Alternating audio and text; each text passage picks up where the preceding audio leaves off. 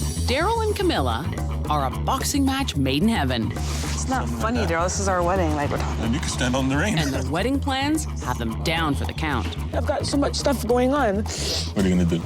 Jane Dais Hinch is a wedding planner extraordinaire who has worked with a lot of tool. But this time, will Jane be able to manage one very big one? Where the is the wedding planner? Exceptionally rude.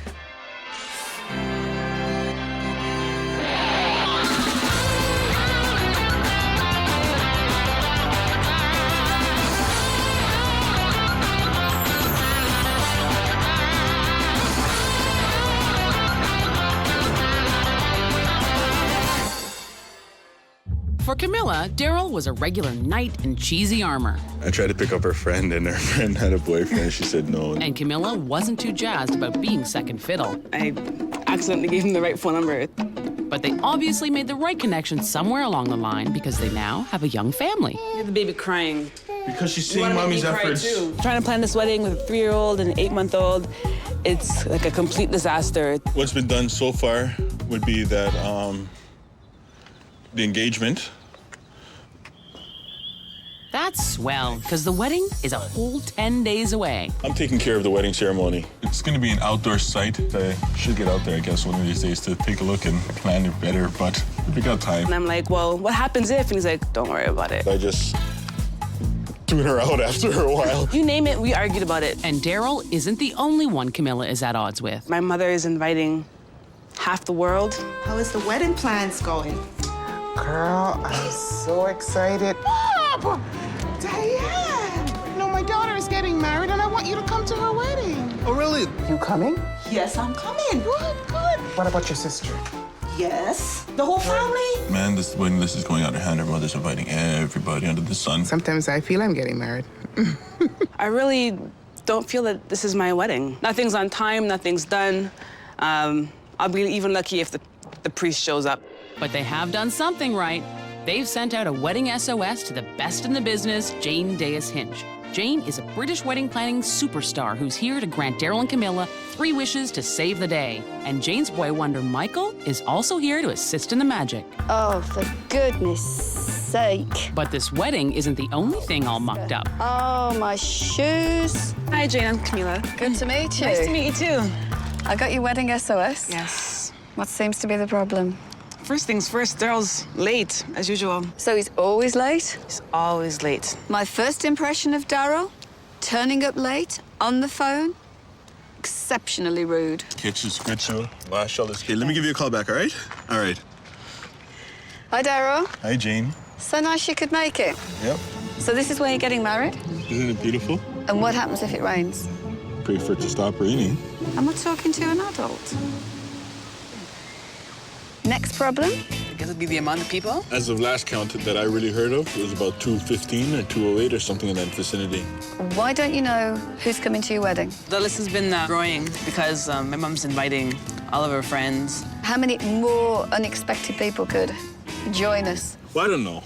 I don't know. Okay. You know, you're in the wedding game. You know how it goes. Darryl and I, we're going to be the best of friends. Have you got a DJ booked? Yeah, I got a DJ.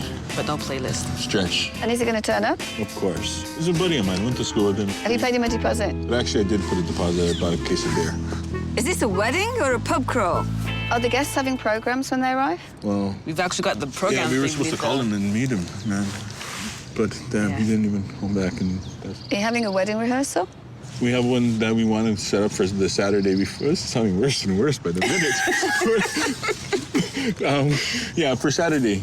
I think it's assumed. Yeah, I think it's assumed. Yeah, they pretty much. Never assume. That's very true. Never assume. It just solidifies what I've been feeling before. Like, we don't have enough time and so many things to do. Everything could be done. Everything will be all right. Of course. After the first, successful sit-down, Jane gets the couple up and running, and she's set to dig in her heels. Guys, I refuse to get these shoes damaged. I'm going to change my shoes. Metaphorically, of course. Heels do not work. Okay, this is where the cars are all coming in. We've got 200 guests. We could have 100 cars here. Right. There's your first problem. We're getting out of the car. We have dress. We have veil. We have shoes. We have attendants. Right. And we start the walk. And I can see that this is going to be an interesting walk. Yeah. You see, Daryl? We have lots of sticks, we Yes. have brambles, we have a few thorns. Who's holding the dress, or is the dress dragging in this? What are you gonna do? It's gonna work itself out, you know? If it's raining, can you picture yourselves up there with umbrellas? Maybe a beach-style kind of big umbrella. It's not funny, Daryl. This is our wedding. Like, I'm serious. Well, okay, I'll stand on the umbrella and you can stand on the rain. I'll be all right. With a week to go, we need a plan. I don't think she was too impressed. no, I don't think she was impressed with you either, Daryl. I don't know where to start with this one. While Jane jets off to work out a plan to save this disaster, Camilla's mom works on inviting the other half of the world. Calling you right now to find out if it's Too much people. I mentioned it to her, and I let her know how I feel. Mom, we're at 200 already. That's enough. She heard me. I don't think she's doing anything about it, but I think she's heard me. With my mother, I feel like she's getting married, and it's not me. Well, Camilla's fairy godmother is here to turn this frown upside down with her plan of action. And she's brought reinforcement.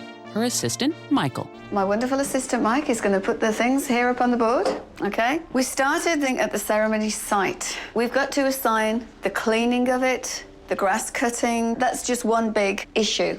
Walking down the aisle, this music, this is on CD. Yes. Darryl, is this yours? Yes, but I need to get the CD. Once I get the CD, boom. The guest list. Nothing is going to work without that magic number. Mum, who have you invited? How many people are we waiting for replies? It's just going to be like a catalogue of horrors because you don't know how many people are coming, you don't know whether they're sitting, you don't know. Oh, it's just huge. Got to organise that car parking. You are joking. Meeting that we're going to have with the pastor. The running order, we've got to get that typed because you'll need to do a proof and then the actual printing of it. That's sheet one. Yeah. Sheet one. We got work to do. This wedding, my goodness me, where do I start? Hair and makeup. That's my favorite. Go book hair and makeup so that I know you're going to be the most beautiful bride. All of this has got to happen in a week. But as you know, I can give you 3 wishes. You think about it and you tell me what your first wish, what you need the most help with. Make every wish count. Right now, I'm feeling anxiety. It's getting close to the wire, and I don't know if things are gonna come together. With just days away to the wedding, they waste no time and cash in their first wish. We need you to help us arrange our guest list for us. Get the number. We need that number. So yes, I'll help you with that wish. While Camilla absorbs the harsh reality, Darryl just soaks in his smugness. Well, he's a little disorganized. A little? A little. Oscar could do better.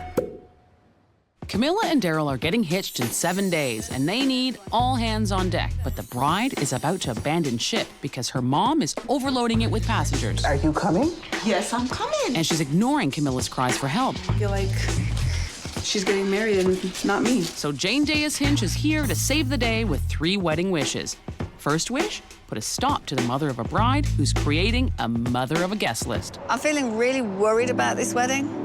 And if I'm worried, they certainly should be worried. When Camilla arrived, she was so down. Camilla, you've got some concerns. One of my main concerns is people were replying after the RSVP date, and we're still accepting them a week to the wedding. The culture says that we should be laid back and we shouldn't hustle. And If they don't have the decency to write back or even call us or whatever, why are we catering to these people? We don't have the kind of money just to be like, oh, okay, sure, come on. It's too expensive. 1 or 2 we can live with. 20, we can't. I've got the kids, I got the house coming up, I'm on maternity leave, and it's like, oh, but they just told me today that they're coming. That's another like 3, 4 people. I'm glad it's come to a head, and I'm glad it's today and not next Saturday. When I was asking for the help last week, I wasn't getting it. Who are you asking? My mom and Darryl.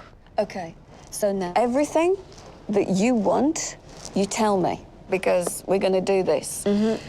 The table plan, the place settings and everything, it will all come from the magic number, so we don't have this problem. Anybody that hasn't replied, we give them a phone call. It's a yes or no. I'm just excited to have a child like her, so I want to celebrate with my friends. Camilla, tonight you'll have your list. You'll have all of my numbers. Okay. Have I granted your first wish? Yes. That's what we want. It's a wedding. Thanks, Jane. You're the greatest. So that's all clear, but now Jane moves on to another problem. Darryl. I'm going to keep pressing that button till he gets the message. So after Jane grants Camilla's first wish, they walk her through the reception hall. And then Jane walks them through the wedding. Picture yourselves here now.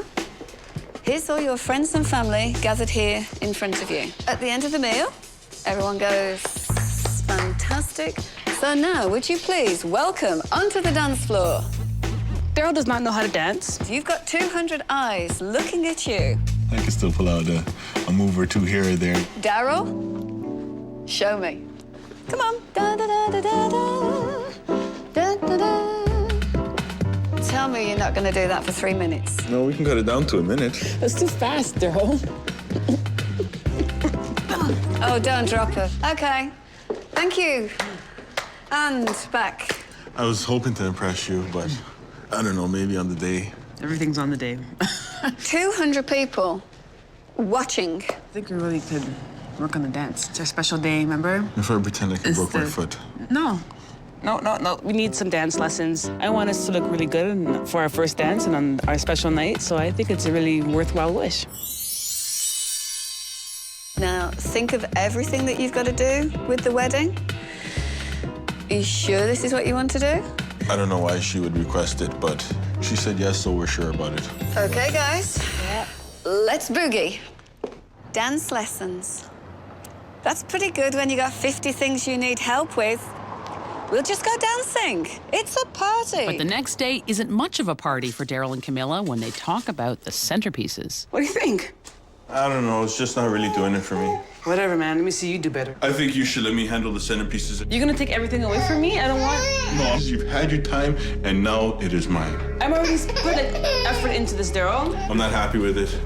We're not using it. This is a centerpiece, and this is what's going on. I feel like Daryl just doesn't acknowledge that I have some kind of talent that seems like he doesn't care. So as usual, Daryl's unfazed. But a call from his good buddy DJ soon changes that. Hello? Hey, Jay, how's it going? What?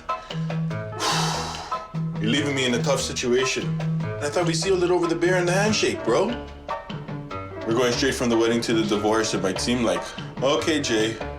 Thank you. Daryl is such a laid-back groom to be, he's horizontal. He just doesn't get it. We're gonna get it done. I know we will. I'm confident. But bride Camilla is wound up tighter than a garter belt. I feel like it's all on me. Fortunately, nuptial fairy godmother Jane Dais Hinch has swooped in to save their wedding and grant them 3 wishes. Wish 1, stop Camilla's mom from inviting everyone she's ever met.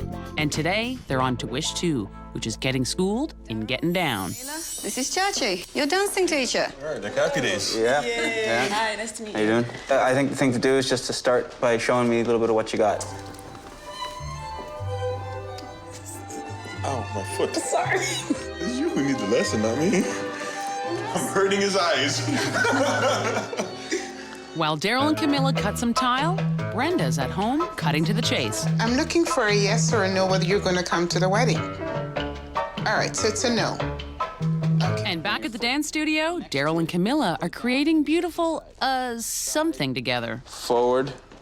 Forward. Watch your toes. And Michael and Jane are dancing to the beat of their own very strange drum. Okay, try it again. Go step forward. Forward. Watch your toes. Try it again. Together. Take smaller steps. You got that? Okay, go forward. I lose it after that. Try it again. Okay. Hello. Hey. So Jane has granted the couple their wish. Oh, you can't be serious. But it looks like Twinkle Toes has hung up his dance shoes. Today, with only 4 days to the wedding, Jane has become a gumshoe because she can't help but be a little doubtful about Daryl. When Daryl says he's going to do something, I'm making sure he's going to do it. So when Daryl emerges from the tuxedo shop without a tuxedo in hand, Where's your tux? Jane wants to strangle him with a cummerbund. It's had a different story, they say. We could have done without this. Daryl, go. On a mission. Every time she opens her mouth, she scares the hell out of me. I can either be his best friend or his worst enemy. My ring's in yet? I told you he's not gonna be ready for today. It's for tomorrow. Tomorrow? Yeah, we talked about it like 2 days ago. Finally, Mr. Cool is starting to sweat. You know, that's the way it goes, but everything will still get done. A little. It's like Is anybody bothered? The next day, Detective Jane becomes Dr. Jane as she does her rounds. Rings? Did Darryl get the rings? He hasn't picked them up yet. I feel like putting a bum under Darryl. Please do.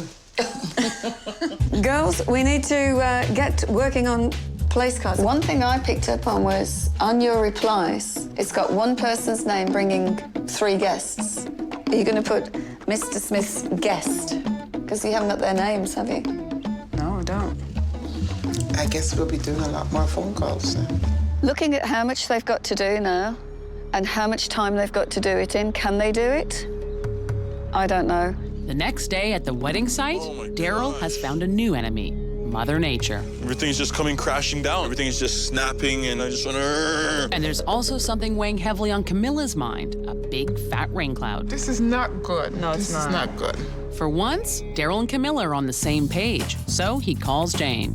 They're forecasting rain, forecasting huge thunderstorms. I don't know, I was just wondering if there's anything you might be able to do. Please don't ask me to make it stop raining, because I can't do that one. Well, some kind of canopy or something that will help us. And when he says canopy, he's not talking about mini quiche. So you want me to get a canopy for 200 people and put it up here? Jane, you're gonna have to pull out my 3rd wish.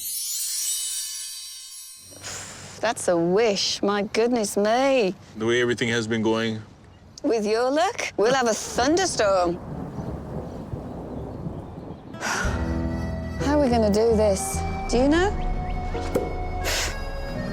So the next day, Jane goes to her happy place and confers with her right-hand man about what lays ahead. I'm going to London now for a couple of days. She'll be back in time. Oh, yeah. Flight's booked. The tent's booked, so there's nothing for you to worry about. Or is there? When Daryl and Camilla's wedding plans went off the rails, Nothing's on time, nothing's done. superstar wedding planner Jane Dais Hinch granted them 3 wishes to get it back on track. Curb Camilla's mom from inflating the guest list, get the couple to bust a move, and then get rainy day insurance for the wedding ceremony. But will it be enough? Today is the wedding day, and problem number 1, the groom has gone AWOL. We are missing the groom, which tends to be a little bit of a problem. Daryl, answer the phone. And Camilla has her own problems. Colin, Yes. have you gone yet? Huh? Have you gone yet? No. Gone where? To the east. Well, I haven't gone yet, because... Okay, hey, we're supposed to pick up the menu card since yesterday. The lady's been calling the house like every hour. So, are we gonna be leaving soon, or Yeah, you just, I believe. just pick them up and we'll take it from there? And you need to go 5 minutes ago. But all this angst may be for naught if Michael can't find the groom. He decided to basically just take off and go somewhere. And that where is I don't know. But we do know where Jane is, delayed in London. I'm grounded. I'm absolutely stuck. Are you serious? I tell you, if I could get a shuttle from NASA, I would. This isn't good. No, it's not good. In all my years as a wedding planner, I have never missed one wedding.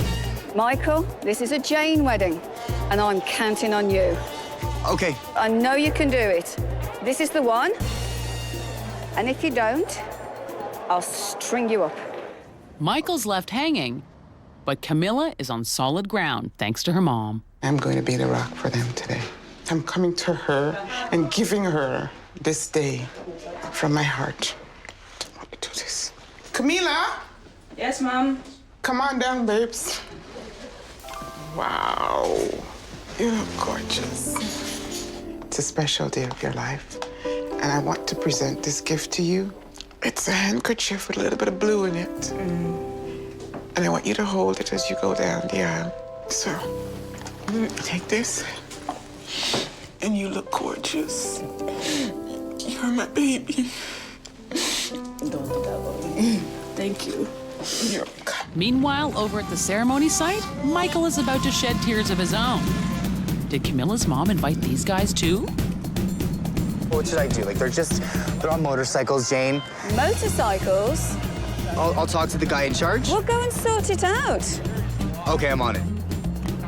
We have a wedding here at 2 o'clock, so are we gonna be in your way at all? We're out of here in 15, 20 minutes. Oh, perfect. Oh my gosh. Oh my God, nothing's done. Jane, it's a mess. There's mud everywhere. Goodness me, what next? Is this the theme for the day? There's about how many? 280. 280? Okay, I could have sworn Jane said it was 200 people. Jesus! It might only be 199 because they still can't find the groom. Oh, what I'd do for a gin and tonic now. Where's the groom? Have you seen the groom? But he emerges, and it appears he's got a little salt on that tongue. Here, film us from behind. Here, come behind. Just don't film us from the front, because you guys are gonna get run over. You're slowing me down. Here, come, just While come. Darryl spontaneously combusts, Camilla and family roll in smoothly. I just picked up my wedding vows. I had to knock on somebody's door. I left them at home. So the groom is accounted for, but how about the weather?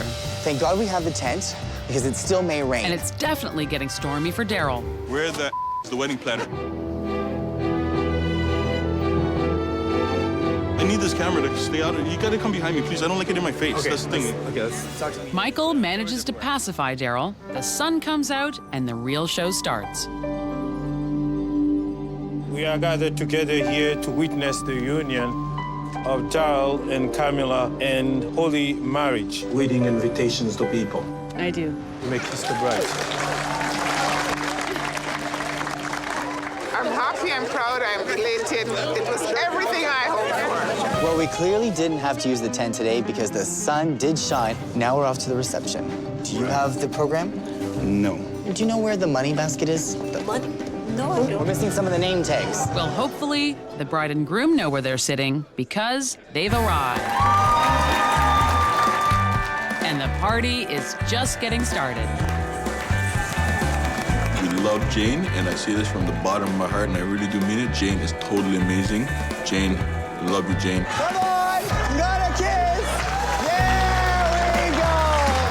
Thank you, Mike. It was very difficult without Jane, but I hope I made her proud. And Darryl would have made her proud because at least he didn't step on his bride's feet for the first dance. We enjoyed the dance lessons. Chachi was good. We like Chachi. Chachi was cool. And so was the weather. But just in case it wasn't, they had wish number 3, the tent. I'm very much appreciative of it, but I'm very glad that we never had to use it. My wedding day was perfect. It was great. I want to thank you guys, SOS, for coming into our lives and making a difference. Thank you, thank you, thank you. Thank you, Jane. All right. See you guys later. Well, Pumpkin, What do you think? you came through Really? unscathed. That little pretty face. Thanks, boss. I learned from the best. Of course. Ruby and Tej's wedding is skyrocketing out of control. Oh, boy. So wedding planner extraordinaire Jane Dais Hinch has come to bring it back to earth. He'll be a laughing stock. She should be crying. But the couple can't agree on anything. Bagpipes at a Sikh wedding? I think it's horrible. And family traditions No, are being put out to pasture. not in a million years. Will Jane be able to guide this wedding back onto the trail? You can't say it's about 1,000. Or will she ride off into the sunset? Big. Huge. Massive. Ooh.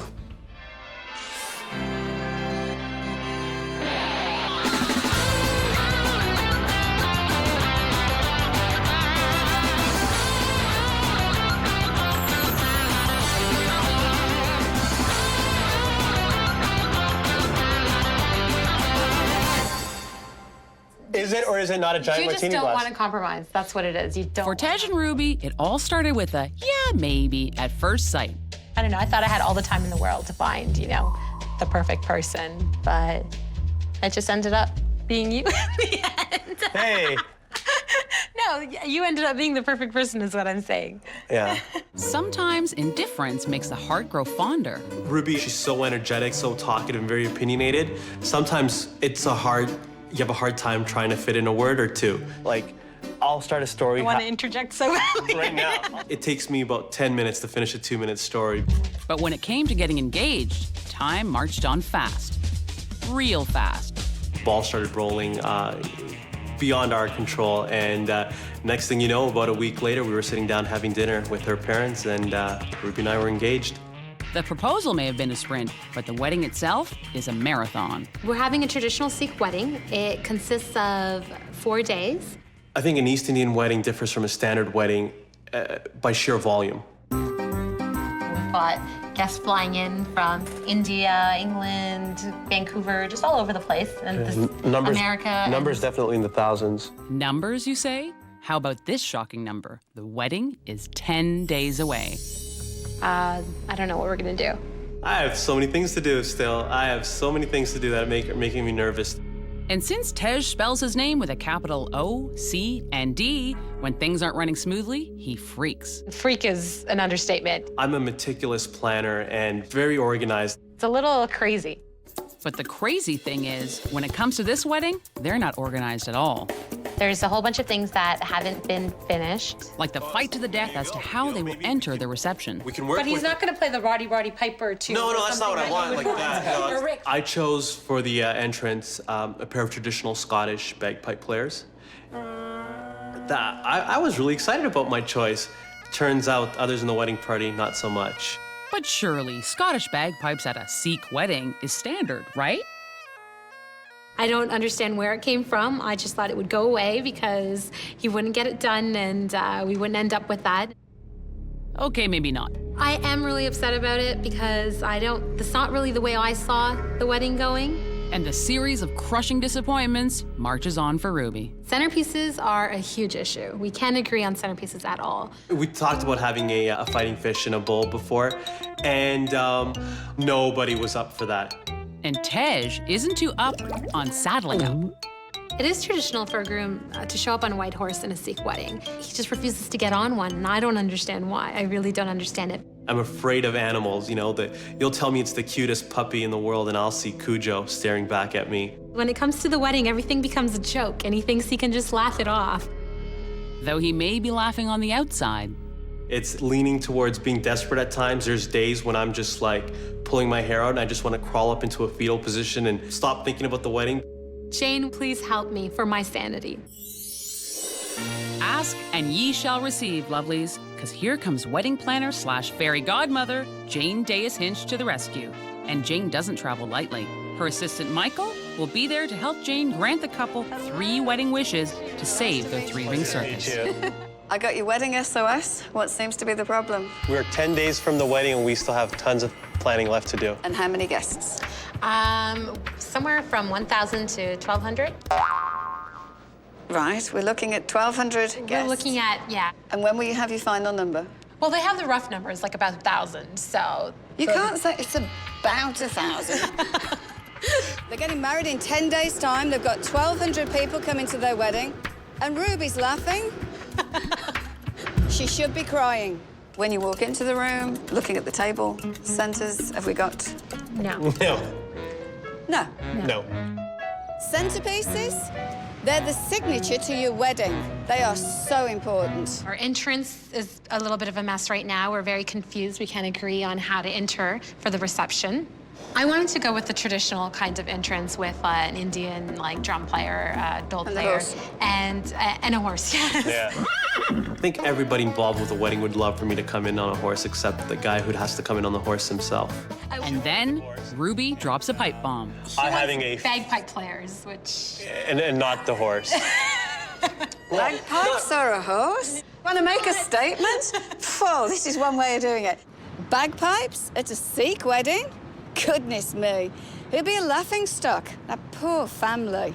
I don't have my bridal bouquet or my bridesmaids bouquets. You haven't got your flowers? No, I haven't. Have you got tuxedos? Have you got your wedding I still have to go outfits? for my tuxedo fitting. So before Tej curls up in the fetal position and Ruby giggles herself senseless, Jane comes up with a plan. We need a starting point, and I can hear flowers. Okay. Table centerpieces. You want fish, you want flowers. I think we have to do a lot more talking here. This board is going to be full by the time I'm finished. It's a wedding for over 1,000 people in 10 days.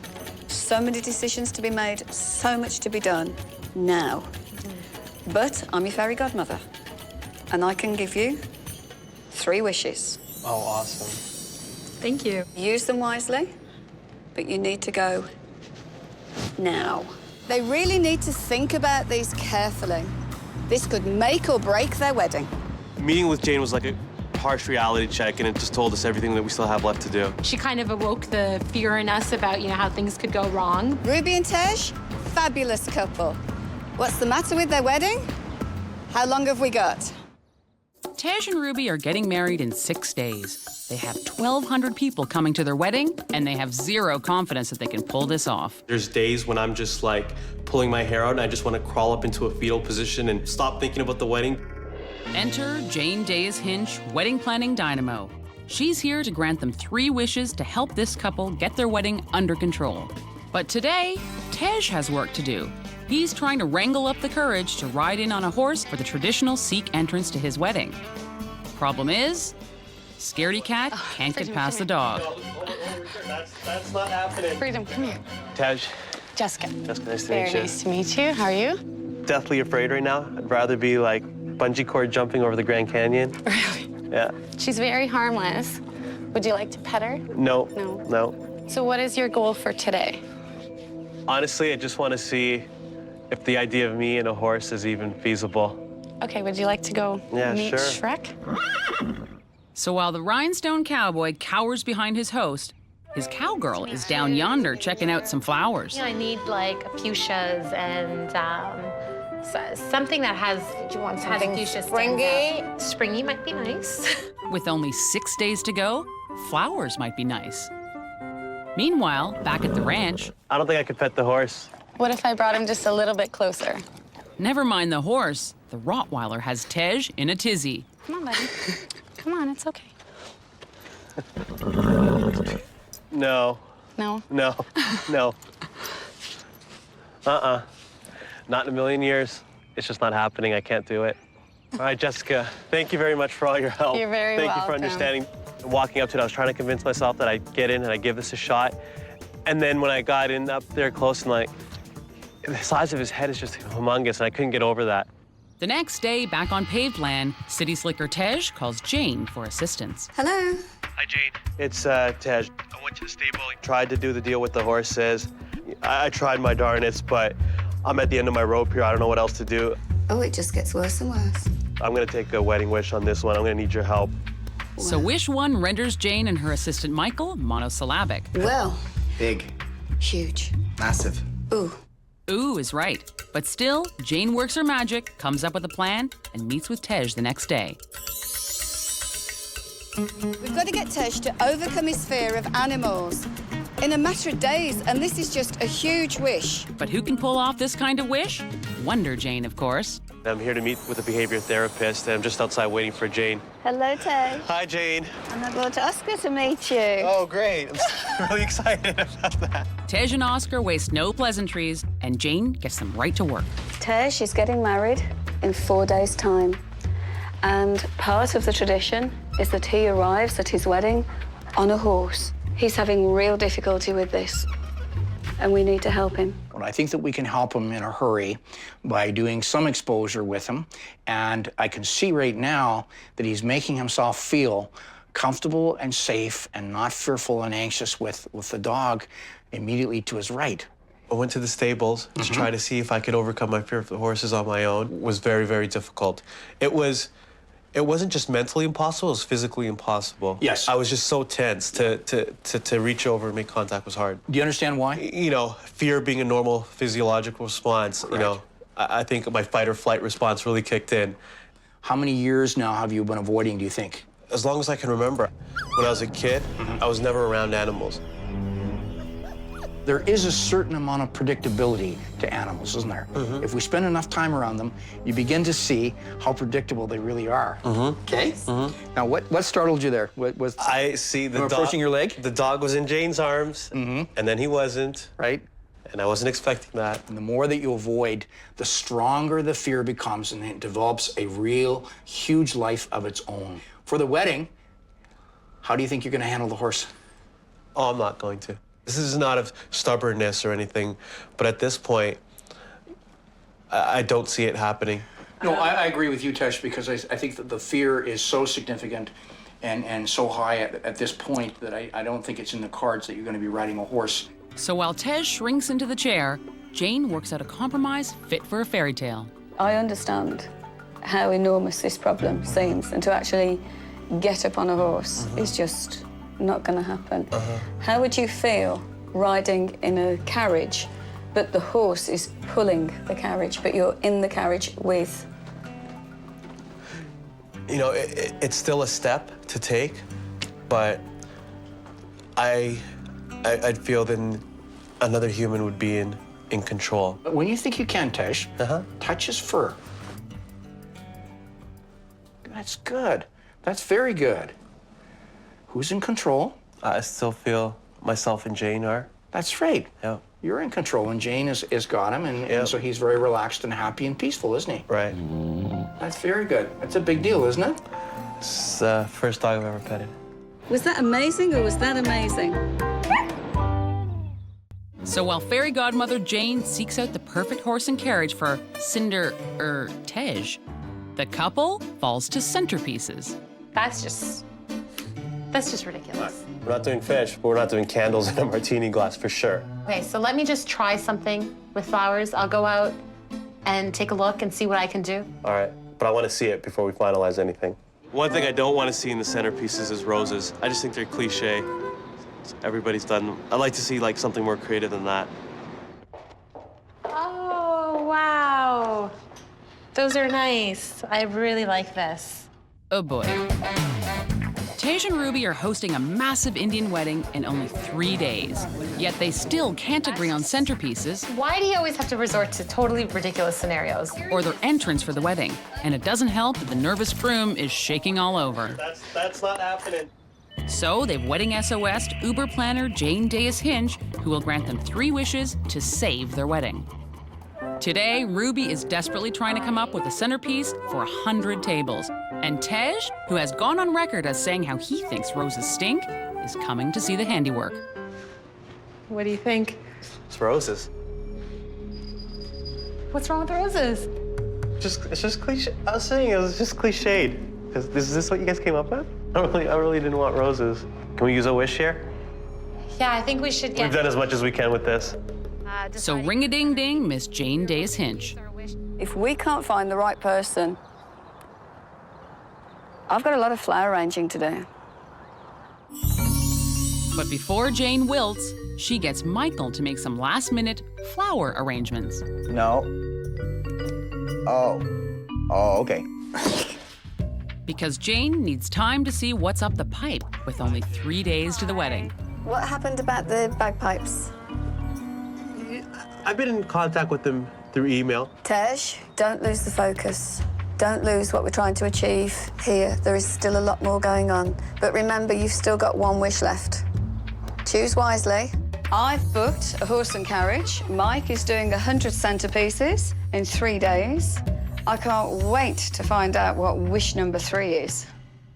But first, Jane has wish 2 to solve, and Michael has some, strange ideas. I thought you'd booked a florist, not a prop house. And so Jane is feeling like if you want something done right... Come on, we've got work to do. You get Jane to do it. We've got a very, very urgent, pressing situation. 100 tables and 3 days. So many options are presented. Wow. I love it. I don't. But then, bingo. Yep, good job.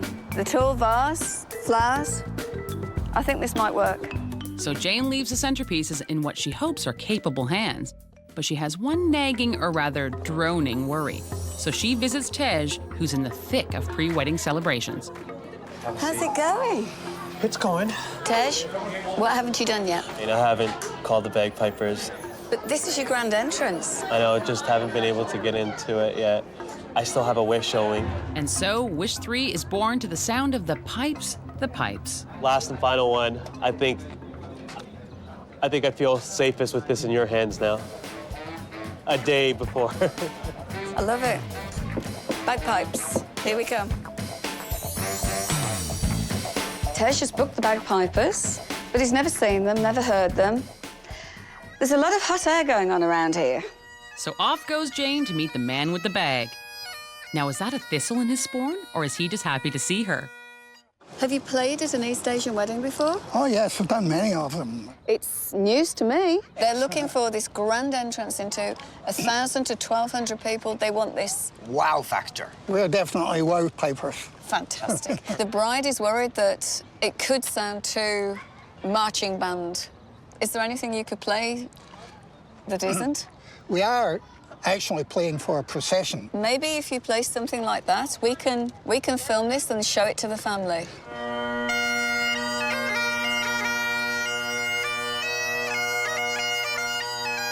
So back at Tej's house, the clan gathers, and it appears they're getting reeled in. Well, maybe not everyone. I think it's horrible. I don't know. I don't see what you're seeing. I see, like, really amazing. That's awesome. That's exactly what I wanted. It was like... I don't know. Everybody's just going to be like, that's so strange. I wonder why they chose that. So I don't know what will make me feel better about this. If we can get him to play something a bit more... Indian, maybe? We have to convince Ruby that this is going to be the wow factor at her wedding, not ruin her wedding. And Jane knows all about marching to the beat of her own drum. In this case, an Indian drum. If I can get you a doll player to play coming in with the pipes, would you be happy with that? I think that would be a good compromise. Better than a compromise. They could play some sort of tune where they complement each other. How's everybody else feeling now? It's not such a crazy idea after all.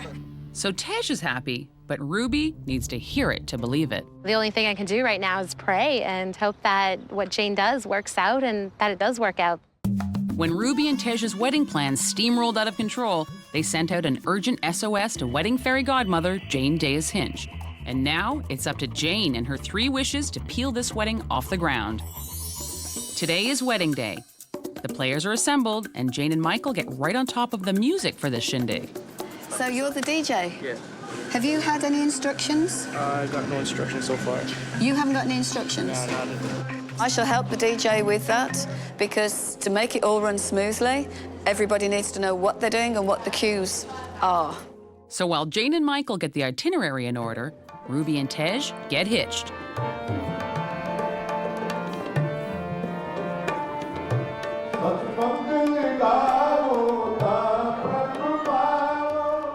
Back at the reception hall, Jane checks on the outcome of Wish 2, the centerpieces. It's great how he's done it. It's beautiful. So he's put some little pink flowers in there, he's got the height. And then back to Wish 1, the horse and carriage. This is very English. I love it. But Jane is still very concerned as to whether Tej will love it. The reason I've come over to see you is that we need to reassure the bridegroom that nothing's going to happen. His worry is that the horse is going to take off. The horse will not take off, no matter what. And that's what you need to tell him. So I need you to be a good boy. Be a good boy for Tej, okay? No scary movements. Now it's the calm before the storm. We just now have to wait for the bride and bridegroom to arrive. And at the risk of being fabulous, Jane changes into appropriate dress for a Sikh wedding. Then she's off to check in on her multicultural musicians. Are you going to match their tempo? I don't know. We'll need to try it. So Jam Master Jane frantically works on getting the rhythm in him in time for the grand entrance. But first, Tej needs to meet with his big, hairy nemesis. Has he been doing this for a while? He's been doing it for quite a few years, yes. All right, buddy. I'm gonna trust you on this one, all right? Come on then, let's have a carriage ride. I think I can do it in the... Yeah, I think I can get in the carriage. So Tej and Ruby mount their sweet romantic ride. But tension mounts inside, while Jane prepares everyone for the couple's grand entrance. Ladies and gentlemen, the bride and bridegroom will not come in until everyone's inside. As Mr. and Mrs. Tajinder and Ruby Sohoda, please give it up.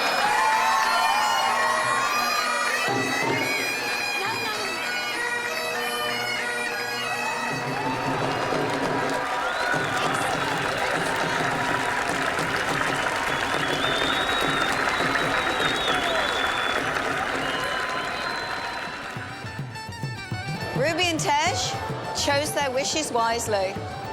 It's all come together into their fairy tale wedding. Jane did an amazing job. We're so happy, and we love Jane. All 3 wishes came out beautifully. I think that those are what added some pizzazz to the wedding. When Tej arrived in the stretch limo, he saw the horse, and you saw him think, Oh my goodness, I've now got to do this. It was fun to actually come in on a horse. Like, the whole feeling of like the open air. The Scottish Pipers. When the doors opened, the bagpipers walked in first. Yeah, I guess that's the part we were worried about the most, just the entrance, all of that stuff the put entrance together. The horse and carriage, all day walking we've been in. talking about that. Yeah, but it worked fabulously. You saw everybody go, wow. What can I say? It's colourful, it's dancing, it's everything you want in an Indian wedding. Makes me feel horrible. I don't have a dress. Amanda, a bride 2 sizes too big for a gown. I don't know. I'm ready to give up on it. Lee, a groom who's totally M.I.A. I don't know. I don't know. I don't know. If I ask him another question, like, what's your name? He's going to say, I don't know. I have no clue what's going on. Will even Jane Dais Hinch have enough rope to lasso all these problems? This wedding has one arm tied behind its back, and its name is Lee.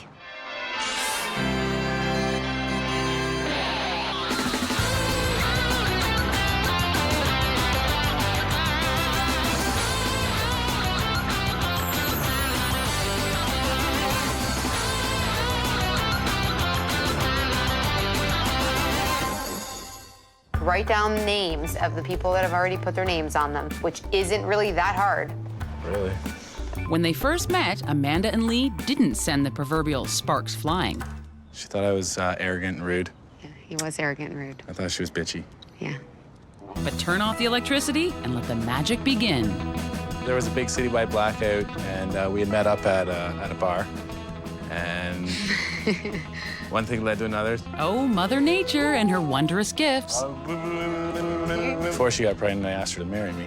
Got this beautiful skin-tight dress, designer dress, and then 2 months later, I found out that I was pregnant again.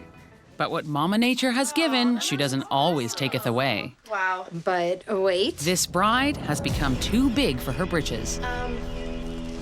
Suck it in, Amanda. Are you sucking in? Yes. I don't have a dress. As of right now, I don't know what to do. My wedding's in a couple weeks. I don't have anything to wear, and I love that dress. So with only 12 days to go, Amanda's wedding dress dream is in tatters. But at least she has Lee to comfort her. I'm not really worried about it because I don't have to wear the dress.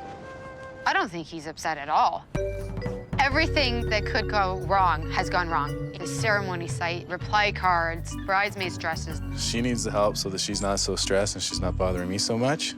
Oh, if we don't get help, I think the wedding's gonna fall apart.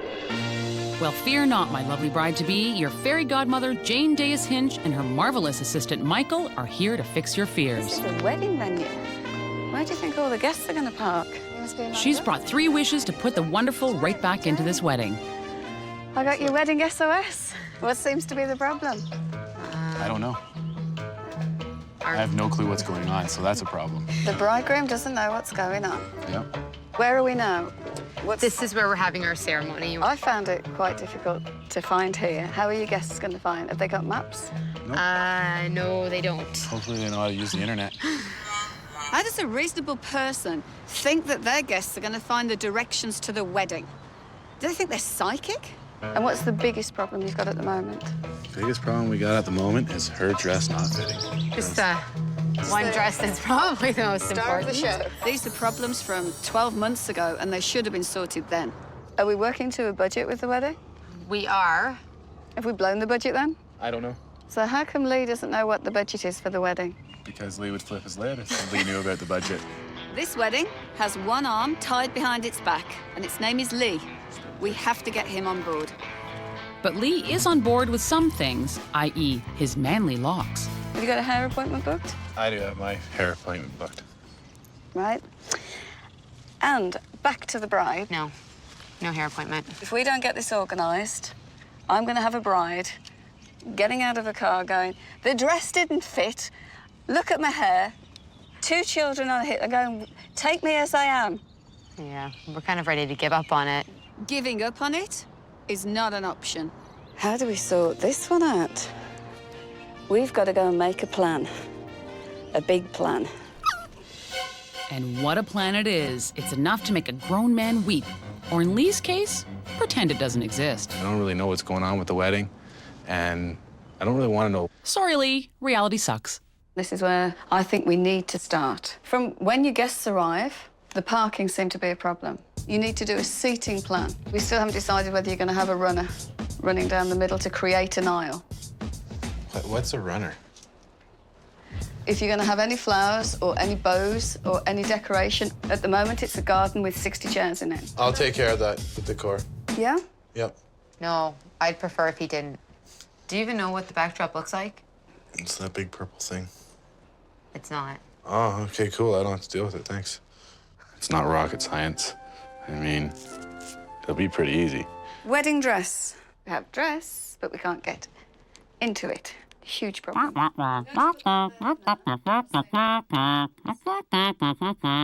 I keeping you up? Wah, wah, wah, wah. No, it's good. And you say you've done your speech? I'm just gonna wing mine. You are not winging it. This is the most important speech of Lee's life. How can you wing that? Can you see how big a problem this is? It was overwhelming, the amount of information that we didn't have, like, planned. Fairy godmother. And I give you 3 wishes. Use them wisely. If you waste them, this wedding could be a catastrophe. I'm gonna keep one of those wishes so that if I need to use it, I can. We'll talk about that later. I've had such a hard time exercising. It's so hard to leave. There's nobody to watch the kids. I don't have it in my budget to buy another dress, so it has to fit. Like, something has to be done. With only 10 days left till the wedding, it's time to call in the special forces. Hi, Jane. It's Amanda. Here comes the fairy godmother with the mostest. How big a problem are we talking? It's about, I think, 2 sizes too small. Ooh. How much do you love this dress? I love that dress. You love the dress? I love it. This is desperate. This is a wish. It has to be a wish. I have to have a wedding dress.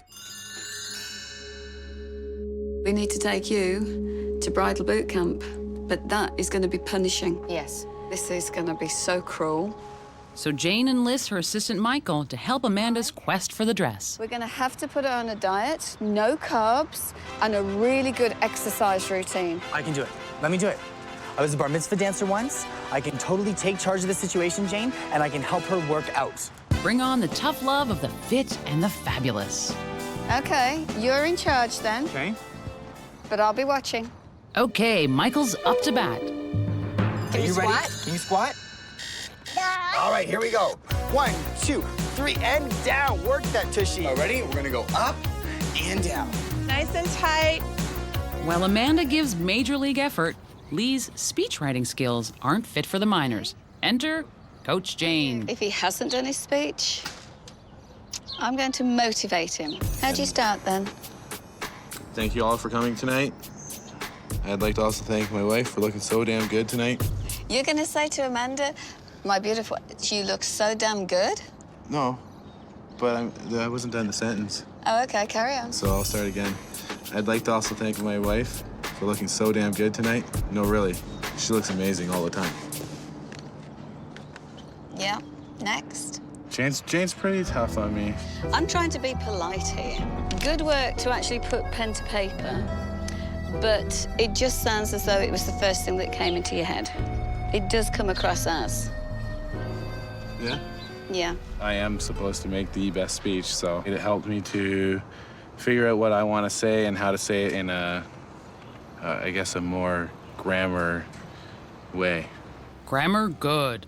Jane, better. Can I get you to help me with that? With one of my wishes?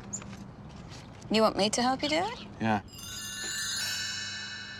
I'm happy that I chose the speech-making class as a second wish, and I know Amanda will be happy with it too. I agree with Amanda. Lee does need some help with his speech. But to use it as a wish, haven't they got bigger fish to fry? So the wish is that you want me to help you and the bridal party write the speeches. Yes, but mostly me. 7 days till the wedding.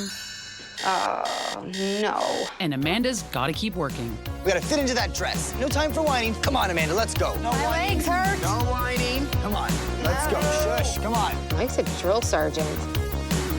I hate bridal boot camp. Next day, Amanda's boot camp goes mobile. Okay, ladies, we're gonna get started. Switch. Wanna come with me now? You wanna come with me now? Okay, So if you wanna bring out your babies, you can. If you're And Amanda goes flat out while Michael gets a workout of his own. Okay. Good job, Amanda. Down, up, all the way back down. Good, so you're just lifting up slightly. Tank tops. Good. All the way back down. Good. Okay, come on. While Michael chases Tessia, Jane has a play date of her own. I've been a Toastmaster for over 10 years. This is the most important speech of Lee's life. Are you ready for this? My wife and I No, would like... my wife and I. Of course, it goes without saying how beautiful my bride looks tonight. Amanda. You see the gap? Yeah. You made me the happiest man ever. Kiss. No, you kiss her. And I over the past 18 months. Well, it's however long you've been planning the wedding or however long... It says 18 there. I know it says 18 in there. That's for example. Oh. My wife and I would like to thank you all for sharing this special day with us. Oh, you sound bored before you start. Of course, it goes without saying how absolutely beautiful. Can we get some emotion in here, Lee? Get the sentiment and put it into your words. From the pause. And how happy I am that you're standing here beside me. No, she's not standing. You're standing. Big thanks to my mom and dad for the way you've brought me up over the last 25 years. I must say, what a fantastic job you have done.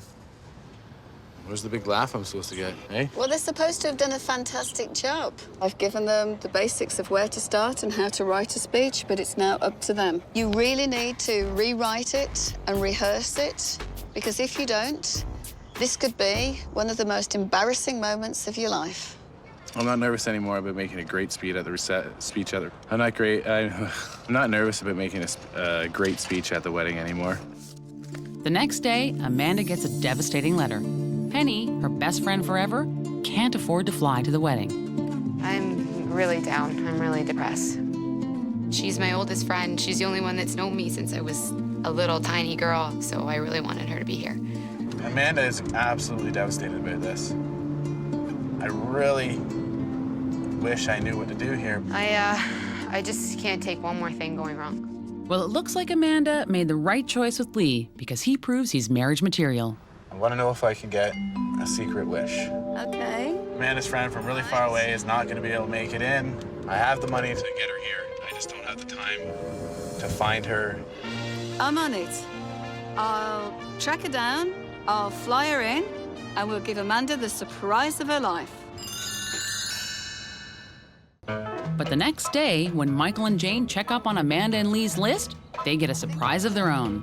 What if we still got a couple of crosses? What's that? I haven't decided if I want to rent her yet. Next one, marriage license. We've got a tick with that. Tell me you got the marriage license. No. No marriage license. What? You haven't got it? No, I forgot all about it. What time is it? We can't go now. Well, I have to go now. 15, it's like a 5-minute drive. Get the paperwork. Get the paperwork. Okay, Here. let's go. Mike, you take the kids, okay? Oh my God.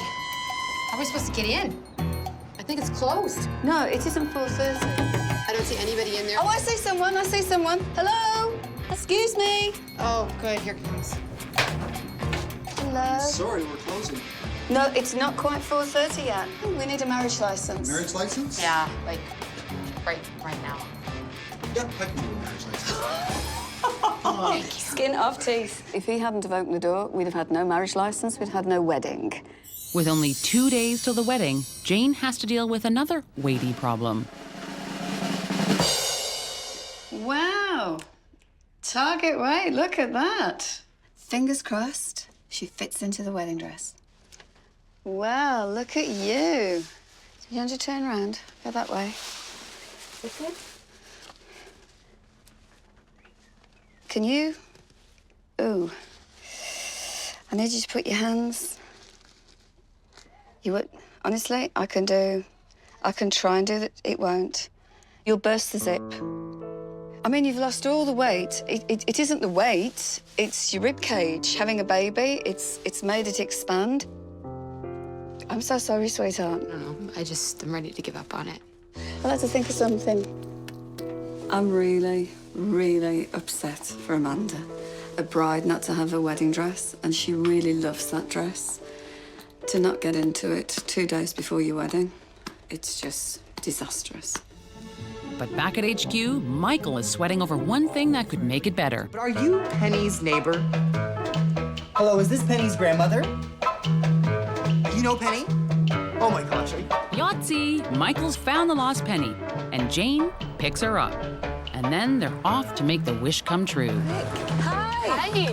This is all very secretive, isn't it? Welcome, Penny. I'm so glad you're here. It means a lot to me to be here today. She's my all-time best friend, and I would never forgive myself if I wasn't there tomorrow. So while Penny gets a VIP treatment at a hotel, Jane uses her VIP connections to treat her bride. I've been keeping this shop up my sleeve for a special occasion, and this is it. This one didn't work. Do you want white? Do you want ivory? I prefer white, but I will take ivory if it fits. What about this one? No, it's white. That's got detail. I can barely breathe. Well, if you were a foot taller and Dolly Parton, it would look great. Oh, for goodness sake. What are we gonna do? Because we are, like, not finding anything. This one doesn't fit either. Have we got anything else? Do you like the look of this one? That one's nice, yeah. Yeah? Okay. Want to give it a shot? Oh, it's got detail. It's got a small train. It fits. It's the right length. I like it. You're starting to look like a bride. We have a dress. I've finally found a dress. It looks fantastic. She loves it, and it's the right price. But there's just no way that how everything is working out, something else will not go wrong before tomorrow. So Amanda scored a sweet dress, but still feels bitter. Maybe a cherry on top will help. I've just got one more dress to show you. Can you take another dress? It's not gold, is it? No. I know we're all I really dressed like as- that one, though. I know, but I'm sure you're really gonna like this one. So close your eyes. Oh, God. This is the dress of your dreams. Open your eyes. See what you think. Oh my God. Hi. I'm so happy to be here.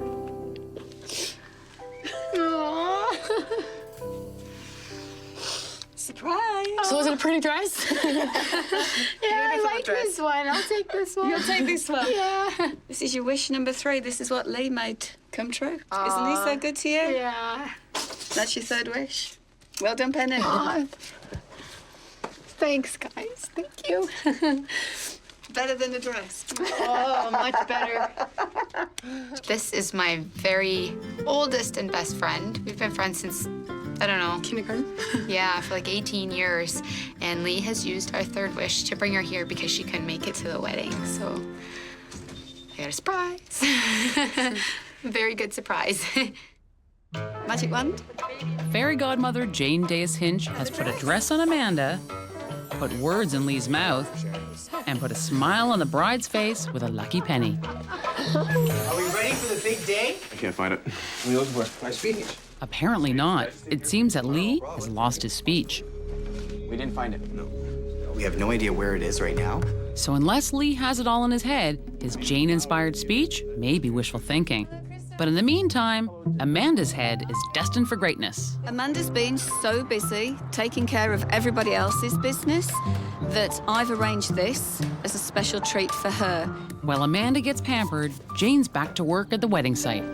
Isn't this the most perfect setting? It's beautiful. With the site set to perfection, Jane checks in with her less than perfect groom-to-be. Get your dress on. Penny! Come on, 2 minutes. We get her here from Labrador, and she's late with no dress. So where's the bride? Yeah, I just did the same thing. No? You told me 2:05. You good? Okay. I just have to get out and put You this guys got in. my dress? Yes. Did we get her dress? So Penny's dress may be M.I.A., but Amanda's dress is looking smashing. We'll do that and point that so it comes towards me. Okay. And just like that, this fairy godmother turns fantasy into reality. Amanda and Lee, Are you willing to publicly declare your love? My love will always be unconditional for you. I will stand by your side when things get tough and still tell you you're handsome, even when you go completely gray. And you may seal your union with a kiss.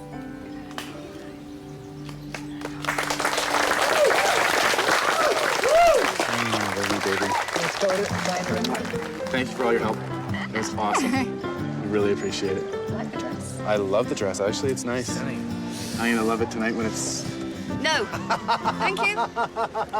When they told me they didn't have my dress, tears just came to my eyes. And I was like, how can you guys forget my dress? Like, I can't go to a wedding in jeans and a t-shirt. But I'm here. I'll go back and get the dress for the reception.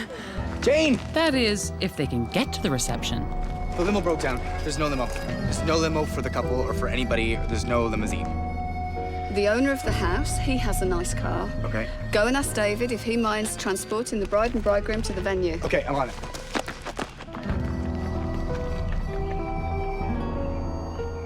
A crisis, I think. So now we have to arrange rides for everyone. So how many people are we talking then? You've got a ride. I don't have a ride. I don't have a ride. Jeff One, can take two. 5 with me. You've got a ride? Oh, I'm fine. You're fine. I've come back to try and sort this out. Awesome. I think we're going to take you up on your offer of the viewing. Oh, well, that's fine. Is that all right? Yeah. The owner of the property is getting his car out, and he's going to transport the bride and bridegroom. Let's get the bride into her car. Okay. Look at that. We have a bride. We have in the car. Magic wand. So Lee takes Amanda happily away on his trusty steed. But ahead lies his greatest battle yet, his speech. You got your speech? Yep. You all ready to go? Memorized. So Jane bites her tongue, but then decides to help give Lee a fighting chance. Who are you toasting? It was at the end of the speech that we wrote. Toasting my bride. While it looks like Jane's got him off the ropes, let's just hope he can deliver the knockout punch. I gotta first thank my wife, my new wife, Amanda, for just looking so beautiful tonight.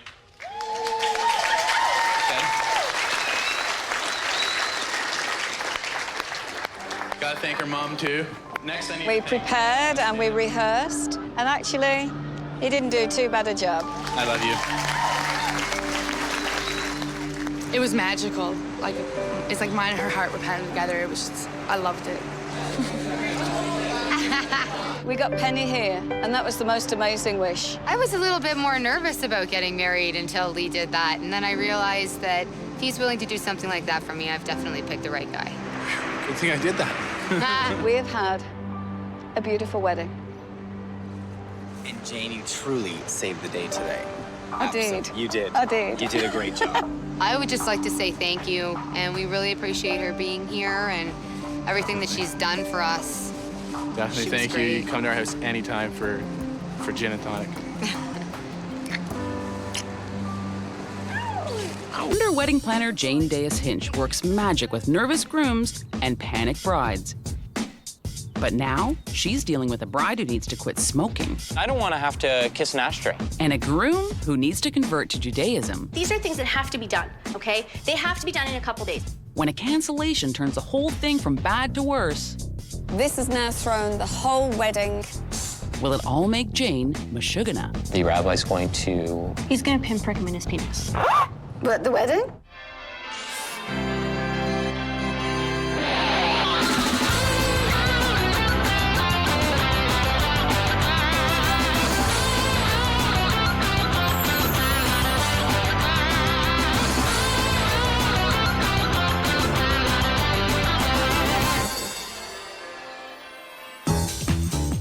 Community theater folks Bob and Rachel may have started off as a comedy team, but Bob was not your typical straight man. My friends at work are like, oh yeah, he's so gay. He's just so gay. But then his overwhelming masculinity won Rachel over. I thought he was kind of a geek. Yep. Okay, but maybe it was pure animal attraction? Looks aren't everything, of course. Sorry, sweetheart. Yeah. So first comes a love, and then comes marriage in only 8 days' time. It's all the little stuff. I have no clue what to do with it, and that panics me. And that rash of panic is contagious. You told me almost everything's done. You give me a list of things to do. You never told me about this. I don't think you really understand how much stuff there is to do, okay? Of course I do. No, you don't. I'm getting really anxious, and I don't know where to go from there.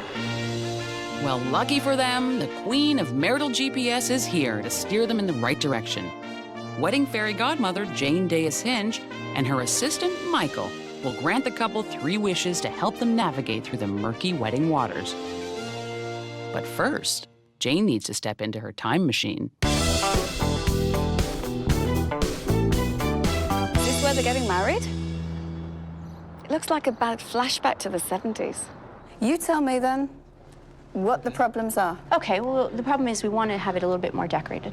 It doesn't look like anything. It doesn't look like a wedding venue. No, not at all. No, I have And our no budget's really tight, so, you know, to decorate it fully would be... This place needs total refurbishment, and they want it decorated, no budget. Good luck with that one. Where is the ceremony going to be? You have an MC? Where are you going to go for your photographs? And then Jane's wedding spidey sense starts to tingle. You're going to drop something, I can tell you, that's going to make me go... I still have to convert. Convert. Judaism. She's Jewish, I'm Christian. So I'm reading a book about this thick, and then I'm just still taking in, you know, you just threw that one in there, and I'm just trying to convert. My grandma's a bit more religious. You know, she's from the old school. She's 80. And it's a big thing for her to have her kids follow the religion. Bob has known for quite some time that he's going to convert to this new faith. Why would he leave the conversion to the last minute? Maybe because a conversion involves one prickly prerequisite. the rabbi's going to pinprick me in a certain area.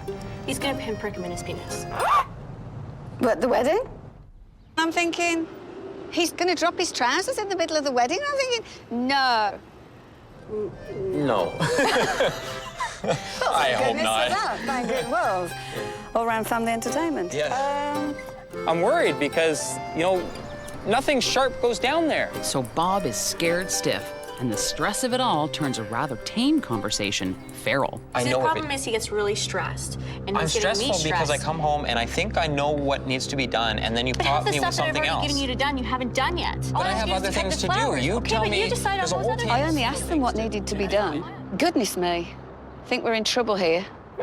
If Rachel and Bob are stressed now, they'll be totally verklempt when they see Jane's plan of attack, listing everything the couple must do to walk down the aisle, like booking a limo and photographer and making centerpieces. And then she assigns tasks to each to clean up their mess. This is where a marriage starts. It's with the planning of a wedding. Come on in. Hi. This is the plan. This isn't our list, though, right? This is your list of things to do. Okay. Anything that's underlined in red is what you need to do now.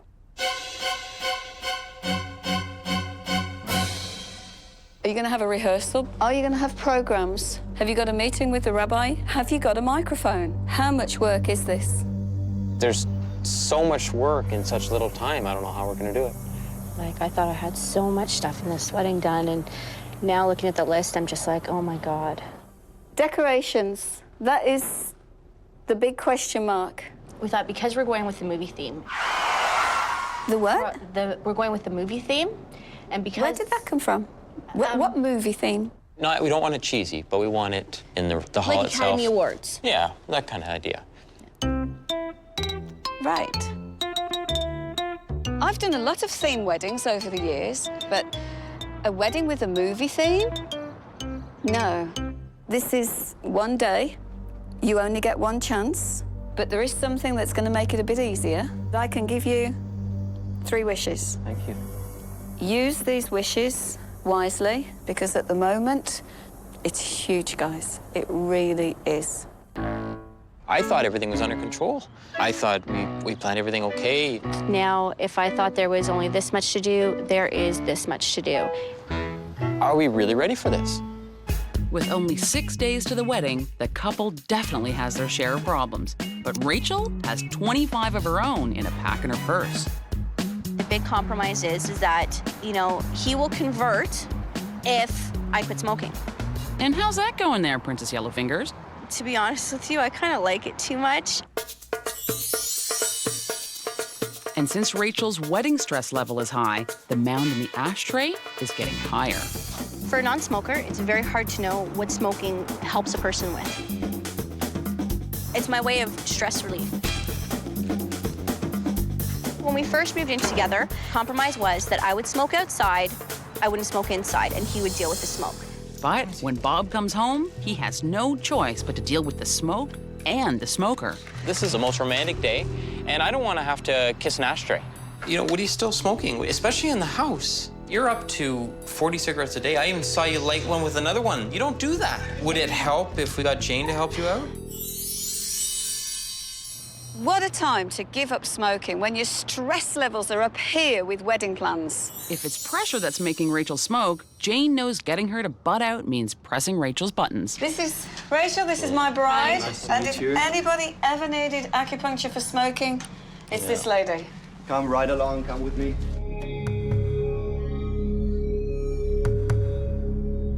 Rachel is so stressed. She's getting herself all worked up about so many things that now it's too big. It seems too big. The relaxed bride. How'd it go? With the stress gone, so is Rachel's urge to smoke. But Bob's stress has only just begun. Because he's completing the written part of his Jewish conversion. And it doesn't look so good. And Bob's answer sheet isn't the only thing looking blank, as Jane discovers when she comes to check on their progress. There's not a lot done on there. Oh, we're trying. Yeah, what's happening is that we're finding we're starting tasks and then we're not completing them. That's right. So they're half done. Half done, yeah. Well, we can't have half done because if we have half done, they won't be done on the day. So we need to really, really focus on this now because we're running out of time. I'm trying to go by my mother's words in baby steps, but when there is so many baby steps to get to the top, it seems like it's never going to end. So we are going to try definitely harder to get it working. If not, well, at least I'll have my dress. So I need to see more checks on here to say, yes, we've done that, we've done that, we've done that. Great. Rather than we've started it, but we need to do it. Okay. The chances of Rachel and Bob's wedding going ahead at the moment, I wouldn't be placing bets. Since their wedding plans are going down in flames, Rachel decides to say hello to her old friend named Mr. Smokey, only one day after her acupuncture. Hello. Hi. Are you smoking? Yes, just one last one. One last one? I'm very disappointed in Rachel that she couldn't give up smoking, but she's such a chimney. I'm not surprised. Now, to add to my horror, they're going to take me to a movie memorabilia store to discuss their wedding decorations. I think I feel a wish coming on. Are you serious? Keep the movie theme? Sure. What do you want? Like a Terminator wedding or a Raging Bull wedding? More like an affair to remember. Well, it won't be an affair to remember with this. The one thing that they really need help with is the decorations for the wedding. The wish is never mentioned, so I'm guessing they've got even bigger problems. And big problems just got bigger because Bob got his conversion exam results, and his score made his head spin like a dreidel. Hello? Jane, I'm in trouble. I tried to write the conversion exam. I blew it. I need to cash in a wish, Jane. Please help me pass this exam. Oh, boy. Oy vey. There's only 4 days before Bob and Rachel's wedding, but Jane has been dealt 2 wishes that need solving now. And though she wields some pretty serious wedding magic, Jane can't be in 2 places at once. What we need to do is divide and conquer. You take Bob, and I'll take Rachel. Hello. Thank you. Today I'm taking Rachel for a session of very intensive hypnotherapy. It works on the subconscious mind, and for those that commit to it, it can be life-changing. Go to that beautiful place. Meanwhile, Jane's assistant Michael is trying to get Bob to open his eyes because he needs to become fully conscious if he's going to pass his conversion test. What is a bris? What is a Jewish Torah? Bob, no. Oh, come on, that's an easy one. There's a fork in the road, and the fork to the left is the fork of smoking, and the fork to the right is the fork of non-smoking, of being clean and clear. So as you look down the left-hand fork of the road, just notice how dark and dingy it is. What is the Torah? The Torah is basically the book of the Bible. What is a matzo ball? A matzo ball is matzo ball soup. Yes! Bob, you're Jewish! You're Jewish! You are finally a Jew! Yes! Let's go home! Michael's mini cram session has Bob full of chutzpah. But will it be enough for him to pass Jane's masterclass? Gently coming away, coming alert, alert. There. Welcome back. Well done. Smoke-free for life. Thank you. You're very welcome. I'm so happy that I went for hypnosis. I feel so relaxed. I don't need a cigarette. Rachel's been given all the tools now to quit smoking, and it's up to her now.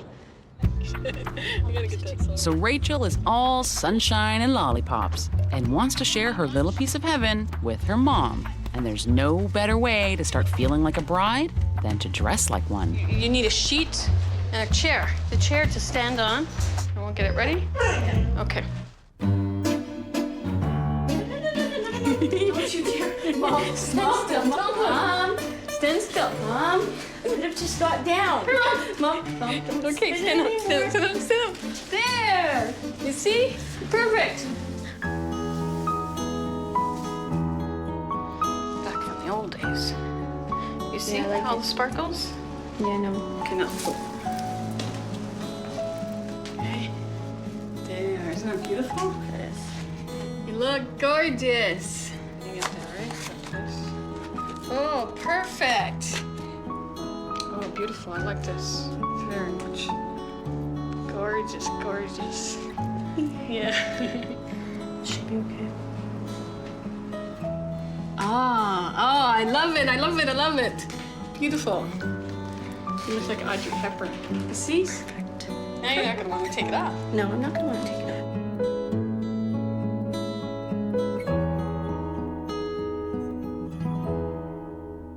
It's only 3 days before the wedding, and Bob's retest and conversion ceremony is tomorrow. He's all set, but one thing is sticking in his schmeckle. You know what I'm really worried about? Is that damn pinprick. No, you're not a guy. You have to be a guy to understand. You don't. Okay. No sharp object goes near there. You know what? Practice. No. I don't know. Come on.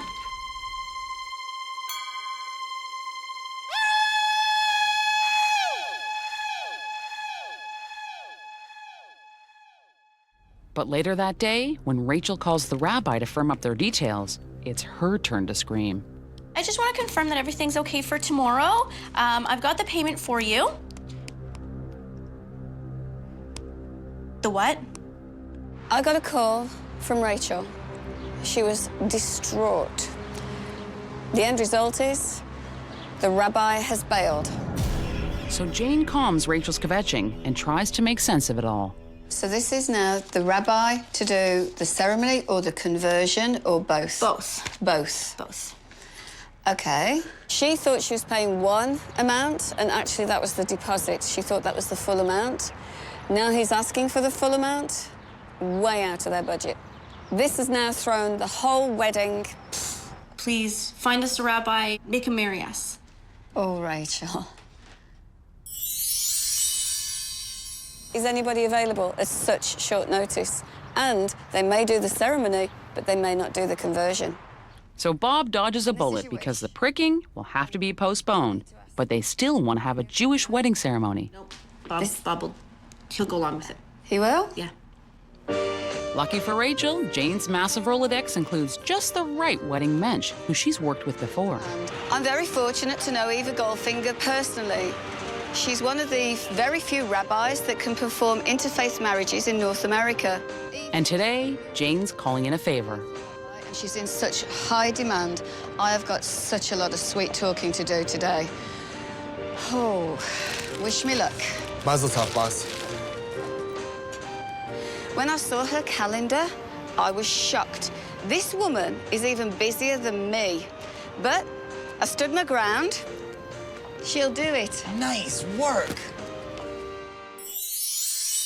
Bob and Rachel's wedding needed the magic touch, so fairy godmother Jane Dais Hinch granted them 3 wishes. Wish 1, snuff out Smokey the bride. But Bob's wish to get help with his conversion was totally wasted because the rabbi canceled, and no rabbi equals no conversion. Which brings us to wish 3, find a new rabbi who will bend the rules and make this wedding kosher. She'll do it. Nice work.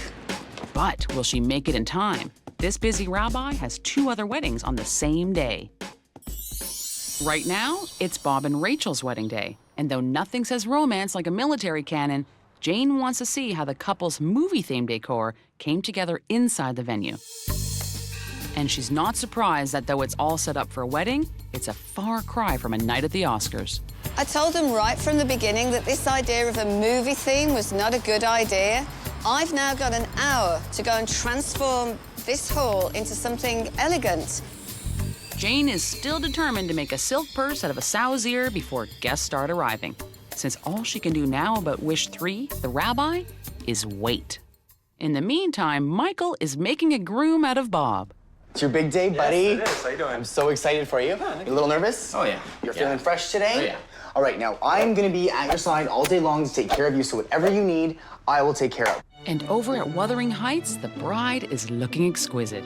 But beneath her serene exterior, she's jonesing for a dart.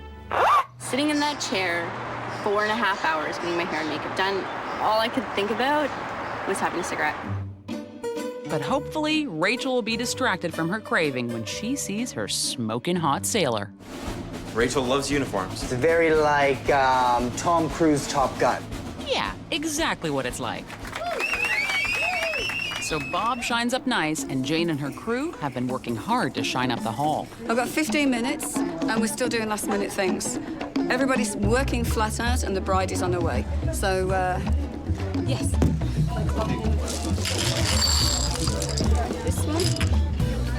With those 2. Sorry.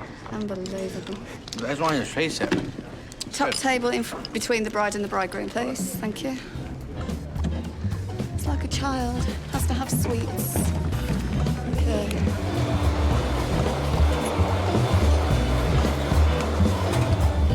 And with Jane's crew, not a single detail is overlooked, and the hall is in top form, just in time for the bride's arrival.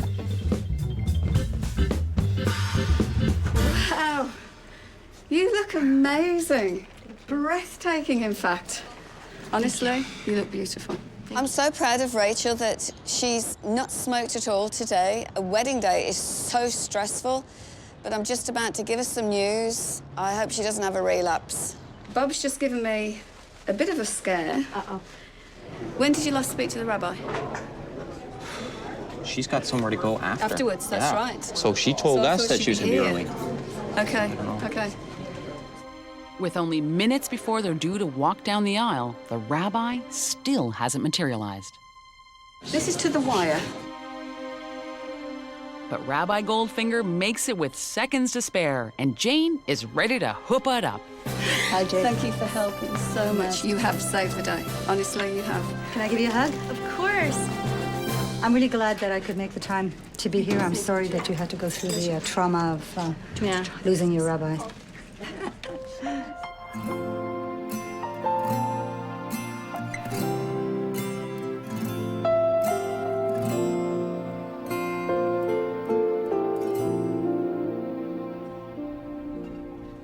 Rachel, Robert, would you hold the cup together and raise it in a toast to savor the richness of your lives? Just a sip, Robert. In many cultures, both ancient and modern, it is customary to break glass at joyous occasions.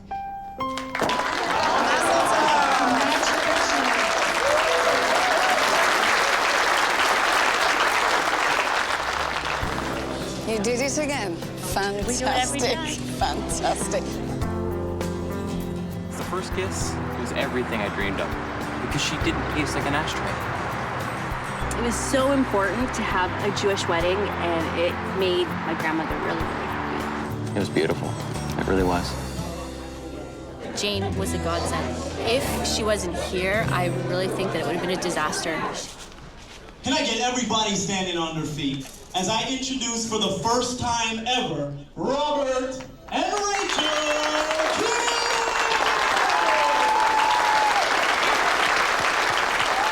Rachel, you have been the inspiration in my life. You have taught me that, you know, that I'm worth something, you know, to somebody.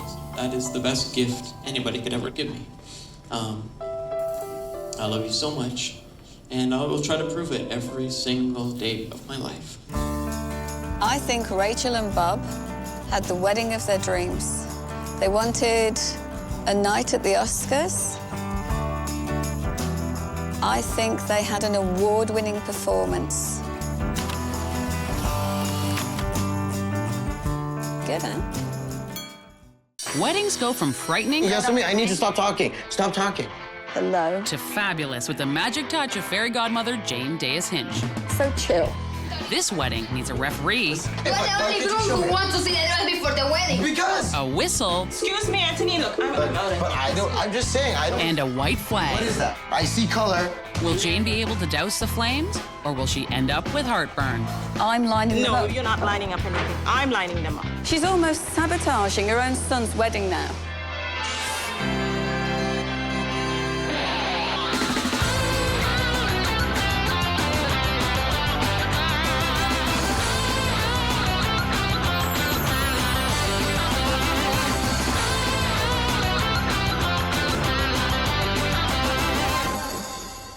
There's going to be 200 people in the backyard. What they want to put that responsibility on me? That's not you, babe. This couple can be hot-headed, but that makes sense. Anthony and Yasmin met in the heat.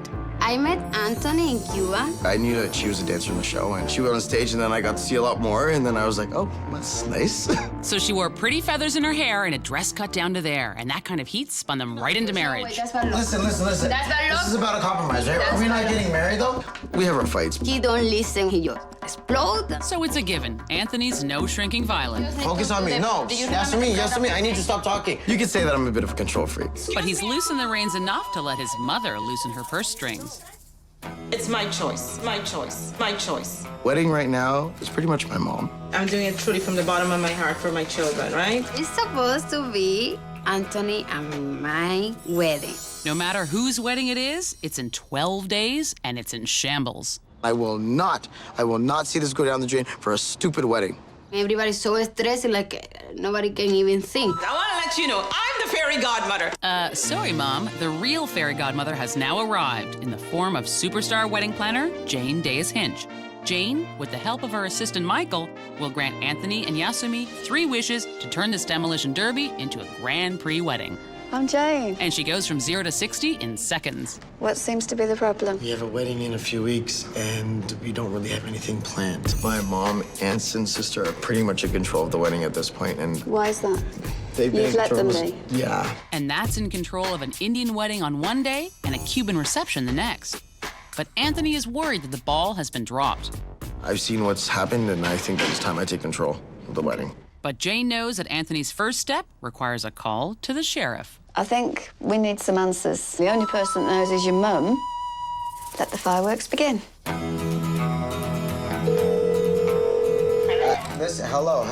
Hello.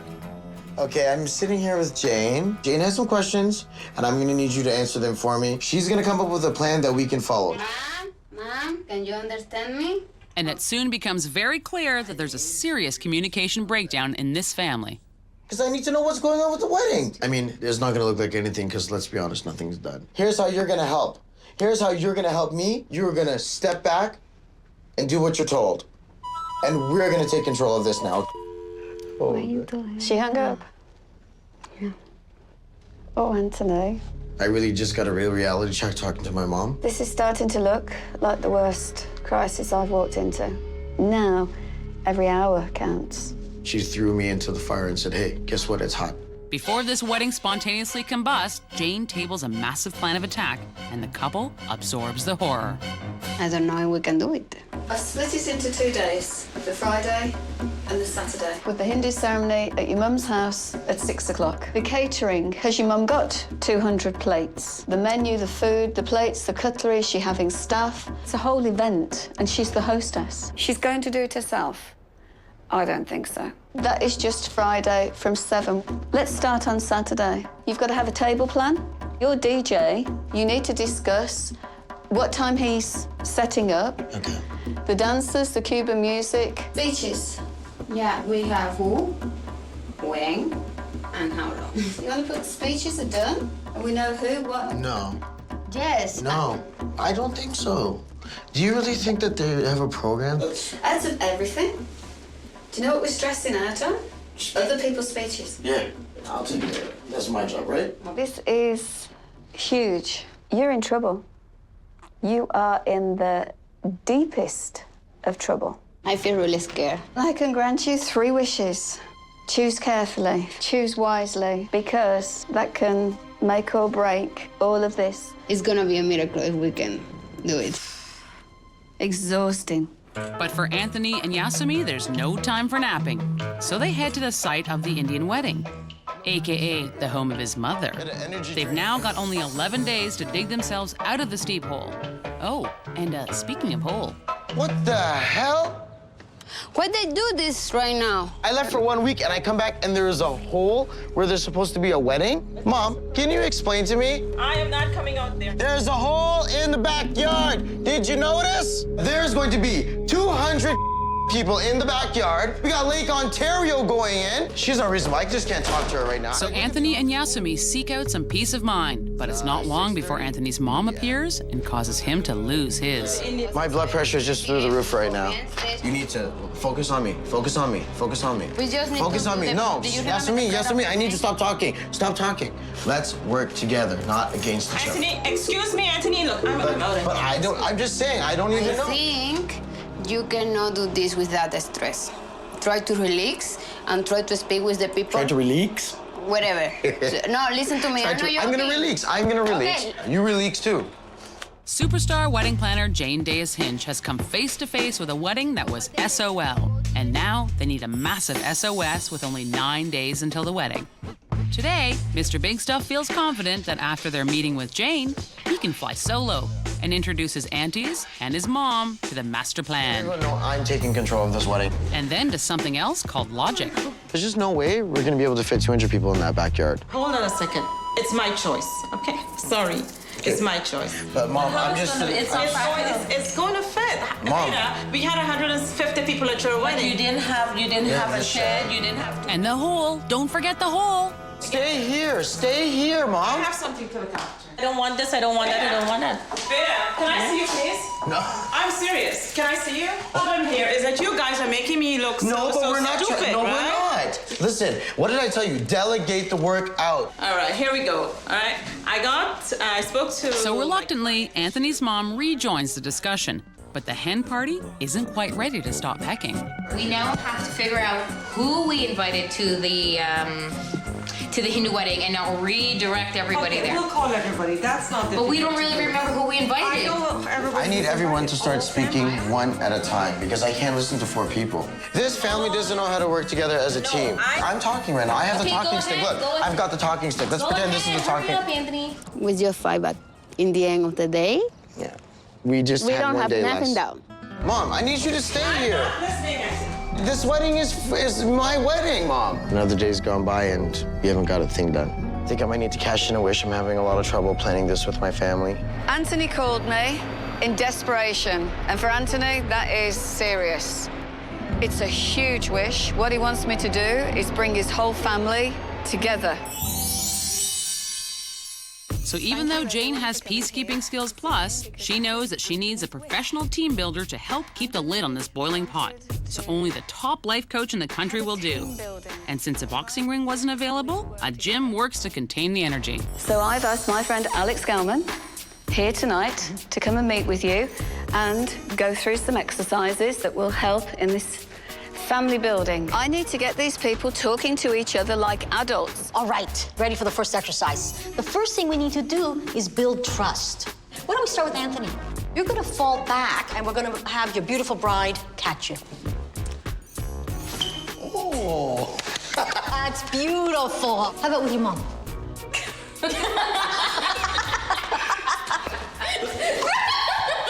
But the bottom line is, was she there for you? Yes, she was there. Yes, I know she was. And do you trust him? I have to.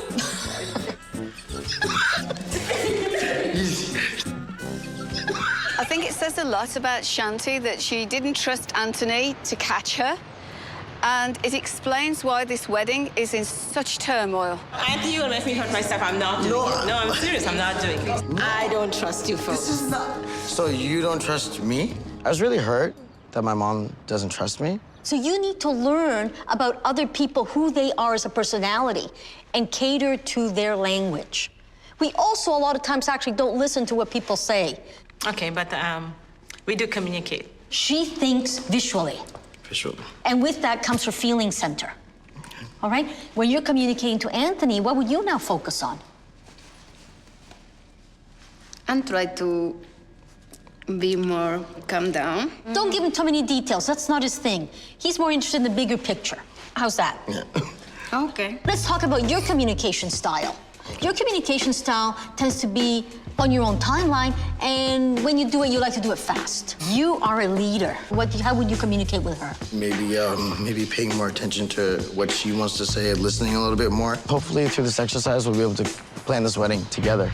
It's a lot of work still to be done. Can they pull this together? I don't know. I really don't know. Bring on the next argument. Jane must have a sixth sense because with only 8 days to the wedding, Yasmin brings home her dress and Mr. Control wants to see it. Let me see the dress. Let me see the dress. No.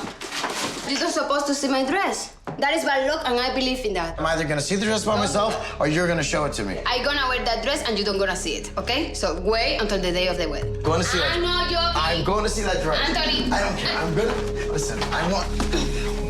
You are the only groom who wants to see the dress before the wedding. Open the door. What is this? Like, seriously. I don't gonna wear that dress. And where I gonna find a dress now, Anthony? I'm never gonna forget this. Anthony and Yasmin's wedding is a mess and only 7 days away. But fairy godmother Jane Dais Hinch has granted them one of 3 wishes. Stop the fighting and start the planning. You can change it. No, I don't wanna change it. Oh my But God. since then, Anthony saw Yasmin's dress and fireworks flew. So as Yasmin discovers she's dressless, Oh, dear. Jane discovers the hole in the plans. You have got to be kidding me. This is a demolition site. It's absolutely farcical to even think that you could have 200 people in your backyard enjoying your wedding with all this around you. Ridiculous. Did you take a look at the backyard? I've just walked through the backyard. I'm looking for another hall as we speak. Let's go and take a look at the board. We've now got to update this board because things are changing. Yes. The Hindu ceremony is now not at your mother's house. You've now got to find a venue. This has now become #1 priority, new venue. Working our way down the board, we hit the dress. What's the issue with the dress? Speak. I saw the dress, Jane. And I don't like it. And I'll be quite honest with you, there is no wedding if that dress is going down the aisle. A bridegroom does not check out the bride's dress. It's an unwritten, forbidden law. It shouldn't matter to you if she wanted to wear pink taffeta with silver bows. It looks like boogers are splattered on her dress. Please. Yasmin, give it to me. So if you're not wearing this dress, what are you going to do now? Jane, I'd like to make this one of our wishes. What? To change the dress. What a waste of a wish. Now, we have to find a suitable dress that will please Anthony. Second wish is for a dress. But for now, the dress is set aside and Jane does a 2-step around another bone of contention. Have we done anything on the Cuban party? I can't find anyone who doing the Cuban dancing, the authentic Cuban dancing. Well, if this is becoming a bigger problem, do you want the Cuban dancers to be a wish? I don't know yet. We're running out of time and we need to go dress shopping. And Anthony, whichever dress we choose, you're not going to see it until the day. And you'll like it. I want Yasmin to feel $1 million in this dress and have the confidence to walk down that aisle to Anthony and not have him at the end going, ruin everything. I know that we're going to be able to find the dress of the dreams for Yasmin, but I need to make sure that I'm there to help her choose it, because Shanti's coming too. It's not beautiful enough for me. What? So that's out of the question. That I do know. You like the train? Yes, it's nice. I don't like it, and I know for sure Anthony won't like it. Keep looking, because this is not the first choice. So, look at another one. That's out. I know my son won't like that one. What about this one? It's strapless. It's got a nice long train. Let's try this one. Oh, very nice. I love it. Would my son be happy? I think so. I think so too. You know what? I actually like this dress better than the other one. You like this one better than the other one? This one is better. Okay, Yeah. thanks to Jane. Thanks to Jane. What? Did she say thanks to Jane? So a white dress becomes a white flag, and then Anthony extends his own kind of olive branch to Yasmin.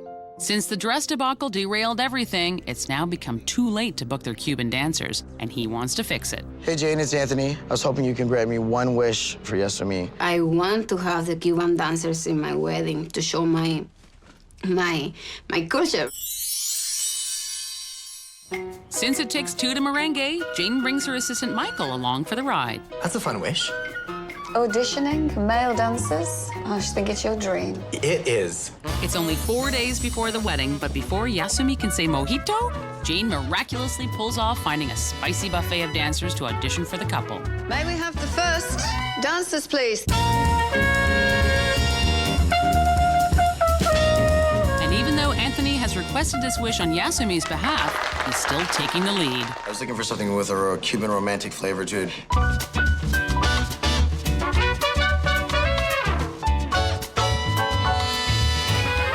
I feel like my home. Like We're definitely Cuba. gonna get back to you later today.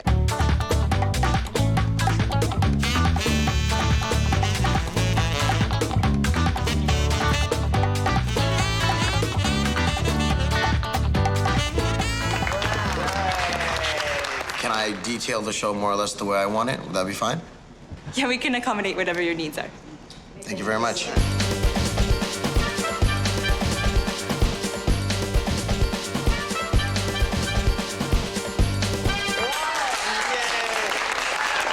I see my culture here. This is the real Cuban hot. I just think you're all very sexy.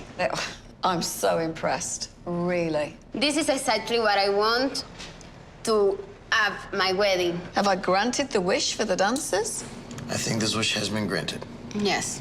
So the hot gyrating rhythms may have put a smile on Yasmin's face, but the next day, the heat in Anthony's house becomes unbearable, with only 2 days before the wedding. I need to talk to Angie for a minute, please. Yeah. Because no one can agree on the itinerary for the wedding day itself. I've been fighting with everybody. Everybody's got a different, agenda.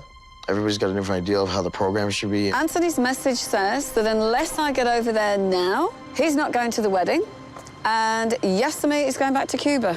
So that's the level of urgency we're at. When we went to do all the team building, I feel now as though that's all broken down again. Every time I take 5 steps forward, I'm taking 10 steps back. He feels that this should be his wedding. It is his wedding. Hello. We got one shot at this. Everybody has to feel and enjoy it, genuinely enjoy it. Yeah, you're right about what you're saying. There is nothing more than just this one final moment. So Jane wins this draw, but she still needs to get Anthony back in the saddle. We're 2 days away, and I've got to make it happen. Who runs the day? You do. Right. So if I'm in charge, right, and I've got the itinerary and I know what's got to be done, and I sit everybody around the table tonight, do you trust me to run that? Yeah. So Jane gets the family together, again. Is this mine? Yes. How many people do you think are making a speech? Even if they speak for 5 minutes each, which is nothing. That is 50 minutes of talking that people have got to sit and listen to. I can't say to someone, you're off. You've now had 8 minutes. If they're still talking, if Shanti's up there talking, and she's now had 12 minutes, am I going? Whatever you need to do, guys, I have to go. But Anthony's mother is spooked by an uninvited guest. She just gets up and leaves, When I ask... She's the lady that's gonna take care of our ghost problems. We have a spirit in the house. What? Oh, yes. But since Scooby-Doo isn't around, the unfavorable phantom is smoked out. I'm exhausted. Anthony and Yasumi's wedding was one step from total implosion. He's not going to the wedding, and Yasmin is going back to Cuba. When Jane Dais Hinch received their SOS, she granted them 3 wishes to keep the peace. Wish 1 had the fighting family working together in a team-building exercise, which worked for a little while. And then Anthony and Yasumi had a blowout about the wedding dress. So bring on Wish 2. And for Wish 3, Jane found the couple some hot and spicy dancers for the Cuban reception.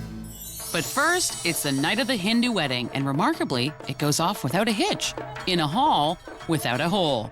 The next day, it's the Cuban portion of this event, and the heat is already rising. Where's the table plan? Oh, we already have it sorted out, so never mind the table. I don't want anybody interfering with my guest list. Anthony has trusted me with this, and she is coming in and overriding me and overriding Anthony and saying, no, it's my way.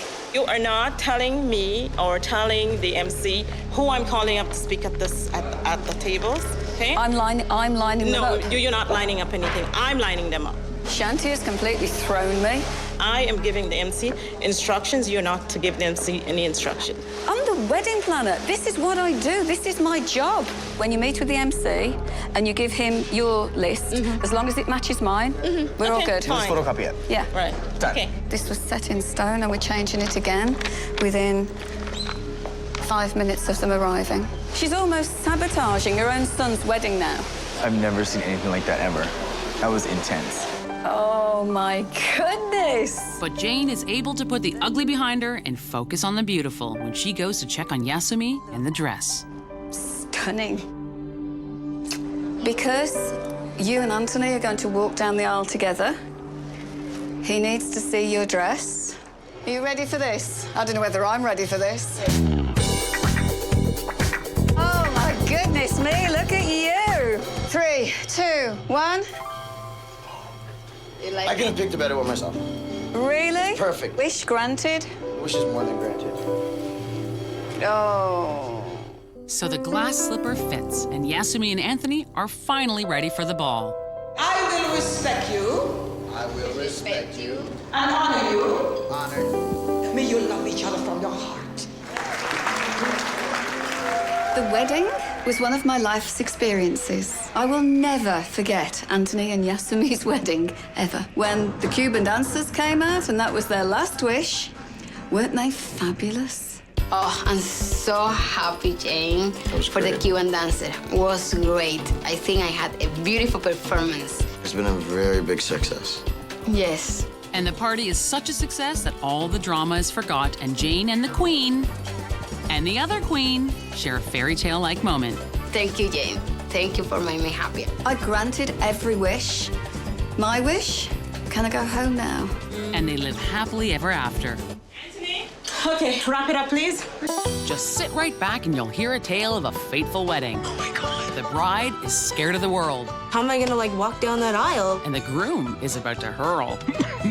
Can skipper Jane Dais Hinch lead them to shore with 3 wedding wishes? It's not very professional to be sick all over your clients. Or will it be Jane overboard?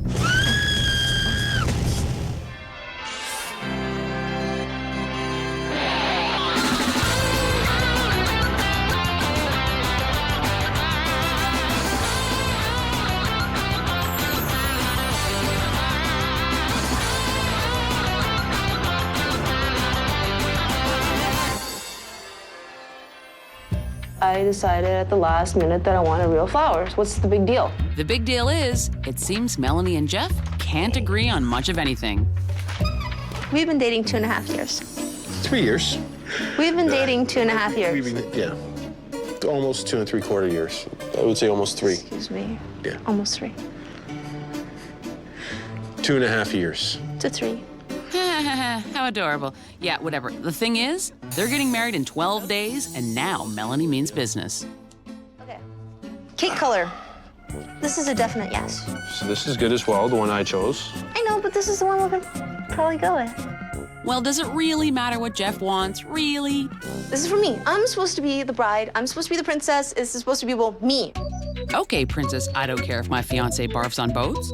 I try to keep her happy by having the reception on this boat. This is what I want. So Melanie wants a wedding fairy tale on a Titanic scale. Though I don't recall Kate and Leo having matching ink, man. And like the Titanic, they've had more than their share of icebergs. We are pretty freaked out. Picking colors, Considering the limo, considering the food that we have to choose, all the decorations, all the chairs. the gazebo. And that's just the stuff that we can think of. We've been butting heads. This is done, and leave it alone. Yeah, when it gets right and perfect, it'll be done. I'm worried about your stress levels, your blood pressure. So I am just like gonna lose it.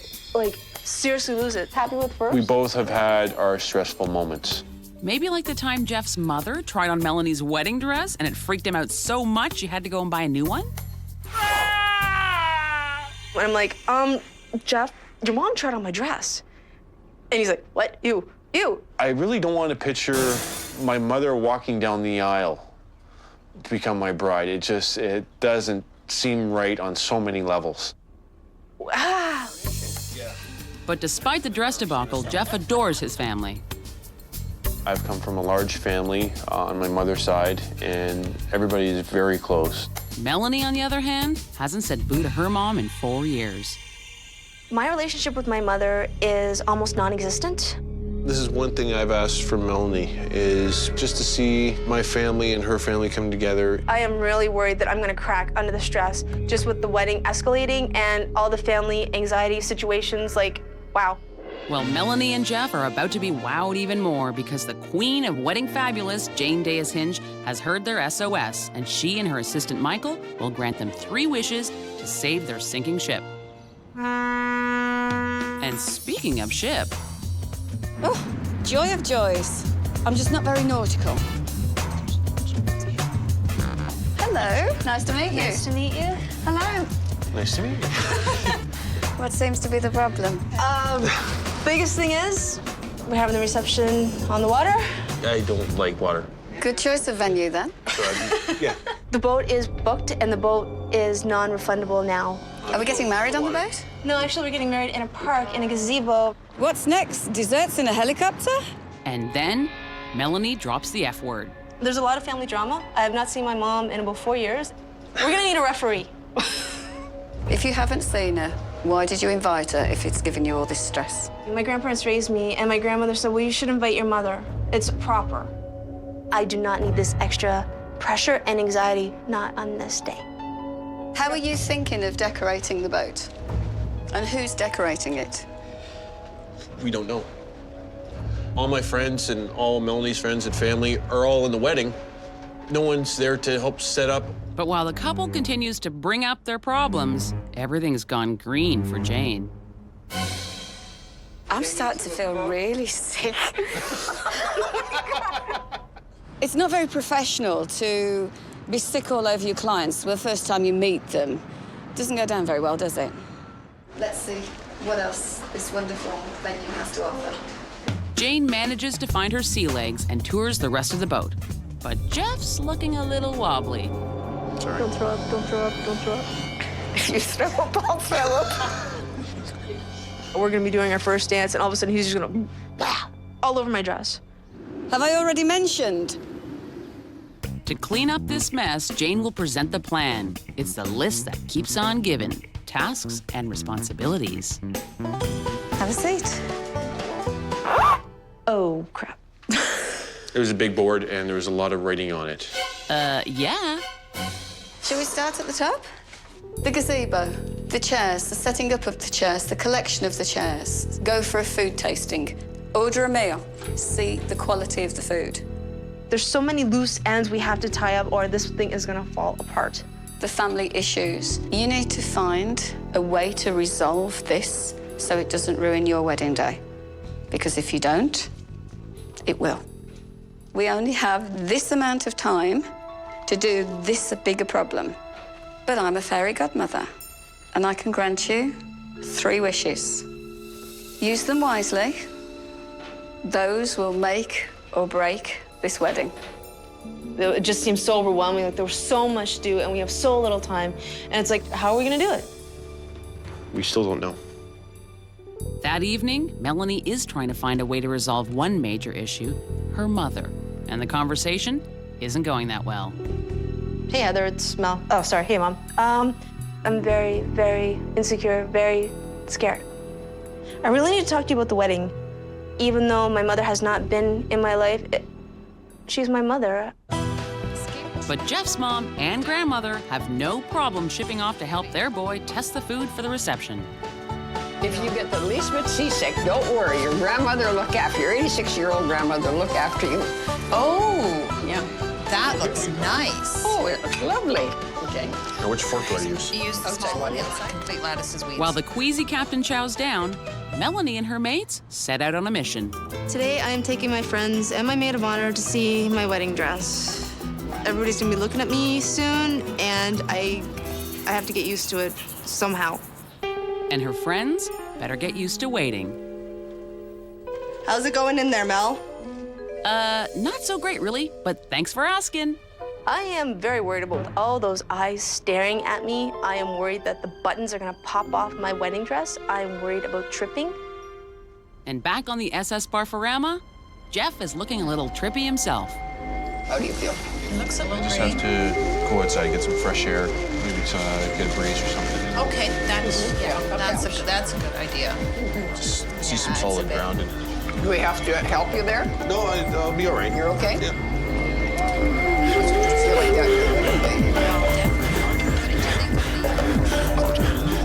Hey, Jeff, how about a steamy bowl of clam chowder?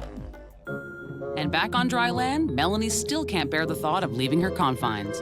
I really did not feel comfortable coming out of that room. I just didn't have the courage. So the cowardly lion calls the wizard. I'm sitting here in my wedding dress, and I can't do it. I can't go out. The thought of seeing any disappointment or skepticism or just disdain, I just... Okay. Jane, I really think I need you to help me on this. I can't do this alone. I think I'm gonna have to use a wish. I'm confident I can break this fear of hers, but it's gonna take me a couple of days to get things together, but I'll do it. I'll do it. Meanwhile, Jeff's ladies are enjoying their lunch, and he's losing his. So why did we pick the boat again? Thanks, Mom, but it's no laughing matter for Jeff. Gina, I'm in trouble here. What happened? I'm sick to my stomach. I couldn't handle it. I'd like to use a wish, Jane. I want you to help me get over my fear of deep water and the seasickness. I have to. Wow, 2 wishes in the space of minutes. It's as though the left hand doesn't know what the right hand's doing. So the next day, with T-minus 9 days until the wedding, Jane and Michael have Jeff's wish on deck first. Get used to the motion of the ocean and lose his fear of deep water. It's unnerving right now, not knowing what I'm going to do, but I'm ready to go through whatever needs to be done. I've brought him to a water park. Today, I'm going to use shock therapy on Jeff. Can you tell me what we're doing? No, it's a bit of a surprise, and I'm going to go and show you now. And this is going to kill or cure. Hopefully, we're going to cure him. Being on water really scares me. The only time I've been on a boat, I've got very ill. So Michael dons his best banana hammock, and the skipper, brave and sure, leads her passengers to set sail that day. Mike, he's in your hands. Cast off. Jeff, you have to let go. You have to let go. Here That's we go, it. sunshine. Jeff, it's only 300 feet deep. Not hoping. But Jane's first mate spends every minute by Jeff's side, proving to him that water sports can be fun. Are you with me?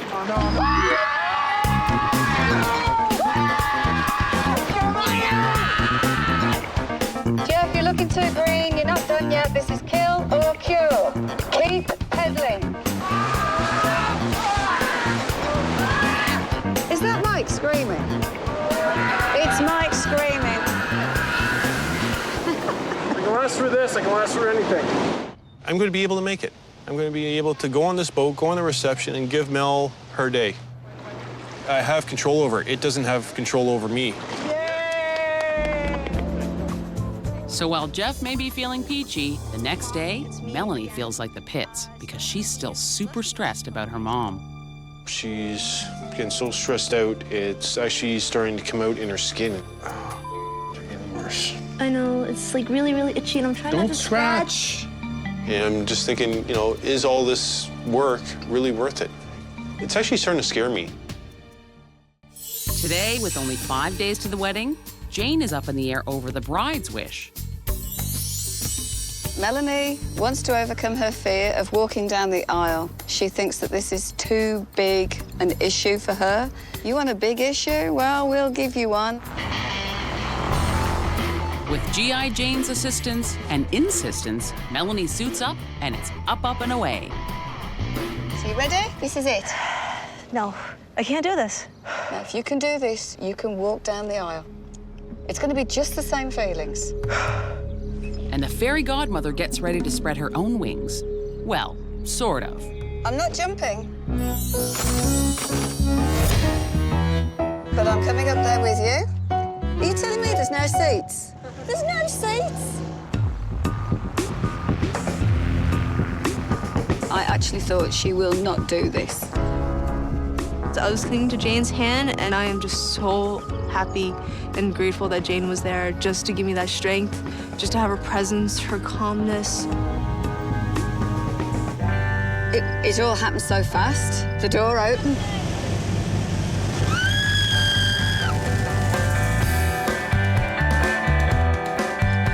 I screamed. It was just too quick. But while Jane weeps worried tears, Melanie soars like some happy, two-headed bird-like creature.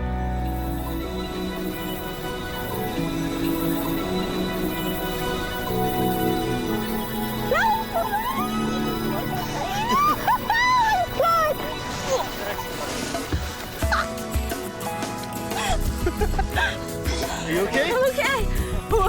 You okay? Oh my God. It's given her so much confidence. And looking at her now, she'll want to be the center of attention. Holy cow, man. It was the most incredible thing. If I can do that, I can do just about anything. Oh my God. Just bring it on. 3 days before the wedding, Jane wants to see if Melanie is still flying high. And more importantly, if this couple has brought the wedding down to earth. Marriage license. Done. Limo arrival. Taken care of. Gazebo chairs. Done. Excellent. This is what I like to say. What isn't done? What is still left to do? I still think she needs a little more help just to get over the whole family issue, and especially her mother. Just the mention of her name, Melanie almost broke out in a panic attack. But the issue with her mother, it's huge. If she doesn't resolve this issue before the wedding, I don't know whether she could walk down that aisle. I need some sort of safety blanket closure, just some sort of Buffer? buffer. Jane, do you think we can use a wish here? Jeff has asked me for a wish. It means so much to him and to Melanie that Mum and daughter bond before the wedding. This is a big wish. I really hope I can do it. Melanie's mum, I don't even know if she'll come to a mother-daughter bonding session, and I certainly don't know how she's going to react. She's never met me, I've never met her. Who knows, we might clash. But since Wonder Jane has never met a challenge or a mother of the bride she couldn't handle, she sets up a special rendezvous with only 1 day till the wedding. Hello. Hi. Heather, lovely to meet you. So glad you could make it. We're going to have a lovely, lovely day together. I've arranged through my contacts for them to go to the most exclusive spa in Toronto. How are you? I'm seeing my mother for the first time in, God, it's got to be at least 3-4 years. And they won't stop leaking. I'm nervous. Nothing a little aromatic salt rub won't take care of. So after bunions are banished and the toes are polished, Jane gets the bonding ball rolling. Heather, are there any words of wisdom that you can offer Melanie to take with her in a marriage? Laugh together, because laughter can heal just about anything. And don't lose yourself. How are we feeling, girls? Much better. Yeah? Well, I've organised for us to have a private lunch, just to continue the pampering. Should have weddings more often. No. I'm going to give them some time so that they can actually get to know each other, bond with each other, so that tomorrow, when Melanie walks down the aisle, she has no qualms, no problems at all with her mum being at her wedding. Girls, So Jane has closed the rift, but leaves Melanie and Mom alone for a more private conversation. You ready for all this tomorrow? Oh, okay, forget the wedding part. Are you ready for the what comes afterwards? Excuse me? What, like the reception, or you mean like honeymoon? I mean life. That's better. But awkward conversation eventually leads to a much-needed mother-daughter connection. I feel really good now. I feel so relieved. All right, I'll see you tomorrow. Yes, sweetheart. I needed that bit of quality time and just that reassurance before the wedding. I couldn't have done this cold turkey. Yes, you have granted my wish, like, big time. Jeff and Melanie's wedding was looking like chopped liver. So wedding fairy godmother Jane Dais Hinch granted them 3 wishes to turn it into top sirloin. The first wish had the jittery bride flying high. Number 2 was to keep the groom from going green. And wish 3 had Jane mending rickety mother-daughter fences. Today is the wedding day, but when Jane arrives to check on the ceremony site, it appears that everyone else has checked out. And it looked as though the wedding is another day. There was nothing, not a chair, anything. Where was Jeff? Nowhere to be found. It was 45 minutes to the wedding. Did panic set in? Yes. But the chairs and some helpers finally arrive, and Jane sets it in motion. I grabbed every hand on deck, and we literally put every chair out, cover, and everything in record time. And then out of thin air, Jeff appears, an hour late and a lot stressed.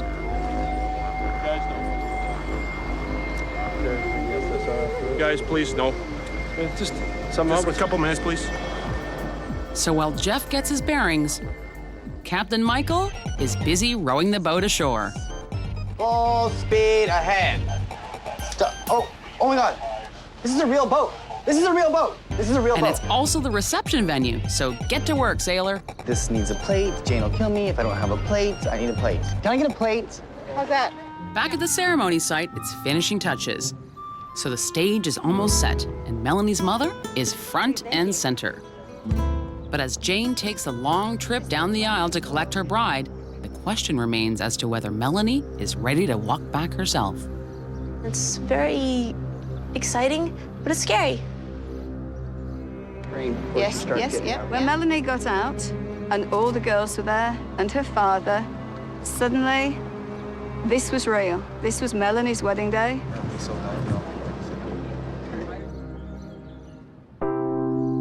She faced everybody, and this is the biggest smile you're ever gonna have. She walked down the aisle, full of confidence. Did Melanie enjoy every second? I think so. Dear friends, we are gathered here this afternoon to witness and to share with Melanie and Jeff. It is in front of these family members and close friends that I will state my undying love and my commitment to you. That's good. You are my best friend. You are my other half. You're my white knight, and I pledge my life and my love to our marriage and our happiness. You may now kiss the bride. Melanie and Jeff's day is the most magical day. Congratulations! She touched my heart.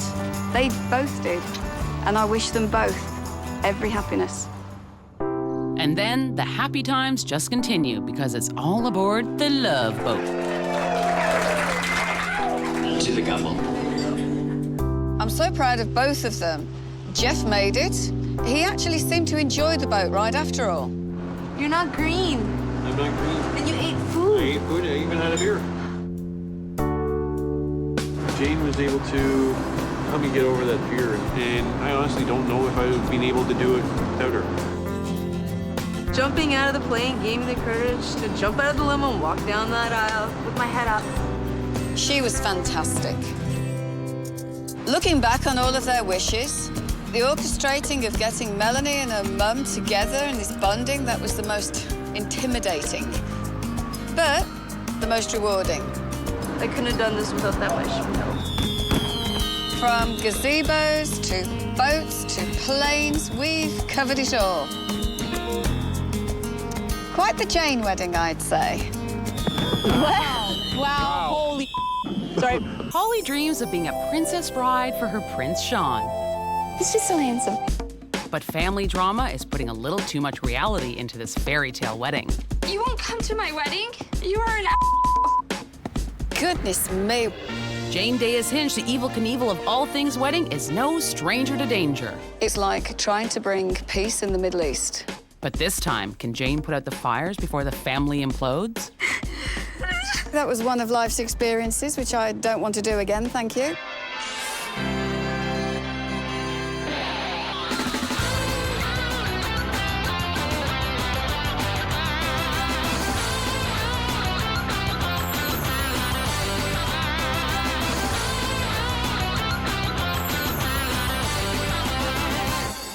Excuse me. Meet Polly. Stop. Pretty high-strung, huh? We've got this to do, we've got that to do. It does add more stress. It wasn't always that way.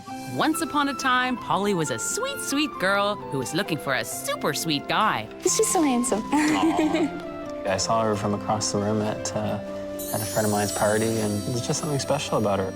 Aw, the perfect fairy tale couple. And so much so that the bride gets all princess at every chance she gets. He would come home from work during the summer holidays and he would find me with a tiara on my head and in a full ball gown doing the house cleaning.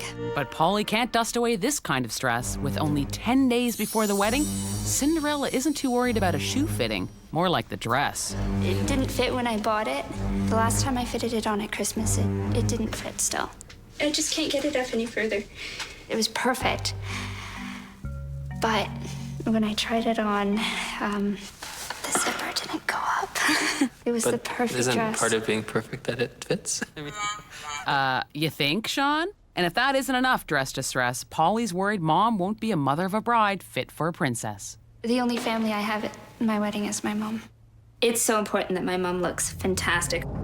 But Polly hasn't seen the dress yet, and she's worried, for good reason. My mom ordered her dress through a catalog. It said Mother of the Bride on the page, so she just figured it was perfect. Hope you like periwinkle, Polly. Yeah, we weren't gonna be that couple that left everything to the last minute. Well, the wrinkle in this fairy tale is that you are that couple. The list is huge. Huge list equals massive stress, and even mom's driving her crazy. Dad, where's the caretaker in this place? And then there's Dad. My dad has distanced himself from us, and my sister and I don't get along.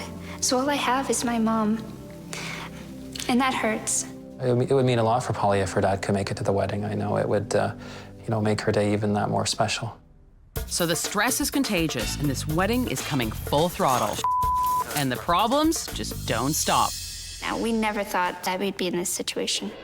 Well, you're in luck, starstruck lovers, because Jane Dais Hinch is your own fairy godmother. She and her assistant Michael are here to stop this fairy tale wedding from becoming a brother's grim affair.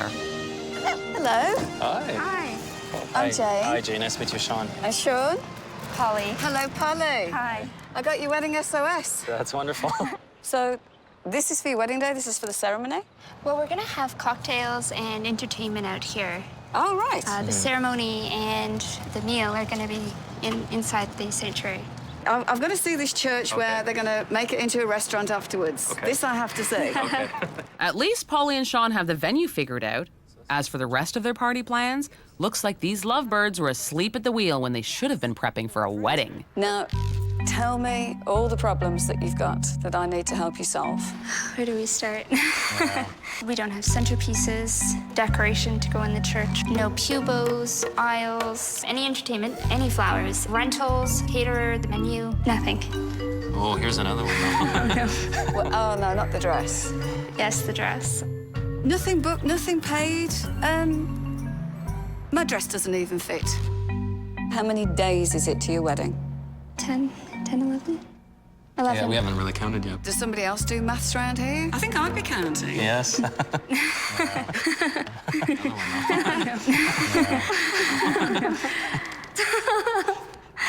There's all this nervous laughter, and it seems as though they're fine. But behind all of this, there's tears. Now, what about parents? What about family? What's their involvement? My dad has not RSVP'd, nor has my sister, and I don't have any family coming over from England. And you've brought in a British wedding planner to come and sort all this mess out. I think at the moment, Polly and Shawn are in fantasy world. They're so in love, they're so happy. This is their wedding day. Of course it'll all happen. It won't. I want to see now that we can resolve this. And the only way I can do that is to go away and put a plan together and say, do you realise what we've got to do? This ship is sinking and everyone's going down with it. I like a challenge. So Jane gets the ball rolling with a wedding manifesto. Polly, Shawn, it's 10 days to your wedding. There is so much to do, and this is the plan of how we're going to do it. This is Polly going to do it. This is Shawn going to do it. It's a very full board, kind of shocking.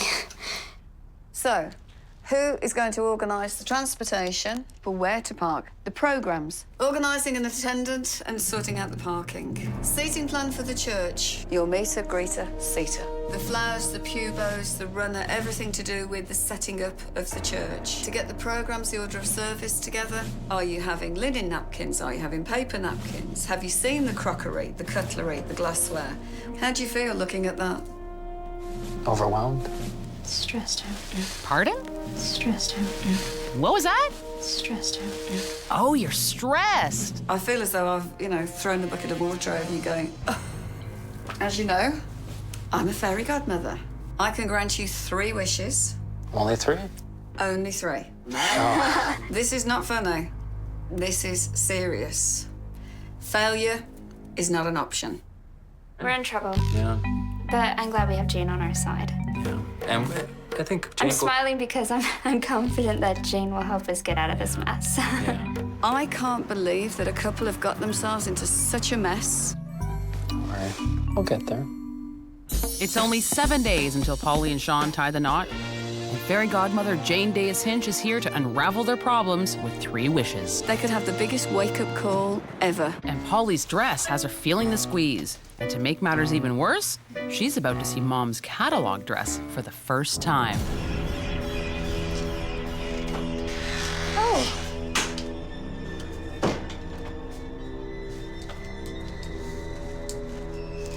So this is it? This is it. Do you like it?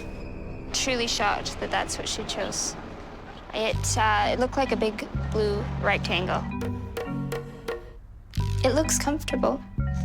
Yeah, comfortable, like a pair of clogs. But would you wear those to a wedding? That's not what I was picturing at all. But sweet Polly can't get up the nerve to tell Mom how she really feels. So she gives Jane a call. Listen, I just saw my mom's dress and it's really bad. It's hard to tell my mom about her dress. She hasn't found anything better, so that's what she's gonna wear. She's settling with it. Well, Jane, would it be possible to go shopping with my mom and help her find something that's a bit more flattering on her? How will your mum feel when I go, hello, your daughter doesn't like your outfit for the wedding. Would you like another one? Can we make it a wish and we'll sit down, we'll talk to my mom, and we'll go shopping? So Jane has devised a plan to have Winnie looking winsome without too many hard feelings. Win needs a new dress, and I know how to break the news to her. Every mother of the bride needs to wear a hat. And oops, just need a new outfit to go with it. Mom, Jane's here. Are you almost done? Yes, Anne, just give me a minute. Well, this is it.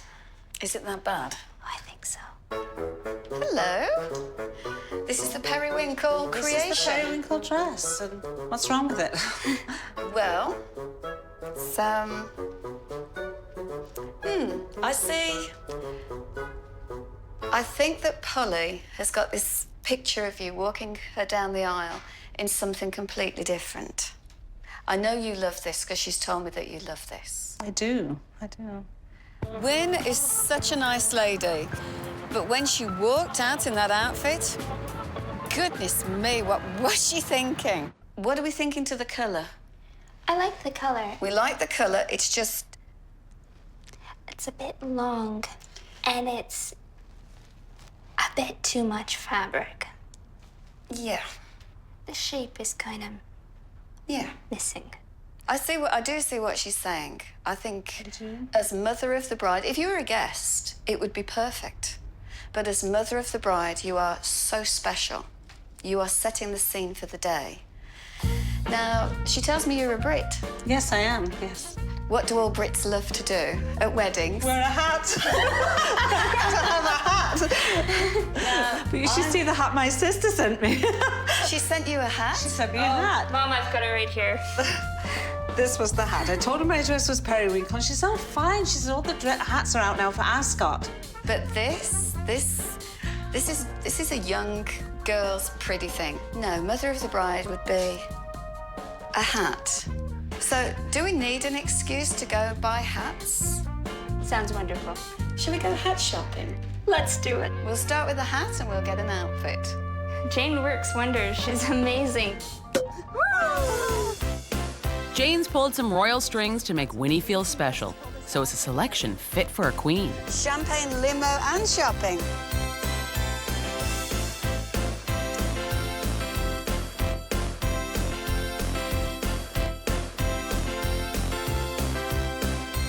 Oh. Yes. First time in a limo. It is me under here. Cheers. My doubts, but we did it. We did. Thanks, Polly. Meanwhile, not to be outdone by the ladies, Michael's on his own mission to inject some metrosexual into the suburban groomsmen. I need 2 tuxedos that are gonna make these guys look very sexy and very hot for Shawn's wedding day. Hot, hot, hot. Gentlemen, get changed, get naked, let's go. All right, boys, let me see what you got. Fabulous. Shawn, you look absolutely... Let's do a little twirl. Remember, Michael, wedding, not Chippendale show. Very cute, very cute. Back to civility. A cup of tea and a taste of home. There we are. It's as though we're at home. Oh, boy, that hits the spot. It does hit the spot. So Jane has hit the spot, but Shawn has missed the mark with his transportation solution. Taxi! So we're going from the church to Royal York. It was like less than 2 minutes. Yeah, you don't take a cab on your wedding day. I don't get it. And as if the taxi versus limo tiff isn't causing enough tension, Dad is still M.I.A. on the RSVP list. Still no acceptance from him. He's not on there yet? No. It would mean so much to see my dad at my wedding. It shows that Shawn and I are truly ready to move on with our lives. We're ready for that fresh beginning. But Polly needs a little help raising the white flag. So your second wish is that you want your father to come to the wedding? I don't know how I'm going to do that. Just give him a hug. Serious. It's only 2 days before the wedding, and Jane has her next wish. Wasting no time, she finds the father's lair. I'm going to go and knock on the door of Polly's father. The reason I'm going to do this isn't something I've ever done before, but it is so important to Polly that if she hasn't got her father there on her wedding day, I think it'll cast such a shadow. So, Jane takes a leap of faith. After being pushed out of the door, I felt as though he gave up. He didn't even want to speak. He would not even have a 2-minute conversation with me. What will it take for you to be there? I got nothing, absolutely nothing. The only shred of hope that he has offered me is that he will accept if Polly knocks on the door. He wants her to knock on the door, not me. With the wedding only 2 days away, Polly and Shawn have barely buttoned down details, let alone buttoned up Polly's dress. Just can't get it up any further. All this plus serious family drama. That's not what I was picturing at all. So they've SOS celebrity wedding planner Jane Dais Hinch, who's here to grant them 3 wishes to save their wedding. I can't believe that a couple have got themselves into such a mess. And the first wish to clean it up was to break the news to Mom about her dreary duds. But perfection is fleeting because some bad news has sedate Shawn seething. So you're not gonna be able to MC the wedding? Yeah, okay, maybe not. But still, they've got to find somebody who can host their big day. Yeah, wait till I tell Polly this one. Good thing they kept their third wish handy. In true blasé Shawn form, he calls Polly, Polly calls Michael, Michael calls Jane, and Jane calls Polly. Would it be possible, Jane, for you to MC our wedding? And this is your wish. Oscar, I'm going to be MC at the wedding.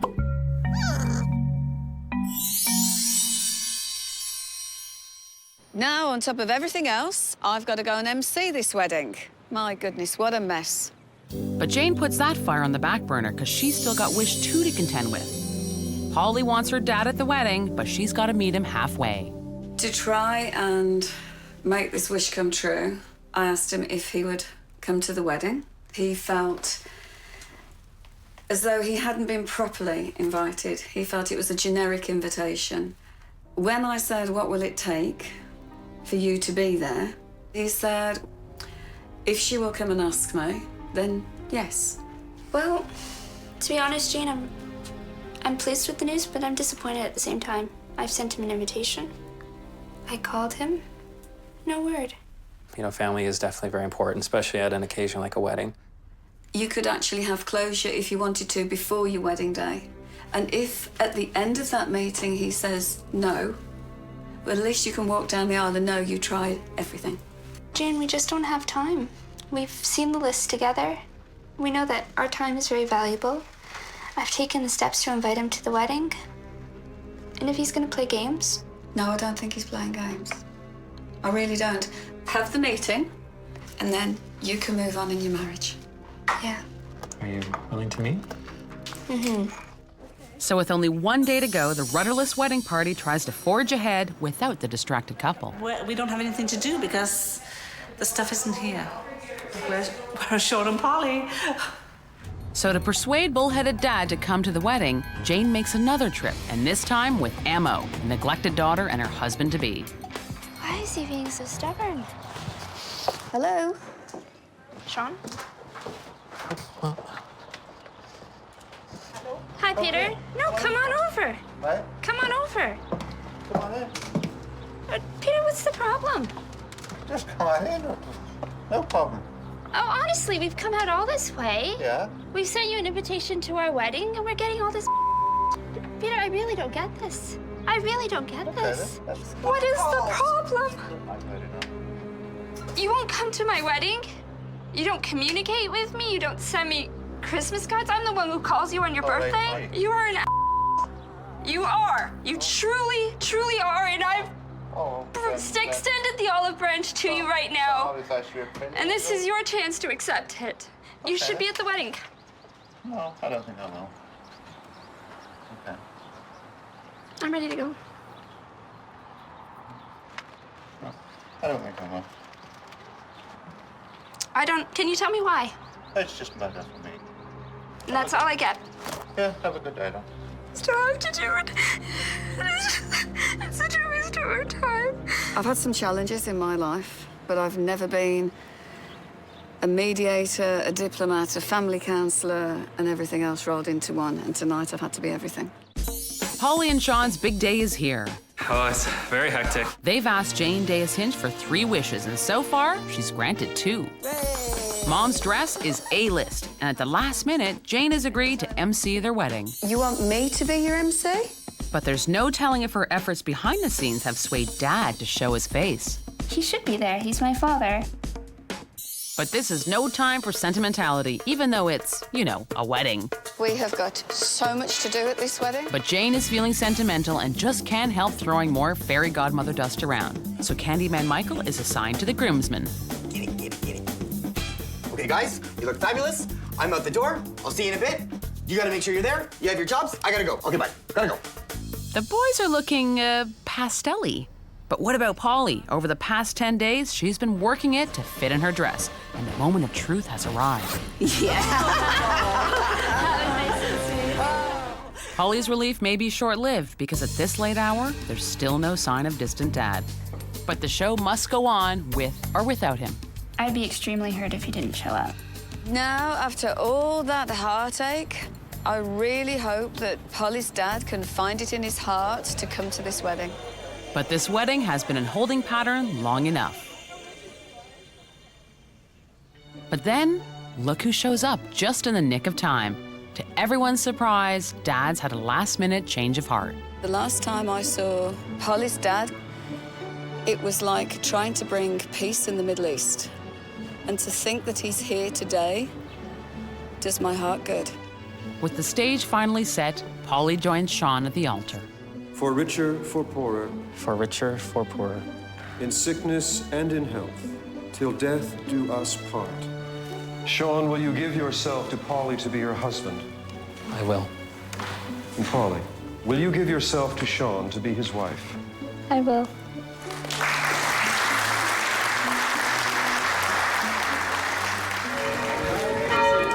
So vows have been exchanged, and peacemaker Jane has brought the whole family together. It's wonderful to have family at your wedding. It means a lot. She's happy. That's what I care about. Shawn and I are truly ready to move on with our lives. We're ready for that fresh beginning. And then Jane goes outside to meet the Brits. I am genuinely delighted that you're here. It was a nightmare for me at the beginning when Polly said she wanted to get married because all I could think of was it'd just be me at the wedding, me and Polly, nobody else. And I was so delighted that Peter was able to come and show true spirit. And we've had a lovely day. She looked beautiful. Our daughter looked lovely, didn't she? Yeah, she did. She looked very nice indeed. So you pulled it off for us, Jane. Thank you so much. Welcome to Polly and Shawn's wedding. Getting Polly's dad to the wedding was mission nearly impossible. But luckily, the third wish to MC this shindig was right up Jane's alley. My name is Jane Dais Hinch, and I am Shawn and Polly's wedding planner. Your bride and bridegroom. I actually love MCing. Of course, I'm doing it British style. Hip, hip. Hooray! Hip, hip.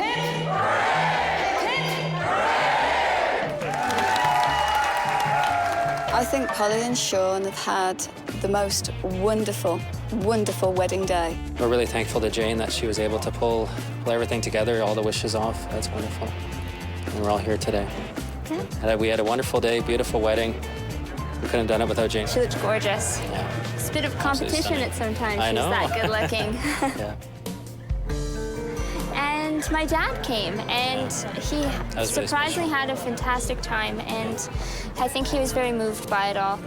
Jane, I've got to thank you so much for it all. The wish for Peter to be here was one of the, well, I think it is the hardest wish I've ever had to grant. I never, ever thought I could pull that off.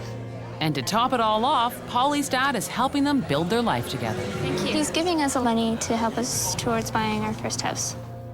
We had every heartstring pulled. Karen and Kevin are knee-deep in hotties. Woo, getting hot here. I mean, hot water with their Scottish wedding plans. I would know where to start. Bridesmaids' dresses are not Bonnie. These favorite Halloween costumes. And the groomsmen like their bevies. Will Jane have to walk 500 miles? Go away! It's like a war zone. And then will she have to walk 500 more? Nice and easy.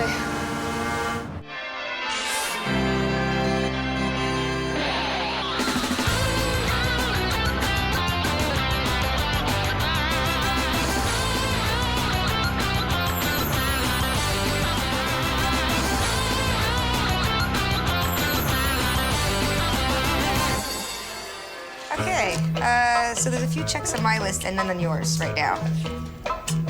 Busy. I should have known you'd say that.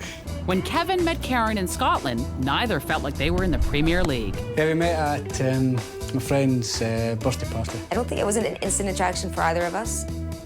Nothing special.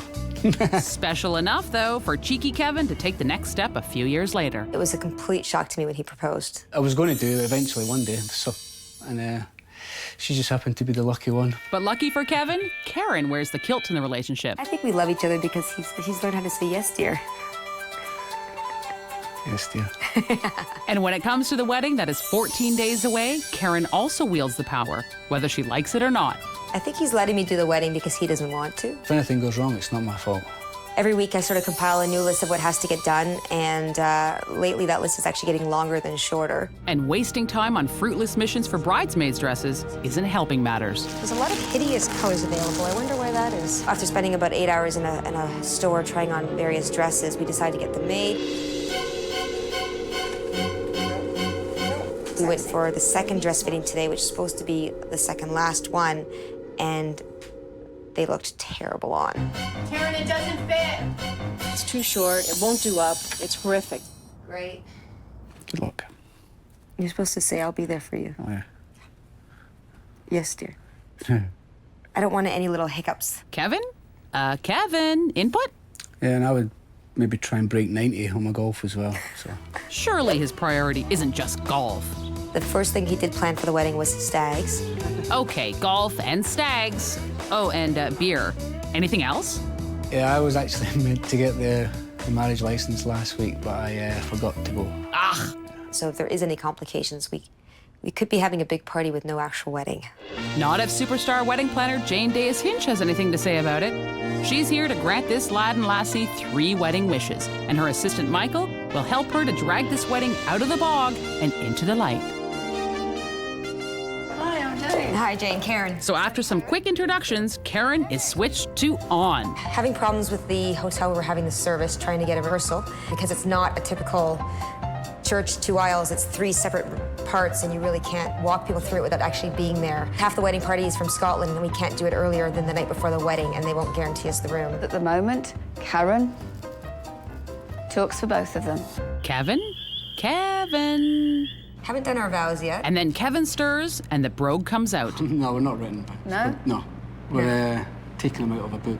This is a good Scottish accent. Are we having kilts then at the wedding? Yeah. Are we having a wee dram somewhere along the line? A who what now? Yeah. That could be One part or of the two. problem as well, actually. We're having an open What, a bar. problem with Scots drinking? Yeah. Aw, Jane, stereotypes, honestly? And they've been psyched since we told them that they can drink all night free of charge. Oh, honestly. Because it's an open bar and they'll go mad. Knowing Scots and their drinking habits, I'd be concerned. But if everyone's drunk, they won't notice the bridesmaids' ugly dresses. So after the dress fitting today, we were all a little nervous that they're gonna look like shamus walking down the aisle. Oh dear. So I'm hearing a lot from the bride, not so much from the I bridegroom. can't get a word in, Joyce. What's the big stress factor for you? Hoping I can play 18 holes in the morning of the wedding, really. Okay, I can see the stress. This is your wedding as well, you know. Why is it then that Karen's doing everything? I just thought I'd leave it to people who know what they're doing. And are you happy with this? Yes and no. Every once in a while, I'll be like, you could have asked me how things are going. And I do sometimes, when I remember. If I come home and I say, I want this, and he goes, no, I don't want that, then we argue until I win. So if I don't tell him and I just do it, then I'm already getting what I want. So how do we know then that Kevin's going to be happy on the day? Because I'm going to be happy. There you go. He just does what he's told. Now the couple sheepishly herds Jane out to their ceremony site. It's a really awkward space with 3 sections of seating, different entrances. Wedding layout, it's like a maze. And ever so blustery. We'll be walking down on one side, but there'll be seats here, and we're going to walk down here. I'm having a hard time actually picturing this. Are you? I'm a little concerned, yes. Nobody can see and hear? No, it wouldn't be my first choice. I'm completely lost. They could see the minister in the back of my dress. If it's this windy and he's wearing a kilt, we could be seeing a lot more. Meow. Easy. I'm going to go and put a plan together. And then we know what we're trying to work on here. That was rather surprising, the wind. I didn't think about wind. Well, prepare to be blown away, kids, because Jane has a plan in hand so that this wedding can actually happen in 12 days' time. I didn't think it was that bad. That's long. Jane unveiled the board. I thought Karen hasn't been doing her job properly. Shall we start at the top? The ceremony site, this gives me a lot of cause for concern. I kind of feel like I should be leaving it to the professionals, the people that work here who know this space. To them, it's just a function. We haven't got a marriage license. None of this is actually possible unless someone goes and gets the marriage license. Yeah, I was meant to get that last week. Kevin. I'll do that. Okay. You volunteered very well there, Kevin. And it needs to be all put into an itinerary to make the day work. So you know what time you're playing golf from, too. Vows, the two of you still need to do that. You look puzzled, Kevin. Yeah. Is this how it's always going to be? Is it? Priceless. You've still got a speech to write, Kevin. Yep. Oh, look. Hey, I've got to do everything. You gave me a few tasks that I have to do. I can't actually remember what they are now. Oh, Kevin, we hardly knew ye. You have bridesmaids with no dresses. And I haven't forgotten about the open bar and everything that that brings with it. As you know, I am a fairy godmother, and I can grant you 3 wishes. And they're sort of all brought out in one list at one time. It was kind of like, oh yeah, that is a lot of stuff to do when you're still working. There's so many things that had to be done. I just thought she'd already done them. Great. So that night, instilled with the fear of Jane, the couple gets to work. Well, at least Karen does. Do you even have the kilts ready? Figured out if you have to get kilts for them, if they're gonna get them back home? No, okay. You've got to still do the full list for pickups for everyone at the airport. So I'll add that to the list of things to do. Okay, I'm updating everything that we've already spent and where we are with the budget. So we're $20,000 over the budget. Karen and Kevin are getting married in 11 days, and so far, the chaos is beating them 10-0. It doesn't fit. Great. But premier wedding goalkeeper Jane Dais Hinch is here to grant them 3 wishes to turn the score around. Is this how it's always going to be? Yeah. Today, our laid-back Scot is being shaken and stirred because the bride is putting him to work. We have, I think it's 49 people from Scotland booked to come over. This is the spreadsheet that I put together for all the airport pickups. You know, I've just basically pimped him out as a taxi driver. So it's got here, the airline, the airport they come into, because we have to make sure half of them are Hamilton. Hamilton, yeah. So what are you going to be doing when I'm doing that? I was thinking of going to get my nails done. I'll be doing everything else. So I need to know that if I print this off and give it to you, that it's as good as done. It's as good as done. That worries me. Well, cross your fingers, sister, because you're also entrusting him to find another ceremony venue, all by himself. And the first one is hotter than cockaliki soup. They're going to die up there, especially if they're all guys that are in woolen kilts. So it's off to number 2. A rooftop sweat lodge or a funeral home? So it's on to number 3. And watch out for that tree. I don't think this place would work as a venue. It's just far too hot. So 3 strikes, and since it's so last minute, it's back to square 1, and 2, and 3. Just don't know how we're gonna make it work, so we need Jane. It's time to use wish number 1. So Jane hurries over and meets the concerned couple within the hour. So we're sold on here? Yeah. We're stuck with here. We're stuck with here. Okay. Which is why you're here.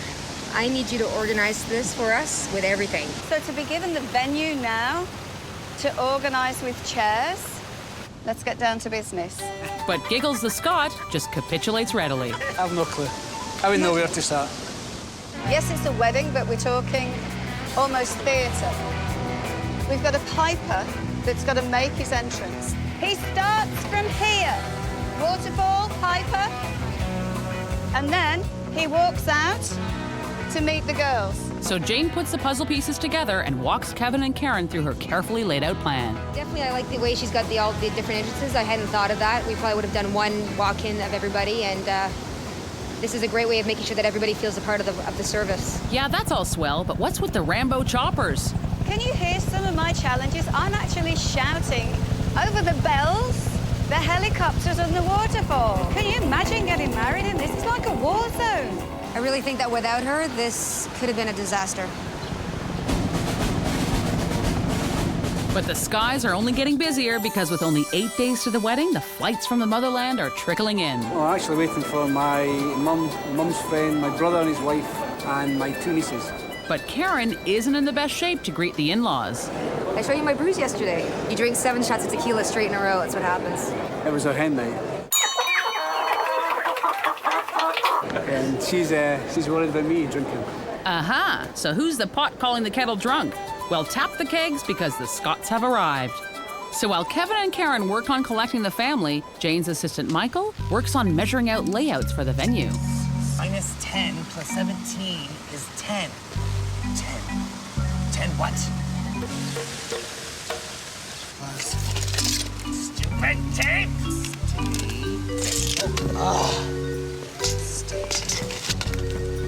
Can somebody turn the waterfall off, please? And though he looks smashing in a tool belt, he's just, well, smashing. But eventually, Jane's little grasshopper gets the groove of it all. Walk to your groom. I do. And you. That'll work. Karen and Kevin are tying the knot, but their blustery ceremony location is a tangled mess. It's sort of like a maze. So Jane Dais Hinch has granted the couple the first of 3 wedding wishes. Piece together this puzzling ceremony site. Today, with only 5 days to the wedding, the bridesmaid dresses are ready. Ready for what is the question? I'm not sure this is gonna work. That one actually looks the closest. Oh, wow. I don't know what we want to do about this, but I know that this is not the dresses you guys were hoping to have. These were Halloween costumes. I have one solution. We can call Jane and ask for a wish for new dresses. Help, help, help. It's time to call Jane. So Karen radios for emergency fashion assistance, and Michael intercepts. Hi, Karen. Yeah, it's Mike. Hi, Mike. No, I need to speak to Jane, please. I have a small emergency here. Big emergency, actually.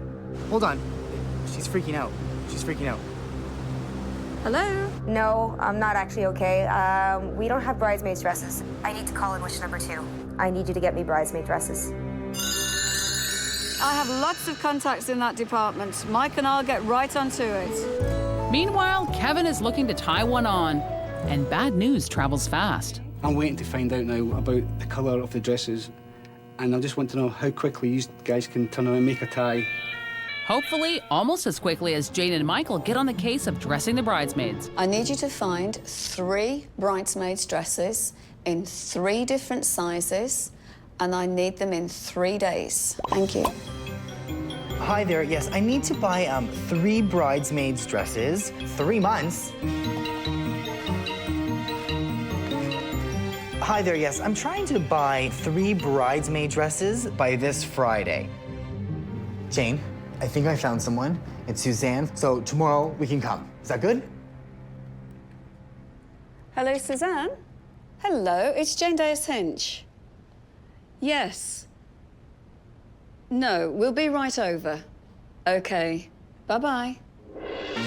Jane shows Michael how it's done in her world, and they're off. Suzanne. Hi. How are you? I'm very well. Nice to see you. This is Mike, my assistant. Nice to meet you. Nice to meet you. My SOS is that I have a bride who is having a Scottish wedding, and she has 3 bridesmaids with no dresses. Oh, goodness. Now, this is what we've got to match to. I need to look through and see. Okay. Well, at least that... Oh, no. Anything amethyst? No. Which part of the word no don't you understand? That would look really nice. That's very hot. Yeah. So Jane and Suzanne and Michael shortlist a few choices for the frantic bride to peruse. We have selection. Jane, Karen, girls. It's time to get sexy, girls. Time to get sexy. With only 3 days to go, Jane's selection has to work wonders. Come on, girls. Anticipation is killing me. That's gorgeous. Really suits you. It's a bit long for here. Right. That one looks really good as well, doesn't it? That one suits you. It's such a flowy dress. That totally suits I know, you. I love it. Where there's a will, there's a way. Absolutely. Oh, that's beautiful. This is your dress, this is your dress, and that's your dress. Fabulous. Is this making it real for our bride? Yeah. I don't think I realized how maybe stressed I was about this until I felt the amount of relief. And they've gone for something a bit more contemporary, 3 different styles to complement her theme. Looks fabulous. Karen is delighted. Wish granted. Is that your wish granted, Karen? Absolutely. Jane has saved us from having to buy cheap dresses off a rack in a mall. But today is the day before the wedding, and Jane still has more work to complete wish 1. Make sense of their wacky ceremony site. It's rehearsal time, and Jane leads the flock. This is how it will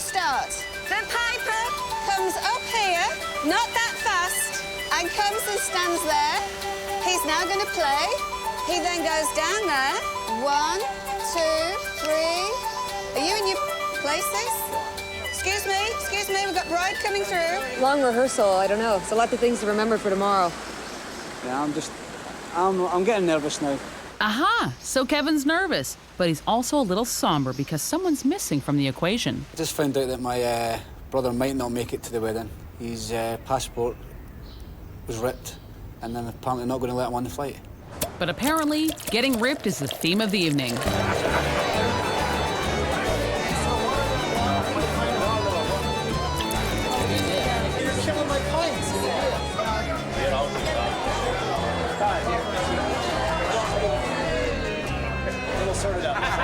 And Karen sees it all as a sign of things to come. Drinking all night. Come over on the wedding. We'll go golfing. He'll be drinking on the course.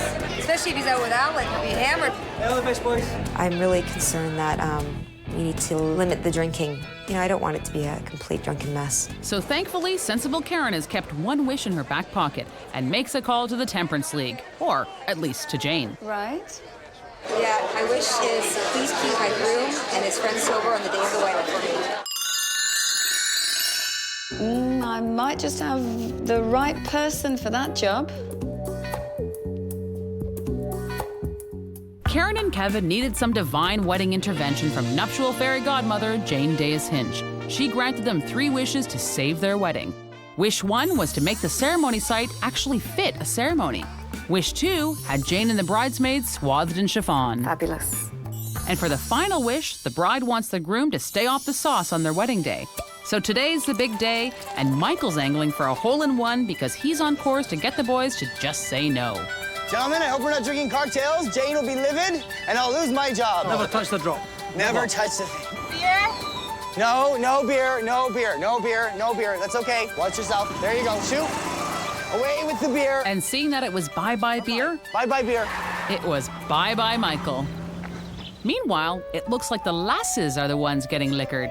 Thanks for staying sober, honey. Sober might be a strong word. There's nothing in there. But laughs subside when Kevin finds out that he doesn't have a hotel room. I don't have anything for Kevin. There's a piper down. Not under Karen Bruce then. Nothing under Karen Bruce? Yeah. Kevin can't get into a room yet. I'm trying to get a hold of him because for some reason the room isn't ready yet. So he is still waiting to get dressed and the car's picking him up in less than half an hour. And finally, Kevin is paying attention. I know he's probably stressed and nervous, so I feel bad for him because I'm not. But luckily, the hotel found Kevin a room. And lucky for Michael, he has found the den of shirtless men. How you doing? Focus, Michael, focus. Business, not pleasure. You're having a beer. You're having a beer in the shower. We've said we weren't supposed to be drinking. Very cute. Cute. Very cute. Very sexy. That's bad. Where's the groom? Woo, it's getting hot in here. Gotta go. It's getting hot in here. Meanwhile, Jane is also deeply involved with a Scotsman who has nice pipes. I have a piper, but no guests. Are they drinking? And Michael, ever the professional, goes back to see if the boys are still shirtless, or drinking. Hi. I've lost the rings. You lost the rings. No, they're gonna be here.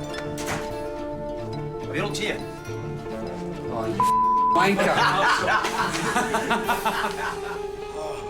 That's not funny. But the sound of the pipes finally calls the troops to battle. And the Brigadier General seeks out Karen. Hope she's here. But sadly, Kevin's brother still isn't. All right. You didn't quite make it. And Jane wants to make sure that Karen's champagne breakfast didn't carry on into a boozy brunch. This is the bride's prerogative. So tough. But Karen arrives fresh as a daisy, and Jane sets out to stage manage the complicated production.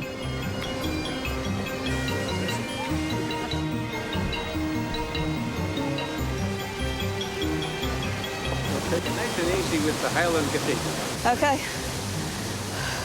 Nice and easy.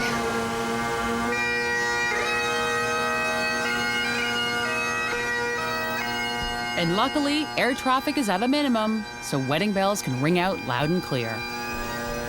Karen and Kevin, true love is eternal. Kevin, will you take Karen as your wife? And Karen, will you take Kevin as your husband? You may seal your wedding vows with a kiss. It was the best wish for me to organise the venue. 3 different entrances, I needed roller skates.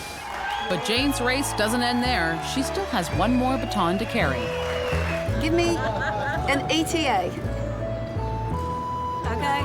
Kevin's one brother had problems, as some of you may have heard. He was supposed to be an usher today. It was so devastating that he missed the ceremony and very upsetting for the family. But in true Scott form, Kevin's brother gets there just in time to party, and Jane makes certain that he gets a true Highlander welcome. So they got 4 wishes. Today they join as one. And didn't it all come together in that room? The day just wouldn't have been what it was if it wasn't for Jane. Yeah, she did a good job. Bridesmaids dresses, well, absolutely fantastic. They all look absolutely gorgeous. Keeping Kevin sober, I think actually Kevin needed a drink. The SOS, all 3 wishes, perfect. You see, I said we timed it in between this. And we're done. When getting married is deja vu, I thought, to the best of my knowledge, I was divorced. your venue looks ew. This is the reception itself. No. And the groomsmen leave you wondering what to do. Oh, the party was what I came for. Who you gonna call? Superstar wedding planner, Jane Dais Hinch. I never had such a sinking feeling in all my life. Bit like the one I've got now. Oh, my divorce! But will ghosts of a wedding past haunt the present?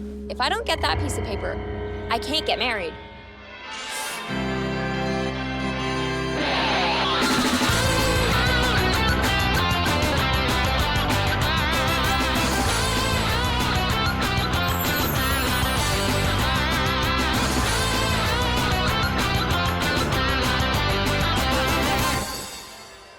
We both love cats. This one is my engagement present. Are you doing a lot of work on your wedding right now, too? A feline-loving female sought out a kooky for cougars man. Found Amanda on a website, right? We're not gonna say which one, but Ah, so it's that kind of romance. But something clicked because they moved in faster than you can say sexy singles. It was like 2 weeks later. He asked me to move in with him, and then I moved in the following Friday. impulse. So we did everything as according to what started us off, and so far, right? And so far, how are the old wedding plans going? Mom? How would I describe this wedding? I have no idea what we're gonna do. I would say hasty. So it's 9 days? Mm-hmm. Oh, wow. Disorganized. I haven't even seen the place where we're having the ceremony. I just hope nobody falls apart. Surely they have some things under control. Oh, I've got my earrings too. Dodged a bullet there. But is there anything else, Amanda? My feelings on the best man are I don't want my day to go badly. Meet the boys, a bride's worst nightmare. Oh, the party was what I came for. My best man got into a bit of a tiff at a poker game that we were at. There's one guy who can mess it all up. If it can happen, he's the guy. It's now an issue because it bothers her that he had such an outburst, and an uncontrollable outburst at that she doesn't want him to be at the wedding as my best man. I don't want anything causing a stir in the wedding, and I don't want to be embarrassed. It's gonna be a tough situation to deal with. So Shawn's got some work cut out for him. How about Amanda? What do you have on your list? All I care about is looking pretty. I could marry her in a dark alley for all I... But, no, that's not what I mean, though. You know what I mean? Aw, they're so cute at that age. Not. He tells me, Mom, I've never done a wedding before. He doesn't know what it entails. Well, you're not supposed to have done a wedding before. Well, sure, you're not supposed to have done a wedding before, but marriage happens. I thought, to the best of my knowledge, I was divorced. Wait, I'm no lawyer, but don't you need some kind of official, piece of paper? 4 days before the wedding, we have to go down to Napanee. I need to pick up my divorce certificate. Considering how we like to think of ourselves as pretty normal people, things are pretty bad. If we don't get that divorce certificate, we won't be able to get married on our wedding day. If I didn't have so many other things on my mind right now, I would cry. 9 days before the wedding, she's got to worry about divorce papers, the food, our parents meeting for the very first time. It is bad. Without Jane, I'm not going to be a happy bride. Well, wedding dreamweaver Jane Dais Hinch and her assistant Michael have heard the call of the bride and are here to grant them 3 wishes to slap some sensible magic into this wedding. Hello. Hello. Hi. How are you? Shawn and Amanda. Exactly. I got your wedding SOS. Well- Why are we here? This is the reception itself. No. It's a community centre. It's for bingo and bridge and bake sales, but not for a wedding. How many people? About 100. Right.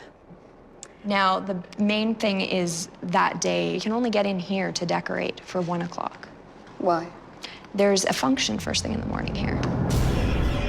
What's the function? I'm not exactly sure. Oh, let's just say it's a kid's party and it's just going to be trashed. Thing is, I don't really have that many people who will actually be able to be here to help. Won't the caterer do that? We're not having a caterer. Who's doing the catering then? That's what my mother needs to have sorted out because she is going to sample the food. She is going on Sunday to try a new restaurant. That's a takeaway. That could be a huge problem. Yeah, very huge problem. I really don't want to see my mother serving food at my wedding. But... No. It's just not really the picture of a wedding, is it? And that picture keeps getting prettier. Our friends and family are not that picky, and they'll appreciate the fact that we're keeping as level-headed as possible. Cheap, cheap, cheap, cheap, cheap, cheap, cheap. Especially with paper plates. I mean, there's no need to have plates and china here. I'm going to be served hot curry and spicy food on paper plates. Cheap, cheap, cheap, cheap, cheap, cheap, cheap. Suddenly they're wearing it. So that makes me very nervous. And if you've ever been to a wedding or a party and He's never been to a wedding. Oh, okay. I've been married So on top before. of being a man, I've never been to a wedding. Before? Yes, and my divorce is actually just going through on Friday. You see that in right now, that's quick. Oh, I just slipped that one in. Yeah. I was not expecting at any point somebody saying, and my divorce papers don't come through till 2 days before. No, I wasn't expecting that one. My mom went to find out at the courthouse where my divorce certificate was. She said, sorry, but your papers were never filed. I never had such a sinking feeling in all my life. Bit like the one I've got now. Okay. There is no wedding. As we stand at this moment, for 5 different reasons, there is no wedding at the moment. So you've done all this before? Not really, because I was there. Add one more thing. You want to add what? You add as much I as just you feel can. that I have to. Yeah, Our parents have never met. Yeah, our parents have never met? No. Can't wait to get my teeth into this one. Let's get going. So many tasks, I can't even believe to tell you. How many days are in their week? And how many problems can you do in a week? So Jane gets to work on a plan of action to right this couple's mountain of wrongs. These boards are quite big. I've had to write very small. Wow. Yeah, we don't even have a wall big enough for that. This is your plan. Can we frame that? It is framed. No. Anything underlined in red is critical. The ceremony and the service, you've never been there, you don't know what happens there. If you want to have something make you nervous, it'll be that. Unless we get divorce papers through on Tuesday, we won't get the marriage license on Wednesday. Who's going to be checking up on that? We're both going. We're both going. Oh, how fabulous. I don't like being in charge. I like somebody else doing it for me. I've never had to plan a wedding that is in such a mess in such a short space of time. Ooh. Catering. I put it as a heading, and it's giving me a headache. I can't really see how, with the budget that we have, that we can actually get those things done without involving family members. This, to me, is going to make or break your wedding. And, of course, we said the decorations for here to make it look like a wedding, not an empty community hall with some tables put in. Mm-hmm. You think you've got something nailed down, and really, you don't. It hurts, but, I mean, what can we do? This is your plan, but I'm your fairy godmother, and I can give you 3 wishes. Sweet. I don't think I've ever known a wedding that has ever needed 3 wishes more than this one. If they don't use those 3 wishes wisely, there is no wedding. Amanda and Shawn are getting married in 6 days, and they're getting smoked by all that needs doing. Anything underlined in red is critical. Wedding fairy godmother Jane Dais Hinch has granted them 3 wishes to jumpstart this jalopy wedding. Things are pretty bad. But today, on Jane's directive, our couple is determined to make a silk purse out of a sow's ear. I called them earlier. I said, can we look at the hall tonight? Can we have tables set up? Oh, yeah, sure, it won't be a problem. But the sow isn't cooperating very well at all. Okay, so apparently she doesn't know who I spoke to or why that they would say such a thing because there was a function that they had booked already, so. So the next obvious step for the couple, go home and play with the cats. They seem to have the assurance that because I'm here, everything is going to be fine. Not necessarily so, unless they do everything they've got to do. So, with only 5 days before the wedding, Amanda tackles something high up on her to-do list, find the money box. Oh, look at this little Siamese. I'm thinking the treasure chest look is kind of hot. At my last wedding, I didn't spend any time with my ex. I spent all my time dancing with the kids. This one looks kind of like a really old book. So I think we're gonna go with either Moby Dick or War and Peace. Since it's a wedding, I think maybe Moby Dick. And then we can always put it in our library after. Perfect! A pretend book for a pretend library. But speaking of Moby Dicks, Shawn is having a whale of a time trying to tame the groomsmen. We got 4 days to resolve that issue, and I plan on doing it in the next 4 days. What we gotta do is we gotta Xbox. So that's going well. But later that day, Amanda gets Shawn off the couch and back to the venue for another attempt at transforming a pumpkin community center into a fairy tale wedding venue. Or can those tables be moved a little bit just to... And even though the layout is kind of making sense... It's not quite the scale, but don't forget about back-to-back chairs. Something else is becoming painfully clear. They need Jane. Decorating is the main thing that I am concerned about. Well, we're trying to set this up as best as possible, or at least I'm trying to do to scale. My problem is that we don't have a way of setting this up in time for us to be ready. So basically, please make this room look as magical as possible. Magical. I can't hang anything. You cannot hang anything. You can't put anything on the walls. You cannot. I know it's a tall order for Jane, but if anybody can pull it off, it's her. Do I have a real fairy wand? A real fairy wand. I think I might be needing one. Whether she needs a wand or a gin and tonic, Jane mulls it over back at HQ while her assistant Michael does some fairy dusting. I can't put anything on the walls. I can't hang anything from the ceiling. Bubbles? Can't have any naked flames. I do not know how I am gonna... Michael, what are you doing? I'm just dusting the light. Light. So while Jane and Michael work on lighting up the couple's lives, Shawn's mother is testing out the food and the disposable china for the reception. Chicken's all white meat. Let me check in the kitchen. Ideally, white meat is Let me check buttered. first, all right? Okay. I do have a couple of other alternatives. However, they are very far away. I'll try this dark meat. Oh, it's not bad. This is one of the plates that they are using at the wedding. And today, I'm gonna try and see how the food actually holds up. I think that'd be okay. Yeah, and later on... It's pretty sturdy. They would have delivery, but they wouldn't have somebody to serve it. I wish they had spoken to me. I know so many Indian restaurants where I could have had the whole thing done with proper seating and serving, and everybody would have been in a nice, classy atmosphere with the right ambience and all that. Well, at least everyone will be able to see what they're eating because now Jane has help with wish number 1. This is the delightful community centre. Right, wow. Which I've got to make magical. Now, you cannot hang anything from the ceiling. You can't do anything on the walls. So I am left with this, how do I make it magical? And I thought of you. Thanks. Thanks. Jeez, you're all hard. Jane has the man, and now they're working on a plan. Highly illuminated with 2 exit signs. Hope he's got a magic wand, one with high wattage. It's only 4 days before their wedding, and the most critical issue is still left untouched. So today, Shawn and Amanda are scheduled to make the 4-hour road trip to pick up the divorce papers. That is, if they can separate themselves from the bed. Shawn and Amanda are getting married in 4 days, and their wedding is a big old mess. I'm just worried that it's not gonna happen. And if anyone can make it happen, it's Jane Dais Hinch. We're gonna need a miracle for this one. But before Amanda and Shawn can actually tie the knot, the bride that was needs to untie her first one. I need to pick up my divorce certificate. If I don't get that piece of paper, I can't get married.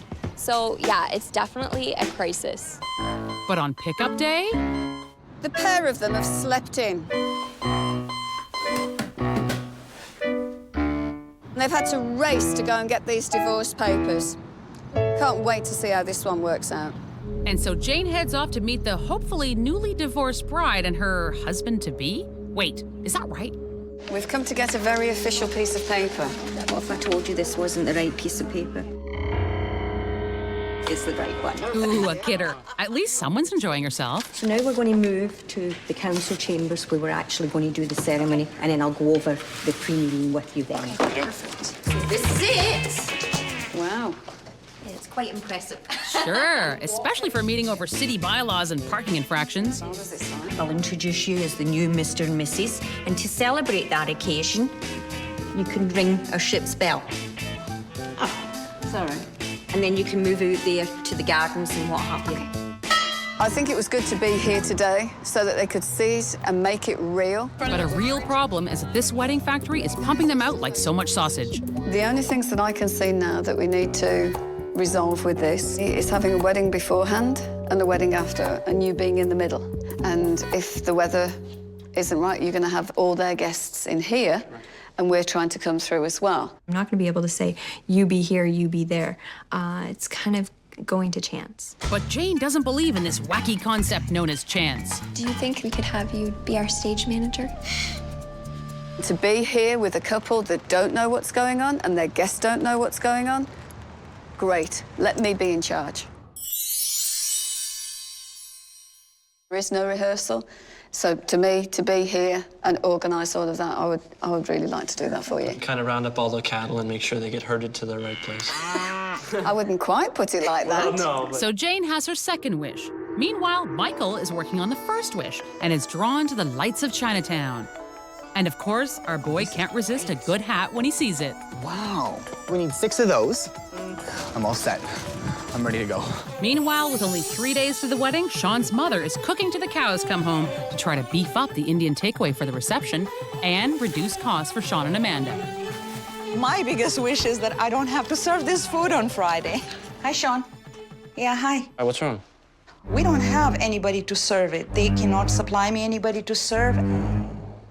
Okay, well... It's not every day my son gets married. So, you know what? I'm not gonna do it. Bye. Shawn's mom has spoken, and so no mom plus no money equals hello, Jane. Where are we at with the catering and the menu? How did Mum get on? She says everything is booked, everything is set, and it will be delivered. Now, this is the only thing we'd like to have a bit of your help with. Can you please, as was it our second or our third wish? How many wishes we got now? Meow. This is definitely number 3. Meow, meow. So for our third wish, we would like to see if you would be able to help alleviate the burden from our moms with the catering. Having someone outside of the family. 3 good wishes. To make these things happen for us is a huge blessing. Tomorrow is Wednesday, the wedding is on Friday, so I've got 2 days. I don't know, am I going to bed in between? We need to work out how the 2 mums aren't working on the wedding day. So you need a whole bunch of minions like me. Lots of minions. Catering minions, catering students, George Brown College. Let's go. Let's go, George Brown College. All right. So before you can say blue plate special, Jane seeks out silver servers in training. I cannot have the 2 mums working on a wedding day. Although we're dealing with paper plates and plastic cutlery, we're actually going to be doing silver service. We are professionals. We are going to give a professional service. Want to come and do a wedding? Get some experience? When planning their wedding, Shawn and Amanda were up against the wall. We're going to need a miracle for this one. But Jane Dais Hinch, wedding planner with the mostest, has granted them 3 wishes to free them from wedding limbo. Wish 3 had Jane giving a class on class. Although we're dealing with paper plates and plastic cutlery, we're actually going to be doing silver service. And for wish 2, Jane will keep the pace of the ceremony. We've got 15 minutes when you're done. Come in. Thank you very much. Perfect. And today, it's wedding day, and Jane and Michael are making sure wish 1 to decorate the hall is being brought to light. How we doing? On schedule, I think. We On should be done schedule? soon. Good. So after the twinkling gets tweaked, I picked these out all by myself. Jane, if you're looking for me, I'm behind the curtain. the fairy lights get ferried, But the fairy princess is feeling flighty. I'm anxious and jittery. But will the boys fly off the handle? Make him looking good, this guy. All right. He's getting married. You guys are still trying to talk me out of it. And Michael's not the only one feeling jittery. Well, I'm a little nervous about the whole deal. Sean's first marriage, and he's a young fella. Just hope everything works out for him. So now we have to go to my place, and we have to get that tray and that table settings. Or else we're both dead people. All right, let's go. Okay. Let's go. I got a hot date, people. Let's go. Here's all the platters. Okay, this one's ready. Okay. Yep. Perfect. All right, I'm out. Okay. I'll see you guys there. Be Yep. on time. Yep, sure will. Swear to be on time. Yep. Meanwhile, the bride's in a tizzy over some tulle. The crinoline that I have is not working with my dress. So if I get another crinoline, it may still not work with my shoes. So Amanda's sister races to fix the crinoline catastrophe, while Jane civilly engineers the ceremony. Who can help you do that? Who would know them? And Jane runs such a tight ship that even the bad boy groomsmen are in check. Oh, you just have a cigarette? Yeah. Okay. We've got 15 minutes when you're done. This is where it all starts. And it's 3 minutes to. Yeah. Where is everybody? Well, here's the bride. That's a start. There we are. You look stunning. Shawn and Amanda have come here today to be joined in marriage. I promise to love you, comfort, and encourage you. Today, I, Helen Jean Amanda Rowe, choose you, Shawn Richard Lavery, to commit myself to you for the rest of my life. You may have your first married kiss. If it wasn't for Jane, this wedding would not have been going together the way it is going so far. Everything is so perfect, and I'm so grateful. But the next wedding is on deck, so away we get. And a woman named Jane's work is never done. It's 2 wishes down, 1 to go. Here we are, 5 minutes to go. This next hour is going to go like that. At 7 o'clock, I'm going to do the announcements, I'm going to bring bride and bridegroom through, and I'm going to do some filling. I'm going to make it up as I go along, but it'll sound very professional. Bride and groom have just arrived. You'll have to stall them for a minute. Harold, go with the bride and bridegroom. On your mark, get set, go! If this place wasn't done by Jane, then there's no way that we would have been able to do anything for what we had to do through our days. I thought it was gorgeous. It's gorgeous. Everything is definitely wedding-ish. Wedding-ish? I enlisted the help of my little minions who have worked so hard. They made this party into a wedding, a celebration of first class. That, I think, was the one thing that impressed me the most, was the amazing amount of people serving the food. I was flabbergasted when I saw all those people standing behind the counter, ready to go, and on top of everything, I appreciate everything that everyone has put into this. Everything's been done is just amazing. If, ands, buts, regrets, that's not what weddings are for. Tomorrow they're going to wake up and go, didn't we have the most fabulous wedding? Go, Jane. Go, Jane. Woo, woo. Woo. This wedding is causing bridespread panic.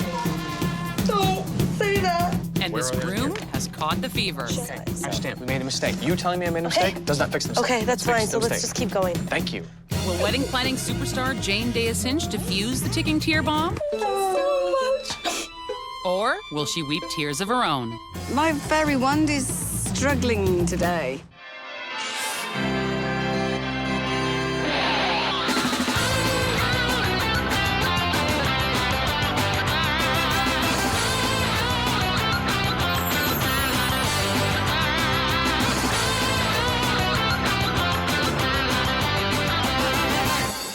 I don't really know why I get so emotional. Bride-to-be Pam's moods can go from 0 to kooky in seconds. You know I want to be Cinderella. Well, Cinderella's getting married in 12 days, and her groom, Matt, better be well-stocked in tissue. I love you. And now here come the water. But it seems like all the weeping has done wonders for her water retention. Pam has lost a lot of weight, so now they have to do major alterations. Because I need this to be altered perfectly. She's had breakdowns and she's cried. She tries so hard. Yeah, maybe not hard enough, because like the bride's moods, their wedding plans are totally whacked. Our flowers, because we don't have any. Our decorations, because we don't have any. I don't even have the ceremony planned yet. Okay, just keep breathing, just keep breathing. Just keep breathing, just keep breathing. Well, breathe easy, Cookie Pants, because superstar wedding planner Jane Dais Hinch and her assistant Michael are here with 3 wishes to turn lemons into lemonade. My goodness! Hello! Jane, it's so nice to meet you. Nice to meet you too. Thank you so much. Oh, what a welcome. I like my personal space. You're so amazing. Oh, I've never been hugged so much in my life. Doesn't she know I'm British? You don't do that. I got your wedding SOS. Yes. What seems to be the problem?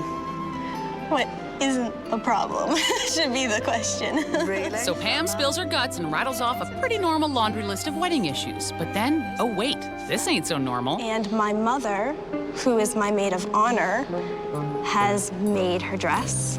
Your mother is your maid of honor? Is their dad the ring bearer? Now that we've done everything here in church, shall we go and take a look at your reception venue?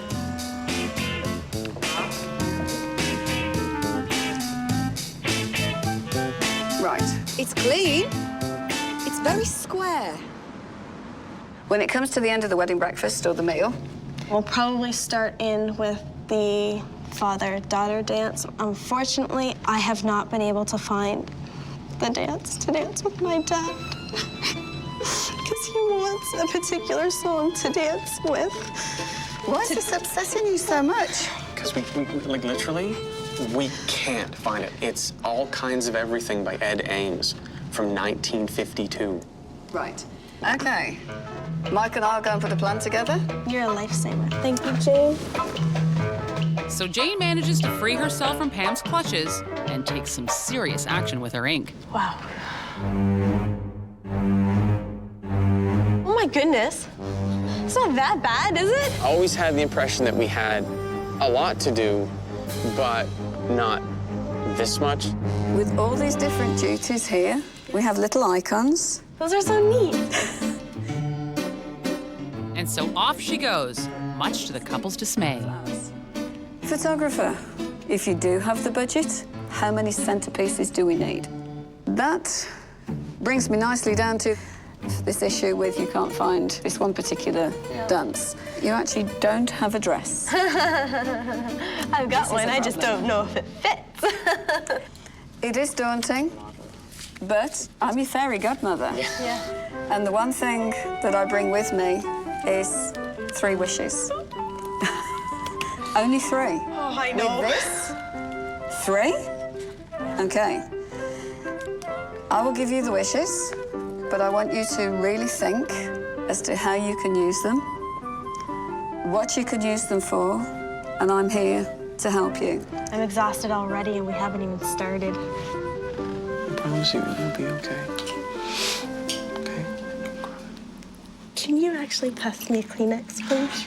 And every good wedding starts with a bride and a dress. But even after initial alterations, Weepy McTeary's dress is big enough for her and her maid of honor, her mom. I want to take my dress in. I want to take my dress in. Okay. Oh my gosh. How was that? Like, this looks like pulls. Like, it looks like it's pulled. What is that? It's pilled. It's a process. It's okay. It's all right. It's okay. It'll be okay. Oh boy, oh boy, oh boy. The train is good.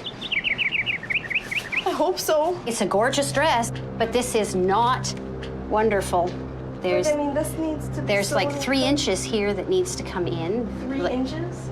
Yeah. Don't say that. Oh. But even in her veil of tears, Pam sees clearly enough to know that only Jane can ease her pain. Oh, boy. I need to call Jane. I need help. So Jane arrives immediately to mop up the Pam puddles. Gosh, right. Still a lot of work to be done. That's not alteration. That's a whole reconstruction. Yeah, I think this is a desperate wish. So Jane is on her way to compress a dress, but the wedding posse is playing with plastic posies. You're like this. No, that is hideous. You know what? I really think that we should just scrap the fake flowers altogether. I didn't think this was going to work with his flowers. I was against the purchase of his flowers from the beginning. I was also against the purchase of 32 of these glass things 2 years before we were going to need them. Relax, Pam. Well, I'm just thinking of ways to make this work. I mean, for $1, I don't think you can get a better jar. But, like, what's wrong with that? Like, I think that looks sharp. I think it looks too cheap with the fake flowers in it. I like the cellophane in it. I like the rocks in it. I do not like the flowers. Okay. So it's no big deal. I just like being right every now and again. I am going to tell you, we're scrapping the fake flowers. I do not like them. I do not want them on the table. Get it, Matt? She does not like them, Pam, I am. But with only 8 days before the wedding, things are looking way worse than green eggs and ham. I still have not found that song. My dad is not a sentimental person. I haven't found it either. I've asked a bunch of people. My dad danced with my mom to it at their wedding, and he said that he'd really like to dance with me to it at my wedding. And it's called All Kinds of Everything. Which is older than the DJ they've hired, and he has found all kinds of nothing. I understand that there isn't a lot of time with regards to our song and the song that I want for me and my dad. Like, what do you want me to do? We'll just have to deal with it. I mean, what do you want to do? I mean, I don't think that they're going to be able to find the song because I know that we couldn't. I really, really do. And I don't know if they're going to be able to find it. Here we go. Don't cry, honey. Yeah, that's kind of like saying, don't breathe, Pam. I'm dumbfounded. I'm speechless. I have no idea what to do. Let's call Jane and make a wish. Okay. So Jane wastes no time and goes right to the source, Mr. Ed Ames himself. And you can't remember it at all. But the source is stumped. No wonder I can't find it. But Jane can't lose aim with the approaching wedding that's only 7 days away, so she sets aside the musical interlude for a dramatic turn and brings Pam to meet her maker. Her dressmaker, of course. Susan has done some work for some amazing people. Catherine Zeta-Jones, Richard Gere, Nelly Furtado, Marilyn Manson. So she's familiar with theatrics. Susan, meet Pam. And the reason we're here is because we have a problem with Pamela's dress. So let's start by doing it up at the back. I am so glad that I made this wish because I'm gonna have the most amazing and beautiful dress I could have possibly ever asked for. I'm so, so thankful that Jane has been so kind as to grant me a wish of fixing my dress and giving me a beautiful dream dress. So Wish 1 is almost all sewn up, but since Wish 2's song search hit a sour note, Jane meets with a composer who has scored countless feature films and television.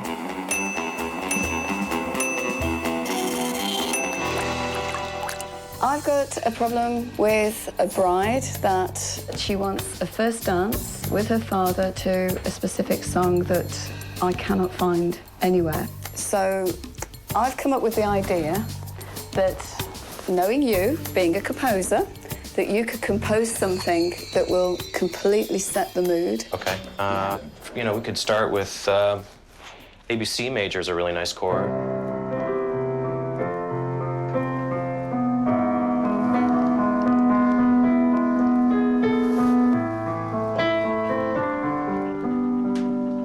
Something like that as a little theme. Does that sound like that?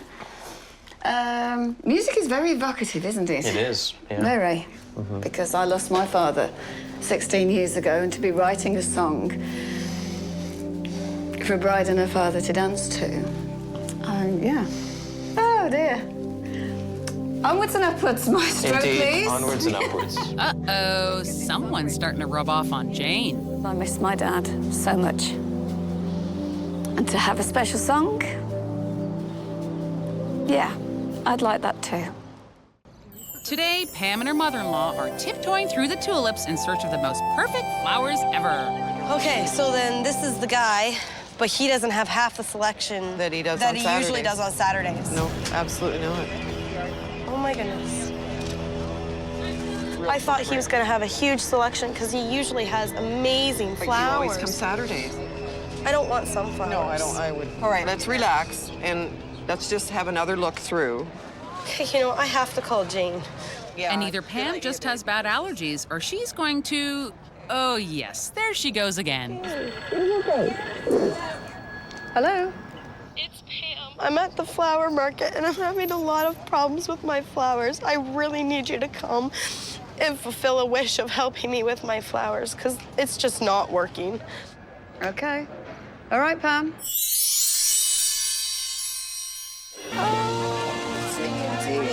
the matter? I don't know what to do.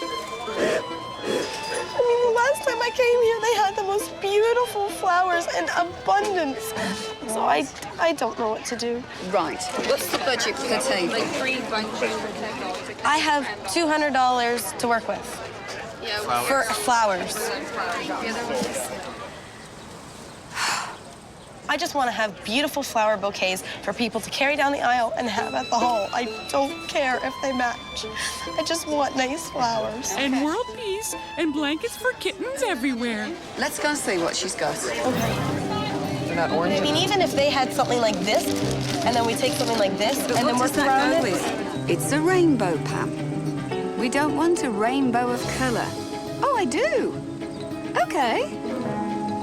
Yeah, but I was hoping in the flowers. We don't want to make it a comedy show. You want to make it nice. Right. So Jane displays her bountiful bouquet of experience and shows her flower power. So we'll make one up so We'll see how big it is. Okay, then we'll do 7, then we'll do 9.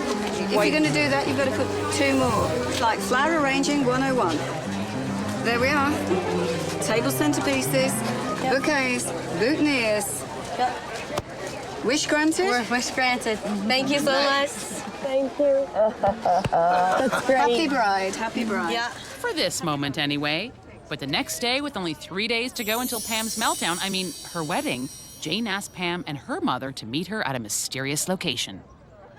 Pam, I have spent days trying to find this song. Yeah. I have trawled the libraries. Yeah. I have even spoken to the man himself. Yes. Oh, my goodness. That was a conversation. Now, why are we here? I'm going to introduce you to a very talented young man called Craig.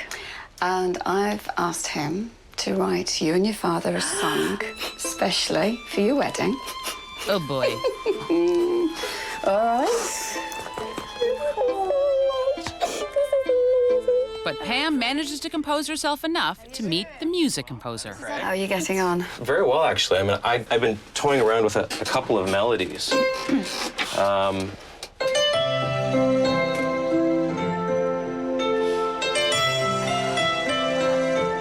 Listening to the song that the composer is creating is just, it's amazing. It's everything that I could have hoped a song is going to be from my father and myself. And clearly, the apple doesn't fall far from the weeping willow. Something like that. Oh, that's nice. I think I'm going to weep for the rest of the process. You got the theme bang on there, Mr. Music. The next day, with only 1 day before the wedding, is rehearsal day, and all the busy little mice are working hard. But something isn't quite right. So where's the bride? Oh, I don't know. I think that she's still taking the cake over to the hall. But Jane isn't quite as chipper about the missing couple, and she needs information. They just went to check in on the hall with last-minute arrangements and realised that some of the things that people have done aren't right, and Pam wants to put them right. Okay, Shawn and Debbie are gonna sit there. Here's Aunt Lois. Should that have been a wish? Should I have set it up for them? In the meantime, the show must go on, and Jane's there to keep it rolling. Perfect. Wait, no, it's not. No, it isn't. Oh my goodness, how in the world did they Let's do just all go of this? table by table, Pam. Stop passing blame and let's just do it. I always wanted to be a standing bride. Oh, well, rehearsal, smersal. But Pam and Matt seem like the type to just relax and wing it. I understand. We made a mistake. You telling me I made a mistake does not fix the mistake. Okay, that's Fix fine, the so let's mistake. just keep going. Thank you. Or not. I don't care. Pam's head was ready to explode when her wedding fairy tale fell apart around her. Thankfully, wedding fairy godmother Jane Dais Hinch granted Pam and her groom Matt 3 wishes to defuse their wedding bomb. Wish 1 had Jane and her VIP tailor tinkering with Pam's tent of a wedding dress. She's gonna do my alterations. I'm gonna have a beautiful dress. Wish 2 had Jane in tears as she orchestrated a special piece of music for Pam and her father. Let's get this song written. And Wish 3 had Jane exerting her flower power. Flower arranging 101. Today is the wedding day, and nothing says wedding nightmare like a no-show groom. A little concerned right now. You're not here. While Michael hopes that Matt didn't get cold feet, Jane heads over to see how her bride is holding up, down on her hands and knees. Oh, I've come into a florist shop. But Jane orders Pam away and grabs Wish 2 by the stems. So we're gonna go get ready. And Michael has finally caught up with Matt as he burns out over Unity candles. Why do we like, wait so last minute for? I have no idea why everything's so last minute. It's just this. I have no idea why I'm late everywhere. I just You're shaving cream in your ear. That's. Thank you very much for getting that out. There we go. I got your back. Whatever you need, but just go right in there and like get it out. Like, but it's okay. Meanwhile, Jane's up to her knees in fern. These were all supposed to be done yesterday. And an hour before the wedding? Is that it? Is that all I've got to work with? All right. Do you have just a small flat glass? Just something plain, simple, like a small pedestal flat for that? What are all those things you have back there? Yeah. So Matt's wound up tighter than a corset, and the mother of the bride is trying to rein in her daughter. Yeah, like step on my back and pull it out. Sorry. Don't make me laugh. Ouch, well that tight. You told me. Okay, just hurry up, and we still need to do so many things, and we have to get pictures of the photographer. Well, then hurry up. Okay. And on the other side of Crazy Town... We have a little issue right now. We don't know where any of the boutonnieres are and any of the flowers for anyone for the pictures. I'm never late. I'm never late.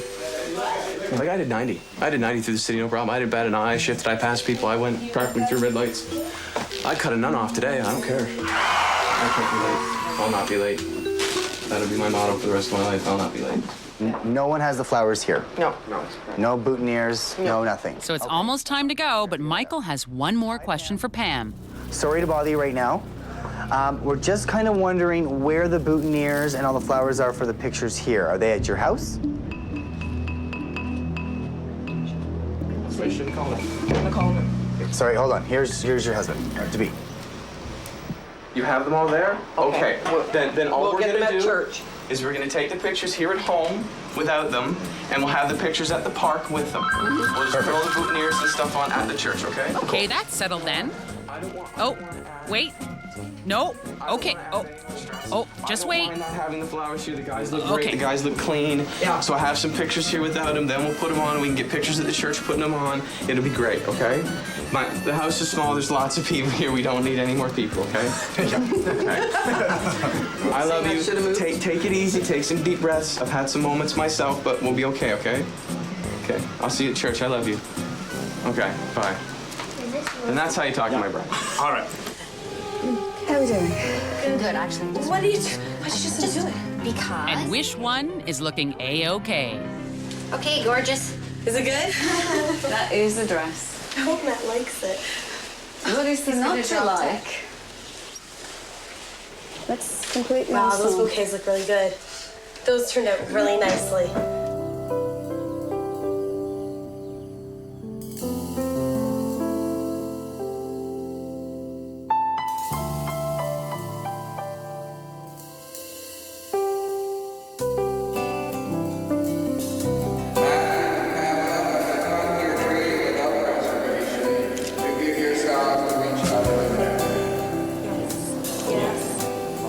In the name of the Father, and of the Son, and of the Holy Spirit.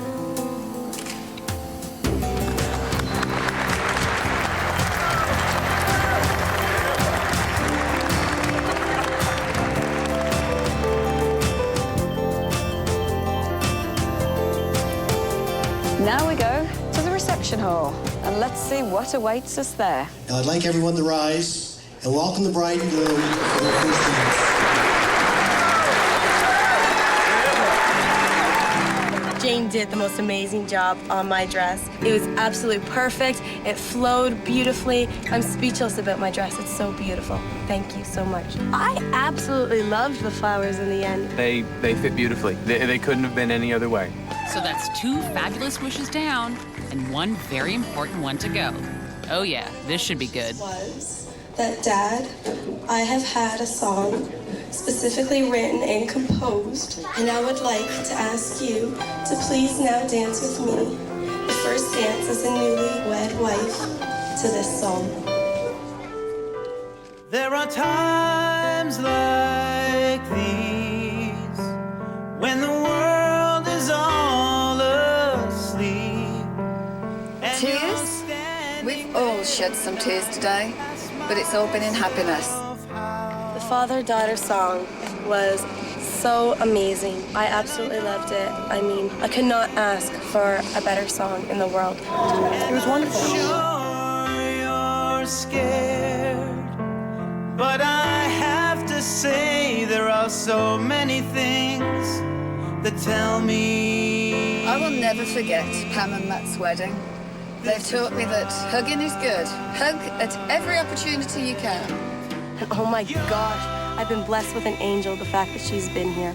It has been absolutely amazing, and I could never ask for a better wedding, even if I had $1 million in order to spend on it. I don't think you can do it any better than we did it. Nope. Did I find it emotional? You bet. I would give anything to dance with my dad. Very emotional day. Very tiring day. Yeah. You all right? I'm okay now. Elisa and Kevin's wedding has totally blown a fuse. It's crazy. The bride is having a power failure. I have people telling me it's gonna be no big deal, so. And the groom's lights are on, but nobody's home. Will super wedding planner Jane be able to amp up their wedding? Jane, there's no power. Am I having a nightmare? Or will she be left feeling overexposed? Hi. What made you want to do a nude wedding? I cannot believe where I've been or what I've seen.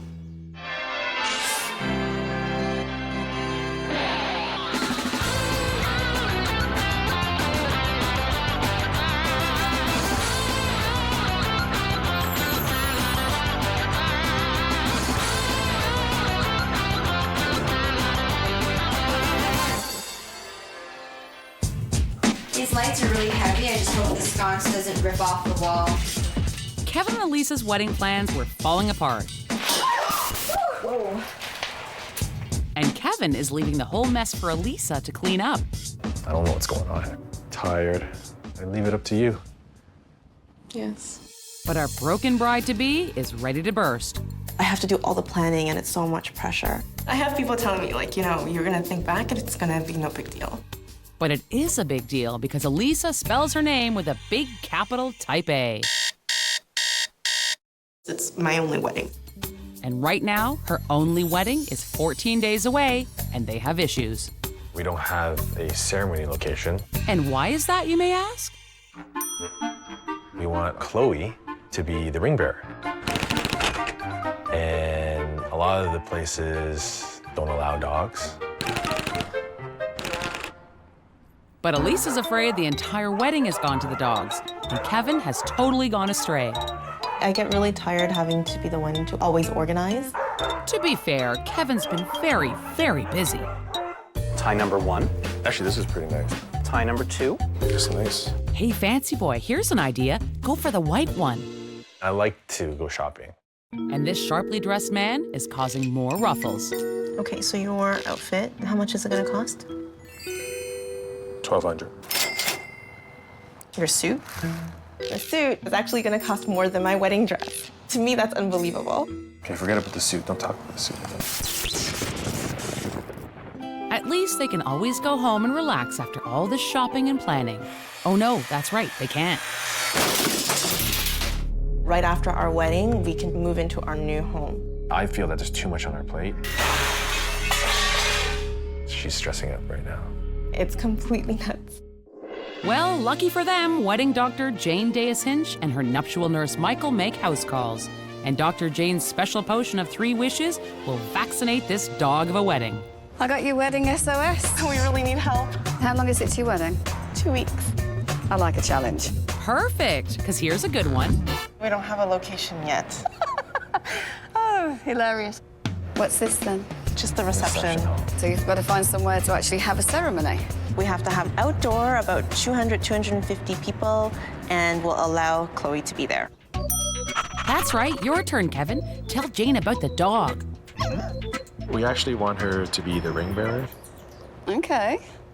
They have no venue, and this is all because of their dog, Chloe?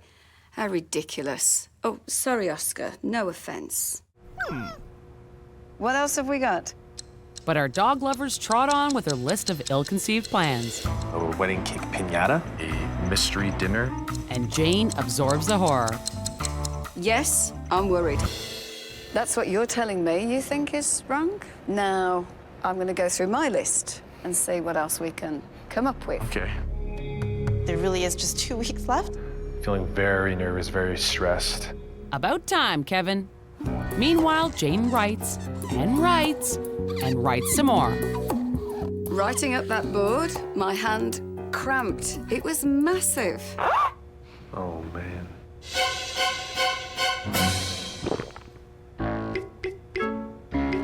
Feel the draft from Kevin's eyes. The very first thing we have to do is get a ceremony site. We have to book it, we have to get a contract. Jane, can you help us with that, please? Whoa, cool those jets, sister. Can we get to the bottom? Because I only do 3 wishes. You've got your vows to do. Your photographer, what do you need final numbers for? You're glazing over and we're only on the 5th line. This is ridiculous. I need some water. You wanted Chloe to be able to come down with the rings. Does she need training to do that? Guys, I don't think we could fit anything more in if we tried. Have I missed anything? And then the voice of reason chimes in. We were thinking of having these life-size cutouts of us. Yeah, that's pretty useful. There is so much to do on there in such a short space of time. But as you know, I'm a fairy godmother. There are your 3 wishes. Thank you. Choose them wisely. And now that she has those wishes in her sweaty paws, Elisa tries again with that first wish. We need to go look at a few places, and we're really hoping that you can come with us. If that one goes wrong, then our whole wedding will go wrong. Oski, want to go look at sites? That's how long this has taken. Poor boy's gone to sleep. There's only 14 days left, and it just seems so unrealistic. We need her help so badly. This wedding? It's a comedy of errors. No, it's not a comedy at all. It's a horror or a tragedy. Their wedding is only 10 days away, and Elisa and Kevin need to find a ceremony location. So for Wish 1, they've asked Jane to tag along to explore one of the options their friend has suggested. You sure this is the right place? There's nothing else down there. It's just... Pea soup, anyone? Yeah, okay, you know, who dreamt this one up? I never imagined I'd walk down the aisle at a place that looked like that. Since we're scouting a location for a wedding and not a B horror flick, option 1 is a stinker. And so Jane packs up her dignity and joins them on an RV adventure to scope out another rather remote possibility. Oh, this is pretty. I don't know, it looks like there's a little arch there. Oh yes, to the naked eye, it's looking dandy. But have you met Mr. and Mrs. Skintastic? Hi. Hi, welcome to Bear Oaks Family Naturist Park. Hi. I don't actually quite know where to look. You're looking to do a wedding here. Yeah. Yes. I cannot believe where I've been or what I've seen. Looks like someone didn't read the park description all that carefully. Nice work, kids. Excuse me, what does the wedding planner wear? We like to stay close to nature. Yes. We are not coming here.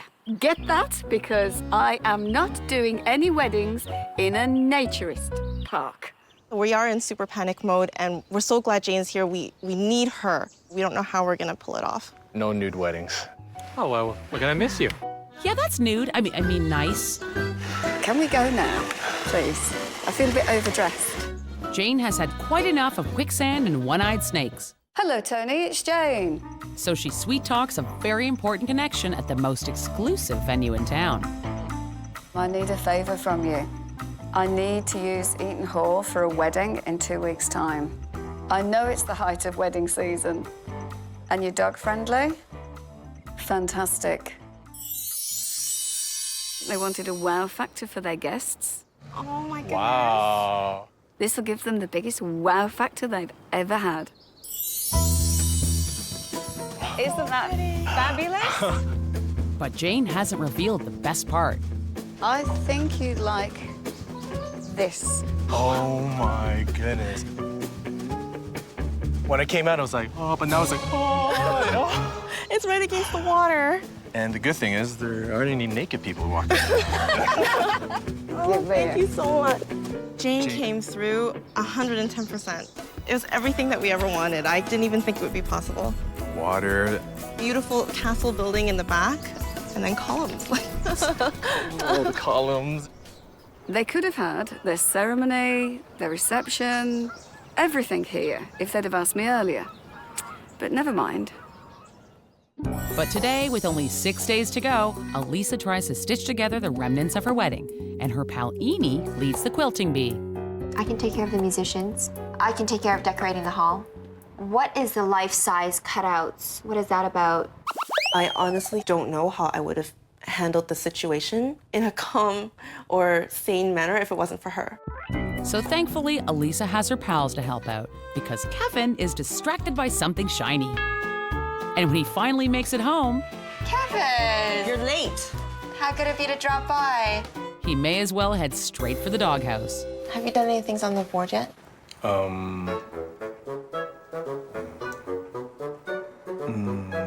Not yet. I haven't done that yet. So Kevin leaves with his tail between his legs and tries to accomplish something high on the list of priorities. Rein in the ring bearer. Quickly, sit, sit, sit. Polly, come. Polly. No way. Oh no. Polly, Polly. And it's not going so well. Polly, come. Chloe 1, Kevin 0. Guess I need some professional help. Yeah, maybe, but what about getting the dog trained? So do we smell a wish? I think that there are other things we need wish help for more. But Kevin turns against his master and cashes in wish 2. You want to cash in a wish to train the dog as a ring bearer? I've been trying to train her on my own, but didn't have any luck with that. This was the biggest waste of a wish ever. The dog has more sense than them. So Jane has called the Emperor on the no clothes thingy, and even though she thinks their wish 2 is a mutt, she's game to shift this puppy into gear, and someone's got her back. I've brought in my personal dog trainer.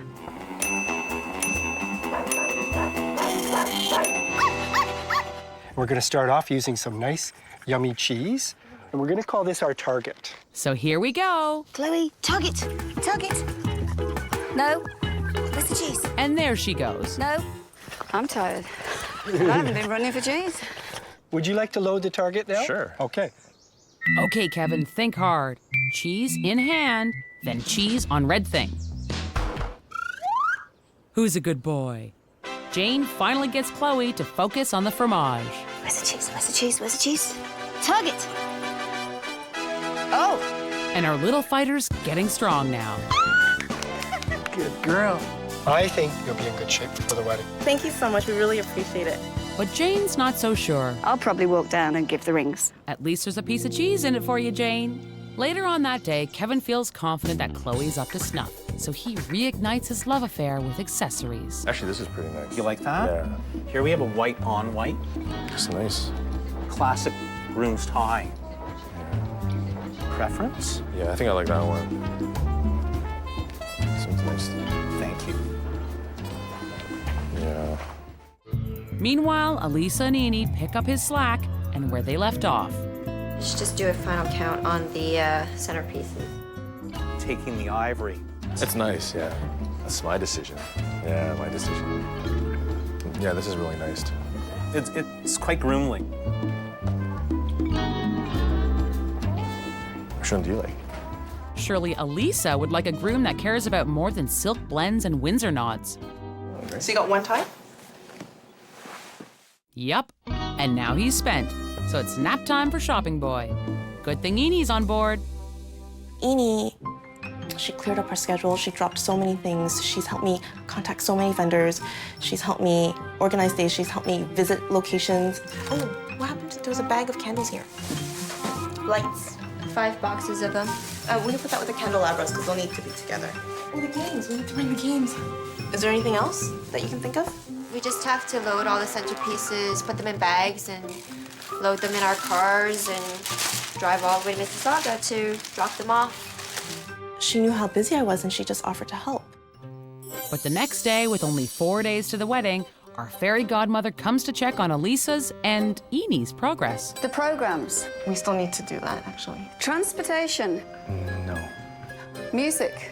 We haven't done that yet. Have we got a final number? Actually, no. Is this giving you concern? Because it's giving me a great deal of concern. I couldn't believe that they hadn't done this, they hadn't done that. We're only talking 4 days here. I know. Is this going to come together? It will. Great. Cake. DJ. Kevin to write his speech.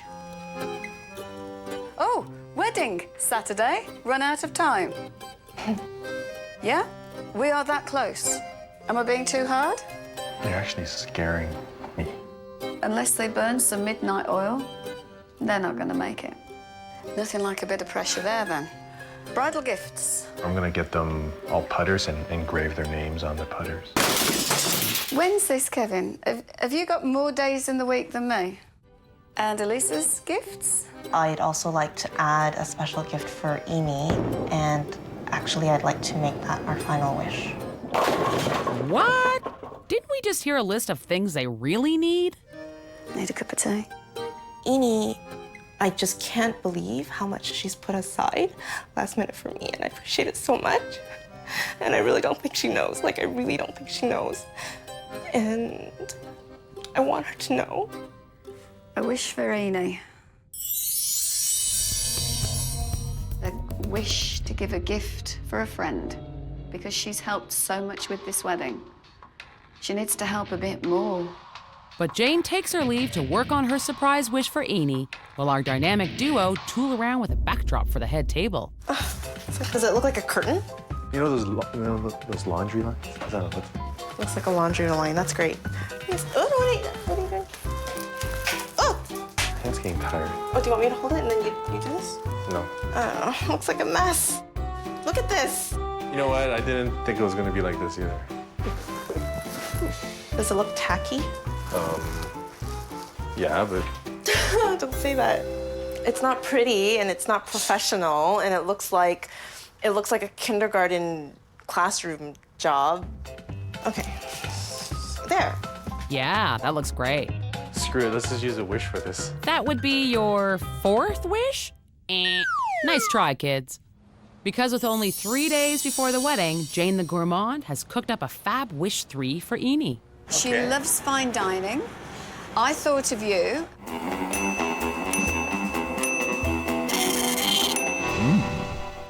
Massimo is one of the best chefs in the city. So while our top chef prepares a special feast fit for a queenie, Jane waits to spring the surprise. She has no idea whatsoever.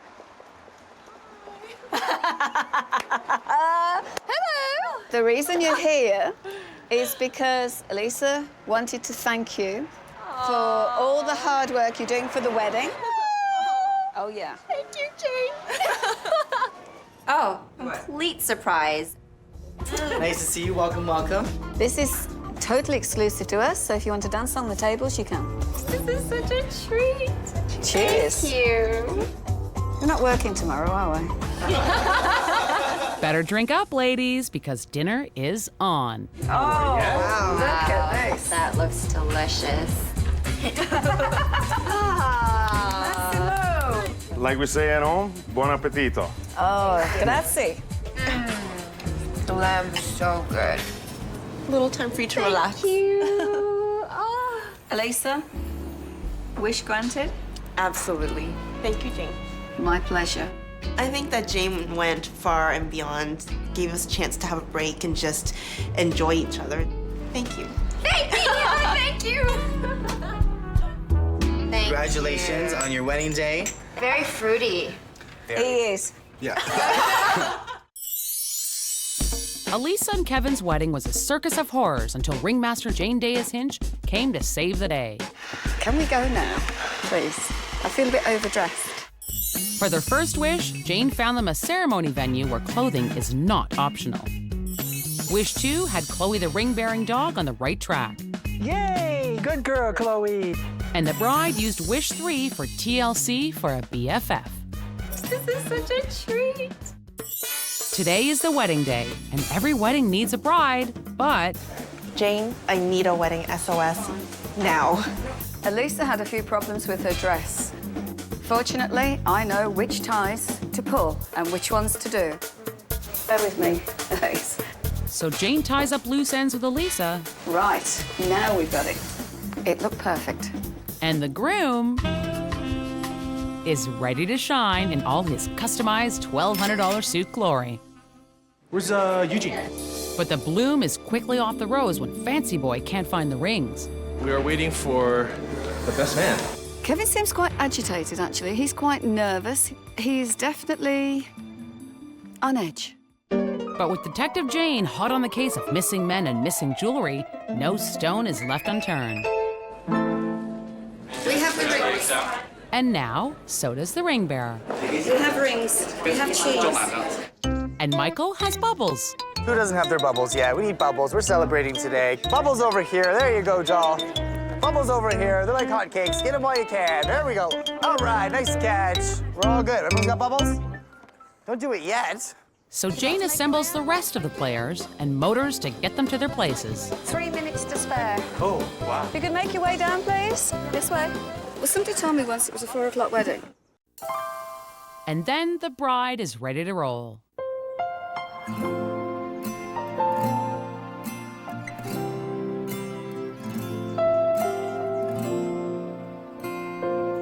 Well, Kevin and Elisa, can you believe that you made it here today? I, Kevin, take you, Elisa, just as you are. I will strive to be a sensitive, gentle, and godly wife. And now it's time for another couple to keep the promise. I've done that with Chloe 30 times. Did she do it on the day?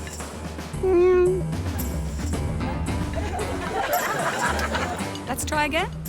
Chloe, please. You did this perfect so many times. My only advice is never work with animals and children. Third time lucky. Chloe, where's the cheese? Where's the cheese?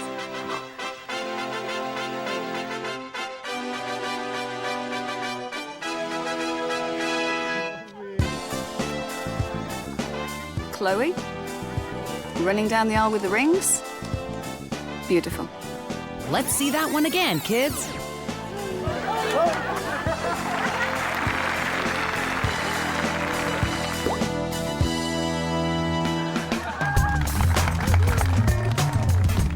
Everything went off without a hitch, and everybody's really happy. And everybody is synchronized. Kevin and Elisa have had the wedding of their dreams. Everything was beautiful. Exactly what we wanted. Chloe came down. It was funny. I think everybody enjoyed it. Hilarious. Yeah. Jane was fabulous. She's a professional, and she knew exactly when we needed the help, and I don't think I could have done it without Jane. Bye-bye. Simone knows what she wants.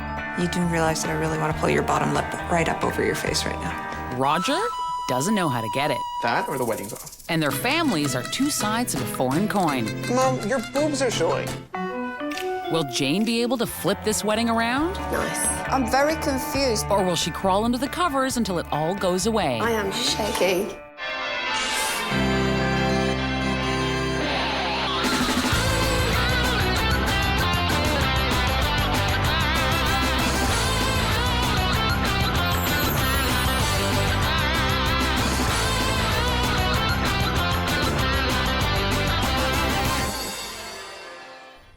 You know what? For a night out, that'd be fine. Mom, your boobs are showing. I like it.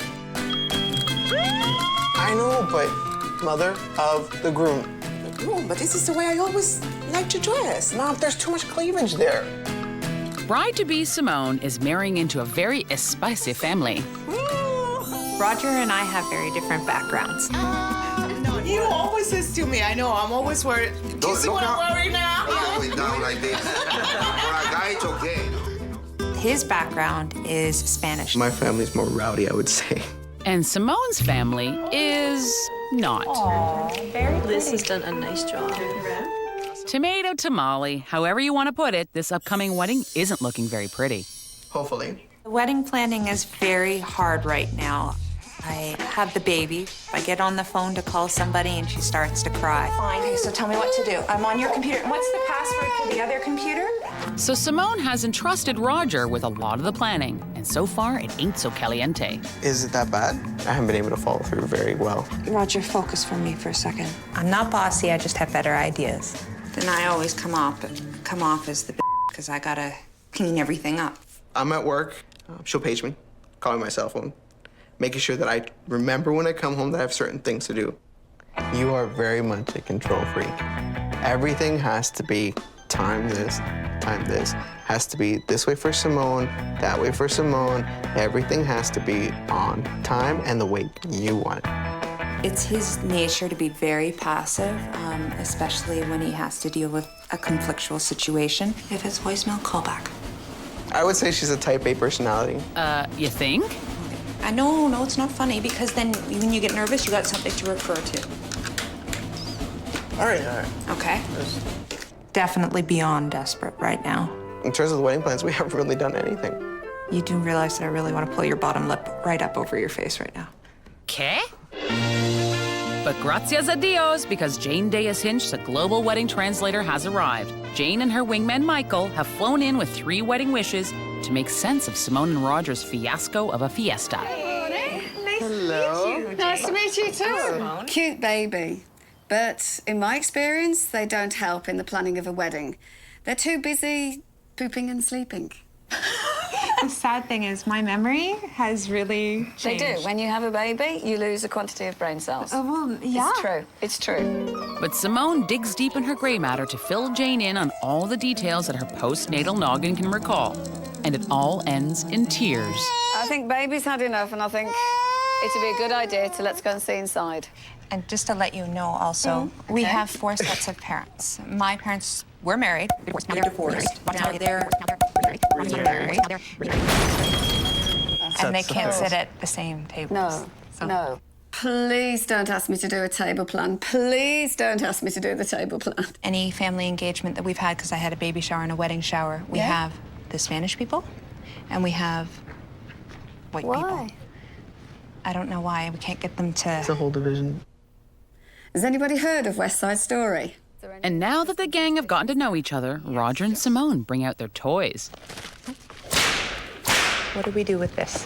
One of Roger's family members was so kind to give this to us. It's a Mexican tradition. With a circular piece of rope, which has no beginning and no end, the same as your wedding ring. In different ceremonies, it's used in different ways, and sometimes it can just be the binding of hands. It has been a long day. But Jane knows a mess when she sees it, so she jets off and lays out a plan of action for Tony and Maria. I mean, Simone and Roger. Would you like me to start at the top and work my way down? Reality's kicked in. Yeah. Anything that's underlined in red is now. So a lot of things that are on there, there's a lot of red. Have you got a makeup trial and hair trial booked? I have a hair trial. I don't know what color. What color to have your hair? Are you thinking of changing your hair color? I have to. You'll be wondering who you're marrying. Brides who want to change their whole look for a wedding? Not a good idea. The cake, MC, photographs. Who's going to book the limo? I guess that'll fall on me. Okay. Okay, as you know, I can grant you 3 wishes, okay? Choose your wishes wisely and then tell me. Thank you so much, Jane. Thank you very much. I feel as though I've delivered a death blow. Their focus now has to be the wedding, or they will have no wedding. What am I gonna do? When am I gonna do this? I already have enough trouble doing the stuff that I needed to do. Today, with only 9 days until the wedding, Simone has put aside the massive list of things to do and is wondering if blondes do have more fun. Roger likes me blonde. Let's see about that. Oh, Roger. What do you think? No? Too bleach blonde? Too blonde? Too white. It just looks ridiculous, and there's no way I. Well, you said That no. Seriously, no. But I want to make a change for the wedding. That's fine. You want to do a change? This is too much. I don't get what's wrong with it. It really got me upset. No. Change it back. That or the wedding's off. It seems like Roger's passive attitude is becoming more and more passé. Pardon? I'm being honest. You always say for me to be honest. I'd be honest. No. You wouldn't be with me if my hair was this color. So what happens if I got some genetic disorder in which my hair went white? The fact of the matter that she did this really bugged me, and I think even without asking her, I'm not even going to talk to someone about it. I think I'm just going to call Jane. It was white. Like, imagine liquid paper. So she's thinking she wants to do this platinum blonde. I like that idea. No. Then Roger's got some splaining to do because Simone soon reminds him who wears the pantalones in this casa. I had to. So what did you wish for? For your hair to be done. My hair to be done? You just told me you didn't like it. What else don't I know? That is Roger guilty face. Now, come on. What did you do? I've also asked her to help you out with your teeth. What's wrong with my teeth? I have a little bit of an addiction to Diet Cola. And it apparently has turned my teeth a little bit brown. Can't believe you used one of the wishes without talking to me. Because you know what? We did have other stuff.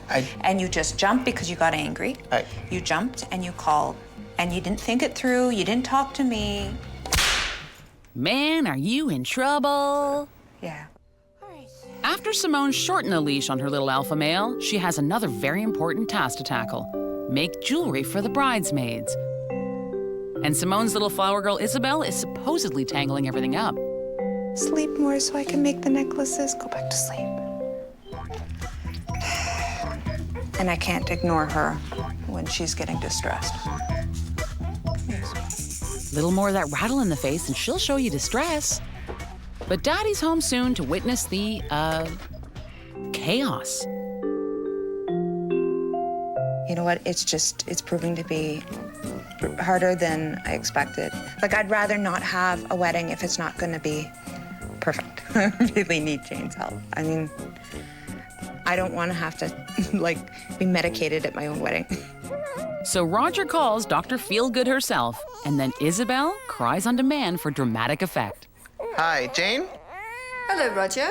Simone's having a hard time trying to do the necklaces for the bridesmaids. We're gonna need your help on this one. This jewelry, you're saying make the jewelry? There's about several chains, apparently. I don't know. There's 5 necklaces, 5 bracelets, 5 pairs of earrings, and each necklace has 9 strands to it. That's a good wish. Goodness me. Well, I'll have to come over and come and collect everything so that I can get started on this. They want you to make jewelry? What kind? From what I can understand, it's lots and lots of fine strands with lots and lots of crystals. It'll look like a chandelier then. If I make it, it'll be very tasteful. And if I make it, it'll look like a chandelier. So 2 wishes gone and only 7 days to go. And today, Simone leads her charge to confirm some language deets with the DJ. Okay, guys. Well, as I'm sure you're very aware, the reason we're gathered here is to go over the specific... Okay, thanks. Yeah, that's great. But Mama wants to get down to business. Corey, do you speak Spanish? Unfortunately, no. Oh, okay, because when we spoke to Gabriel, I think it was Gabriel that we talked to. Yeah, they said there was many. Half the people there is Spanish background. They speak Spanish, and it's good that they understand what's going on. And some don't speak English. I can go speak to our DJ manager about this right now. Actually, could you go get him and bring him in here? I'd like to talk to him. We had to really put our foot down. Sure, Roger. You put your foot down. And you were okay with Gabe doing the wedding? And because he doesn't speak Spanish. Come again, por favor? He doesn't speak Spanish. He speaks, he's Italian. Okay, now he told us he speaks Spanish. He told us, even if he was Italian, he said he could speak Spanish. That's swell. So the next day, Susie Control Freak takes her frustration out on a helpless little bead, even though Jane's on her way. Why are you continuing with the jewelry when you already asked for the wish?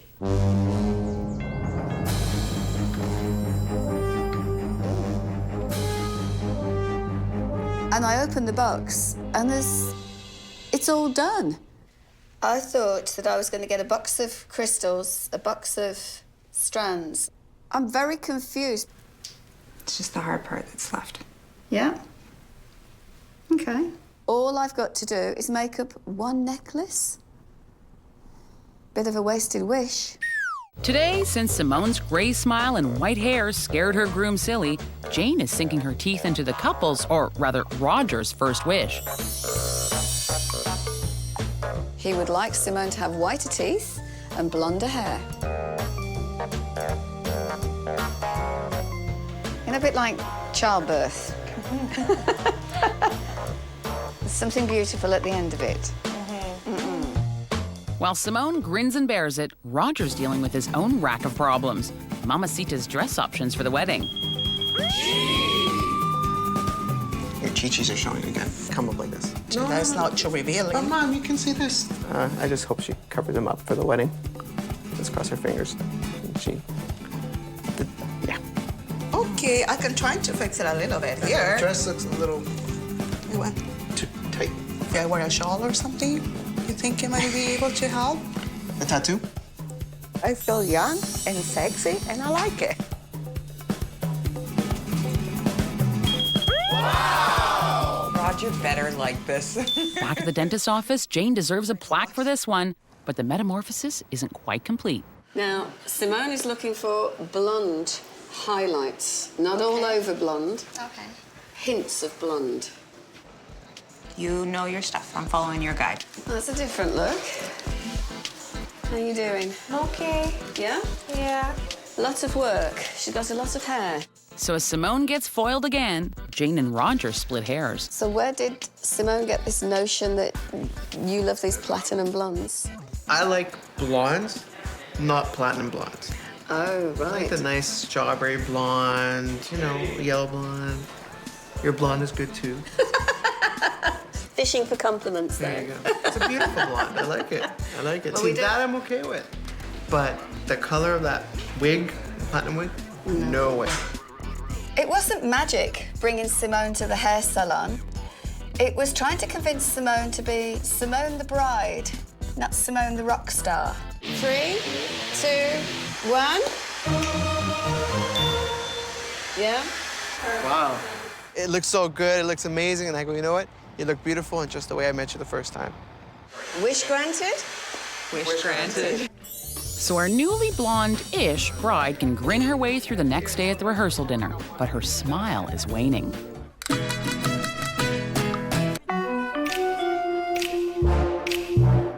It has been very separated. Don't see that at all. And if we can't put it together, that would really... the whole wedding would just be a disaster. Luckily, the couple has kept one wish in their back pocket. And poor Jane wishes she wasn't knocked out by a cold. Even through her viral haze, she gets Michael pumped and ready for action. Jane has a wish that she wanted to grant, and she wanted everyone here just to sort of like mix and mingle and have fun. So what we've arranged is for you guys to have a salsa lesson and a dance lesson, okay? Now, are we having fun yet?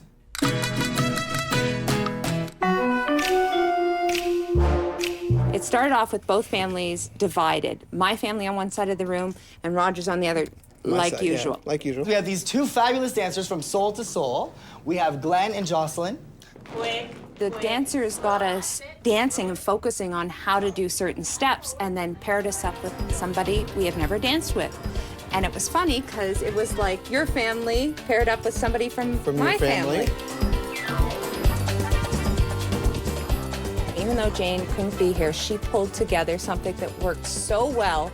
Just before everyone leaves, it's been a great day. Everyone get right in. Big group hug. And Jane's temperature is also rising, but it ain't dance fever. How are you feeling? You don't sound that good. I feel like death. Thanks for asking. Now tell me, did they dance? It was over the top. It was really good. Everything's fine and dandy now, but we're going to have to wait and see what happens on the day. You just never know.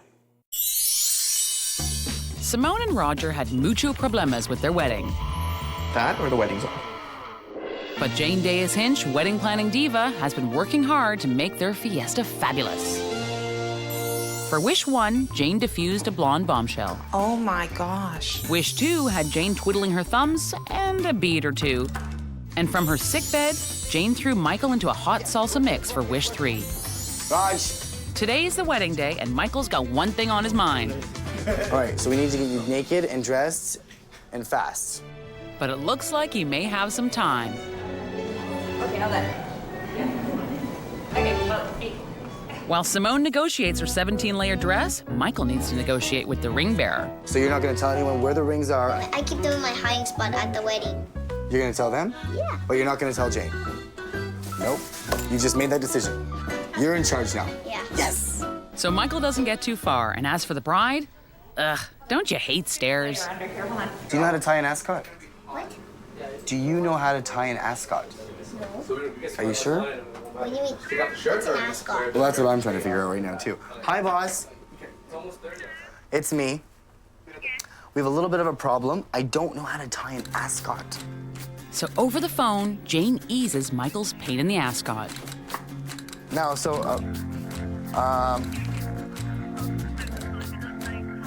you leave it loose.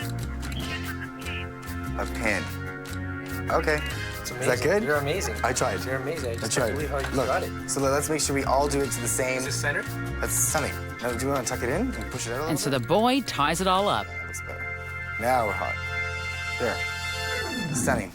Looking at the ceremony site, there were still some last-minute things to do. Nice. We need this sweeping. Like a car bumper, just been abandoned. Can I just ask, because we've got a lot of photographs to be taken. It'll be all swept. Swept. The leaf blower will come out just before. Really? Yeah, absolutely, yeah. Oh. Yeah. Well, you put my mind at rest, because we came up and I thought, ooh, this is looking lovely. Really nice. Love the centerpieces. Where's your black socks? We need I don't black have black socks. socks. You want my socks? I'll give you my socks. And my feet are very clean. I just had a pedicure. Of course you did, Michael. There we go. Perfect. Another sock. It's 4 wishes that you got, all right? This is like a wedding SOS. Yeah. Wish granted? Wish granted. How are you? You mean Jane? It's wedding day. She's a trooper. And look at all the necklaces all sparkling away there. Wish 2, check. But Senor Houston, we have a problem. Bouquets? They're at your house. No. They brought them in the limo. Oh, okay. No, where are they? Okay, you know what? I'm going downstairs. No, you're not. No. Look at this. I am shaky. Because there isn't enough time to get back to the house to go and get the bouquets. Tell me that they're here, please. So at the moment, the girls' bouquets are nowhere to be seen. But Roger's mom has brought her girls to the party, and they're dressed to impress.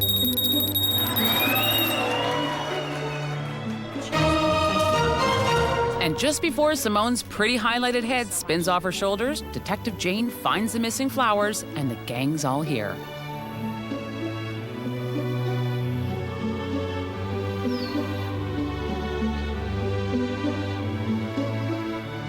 To be your wife. To be your wife. To be your husband. To be your husband. Your best friend. Your best friend. After the deed is done, Jane tracks down the hopefully multilingual MC. You the MC? Yeah, I'm Jane. One thing I do before every wedding is check with the MC to make sure that they line everybody up. You know what music is coming, you're directing people where to go. What wording do you use? What word do we use? Yeah. I gotta pick up on the vibe there. You can't just wing being an MC and go with the vibe of the room.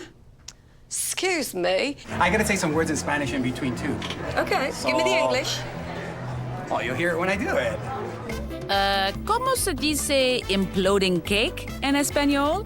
Cake notwithstanding, Simone and Roger are here to celebrate.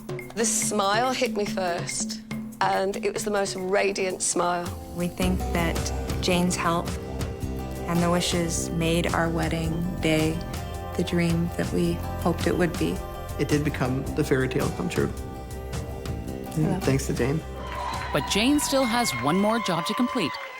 Is everybody ready? Now, who's been practicing since last night? Nobody? This should be fun. Well, tonight, ladies and gentlemen, this is the joining together of the clans.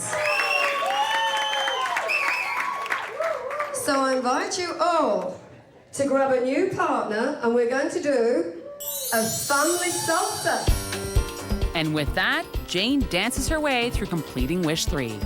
The highlight for me so far has been the dancing when Jane got us all on the dance floor and we all started dancing salsa. It was like all the stress just went bye-bye. This is the start of their new family life. This is the joining of the clans. They are one family. They were all up dancing.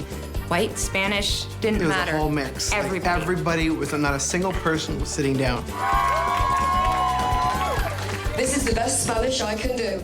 Ha sido un maravilloso día. Les deseo a Simone y Roger una hermosa vida juntos.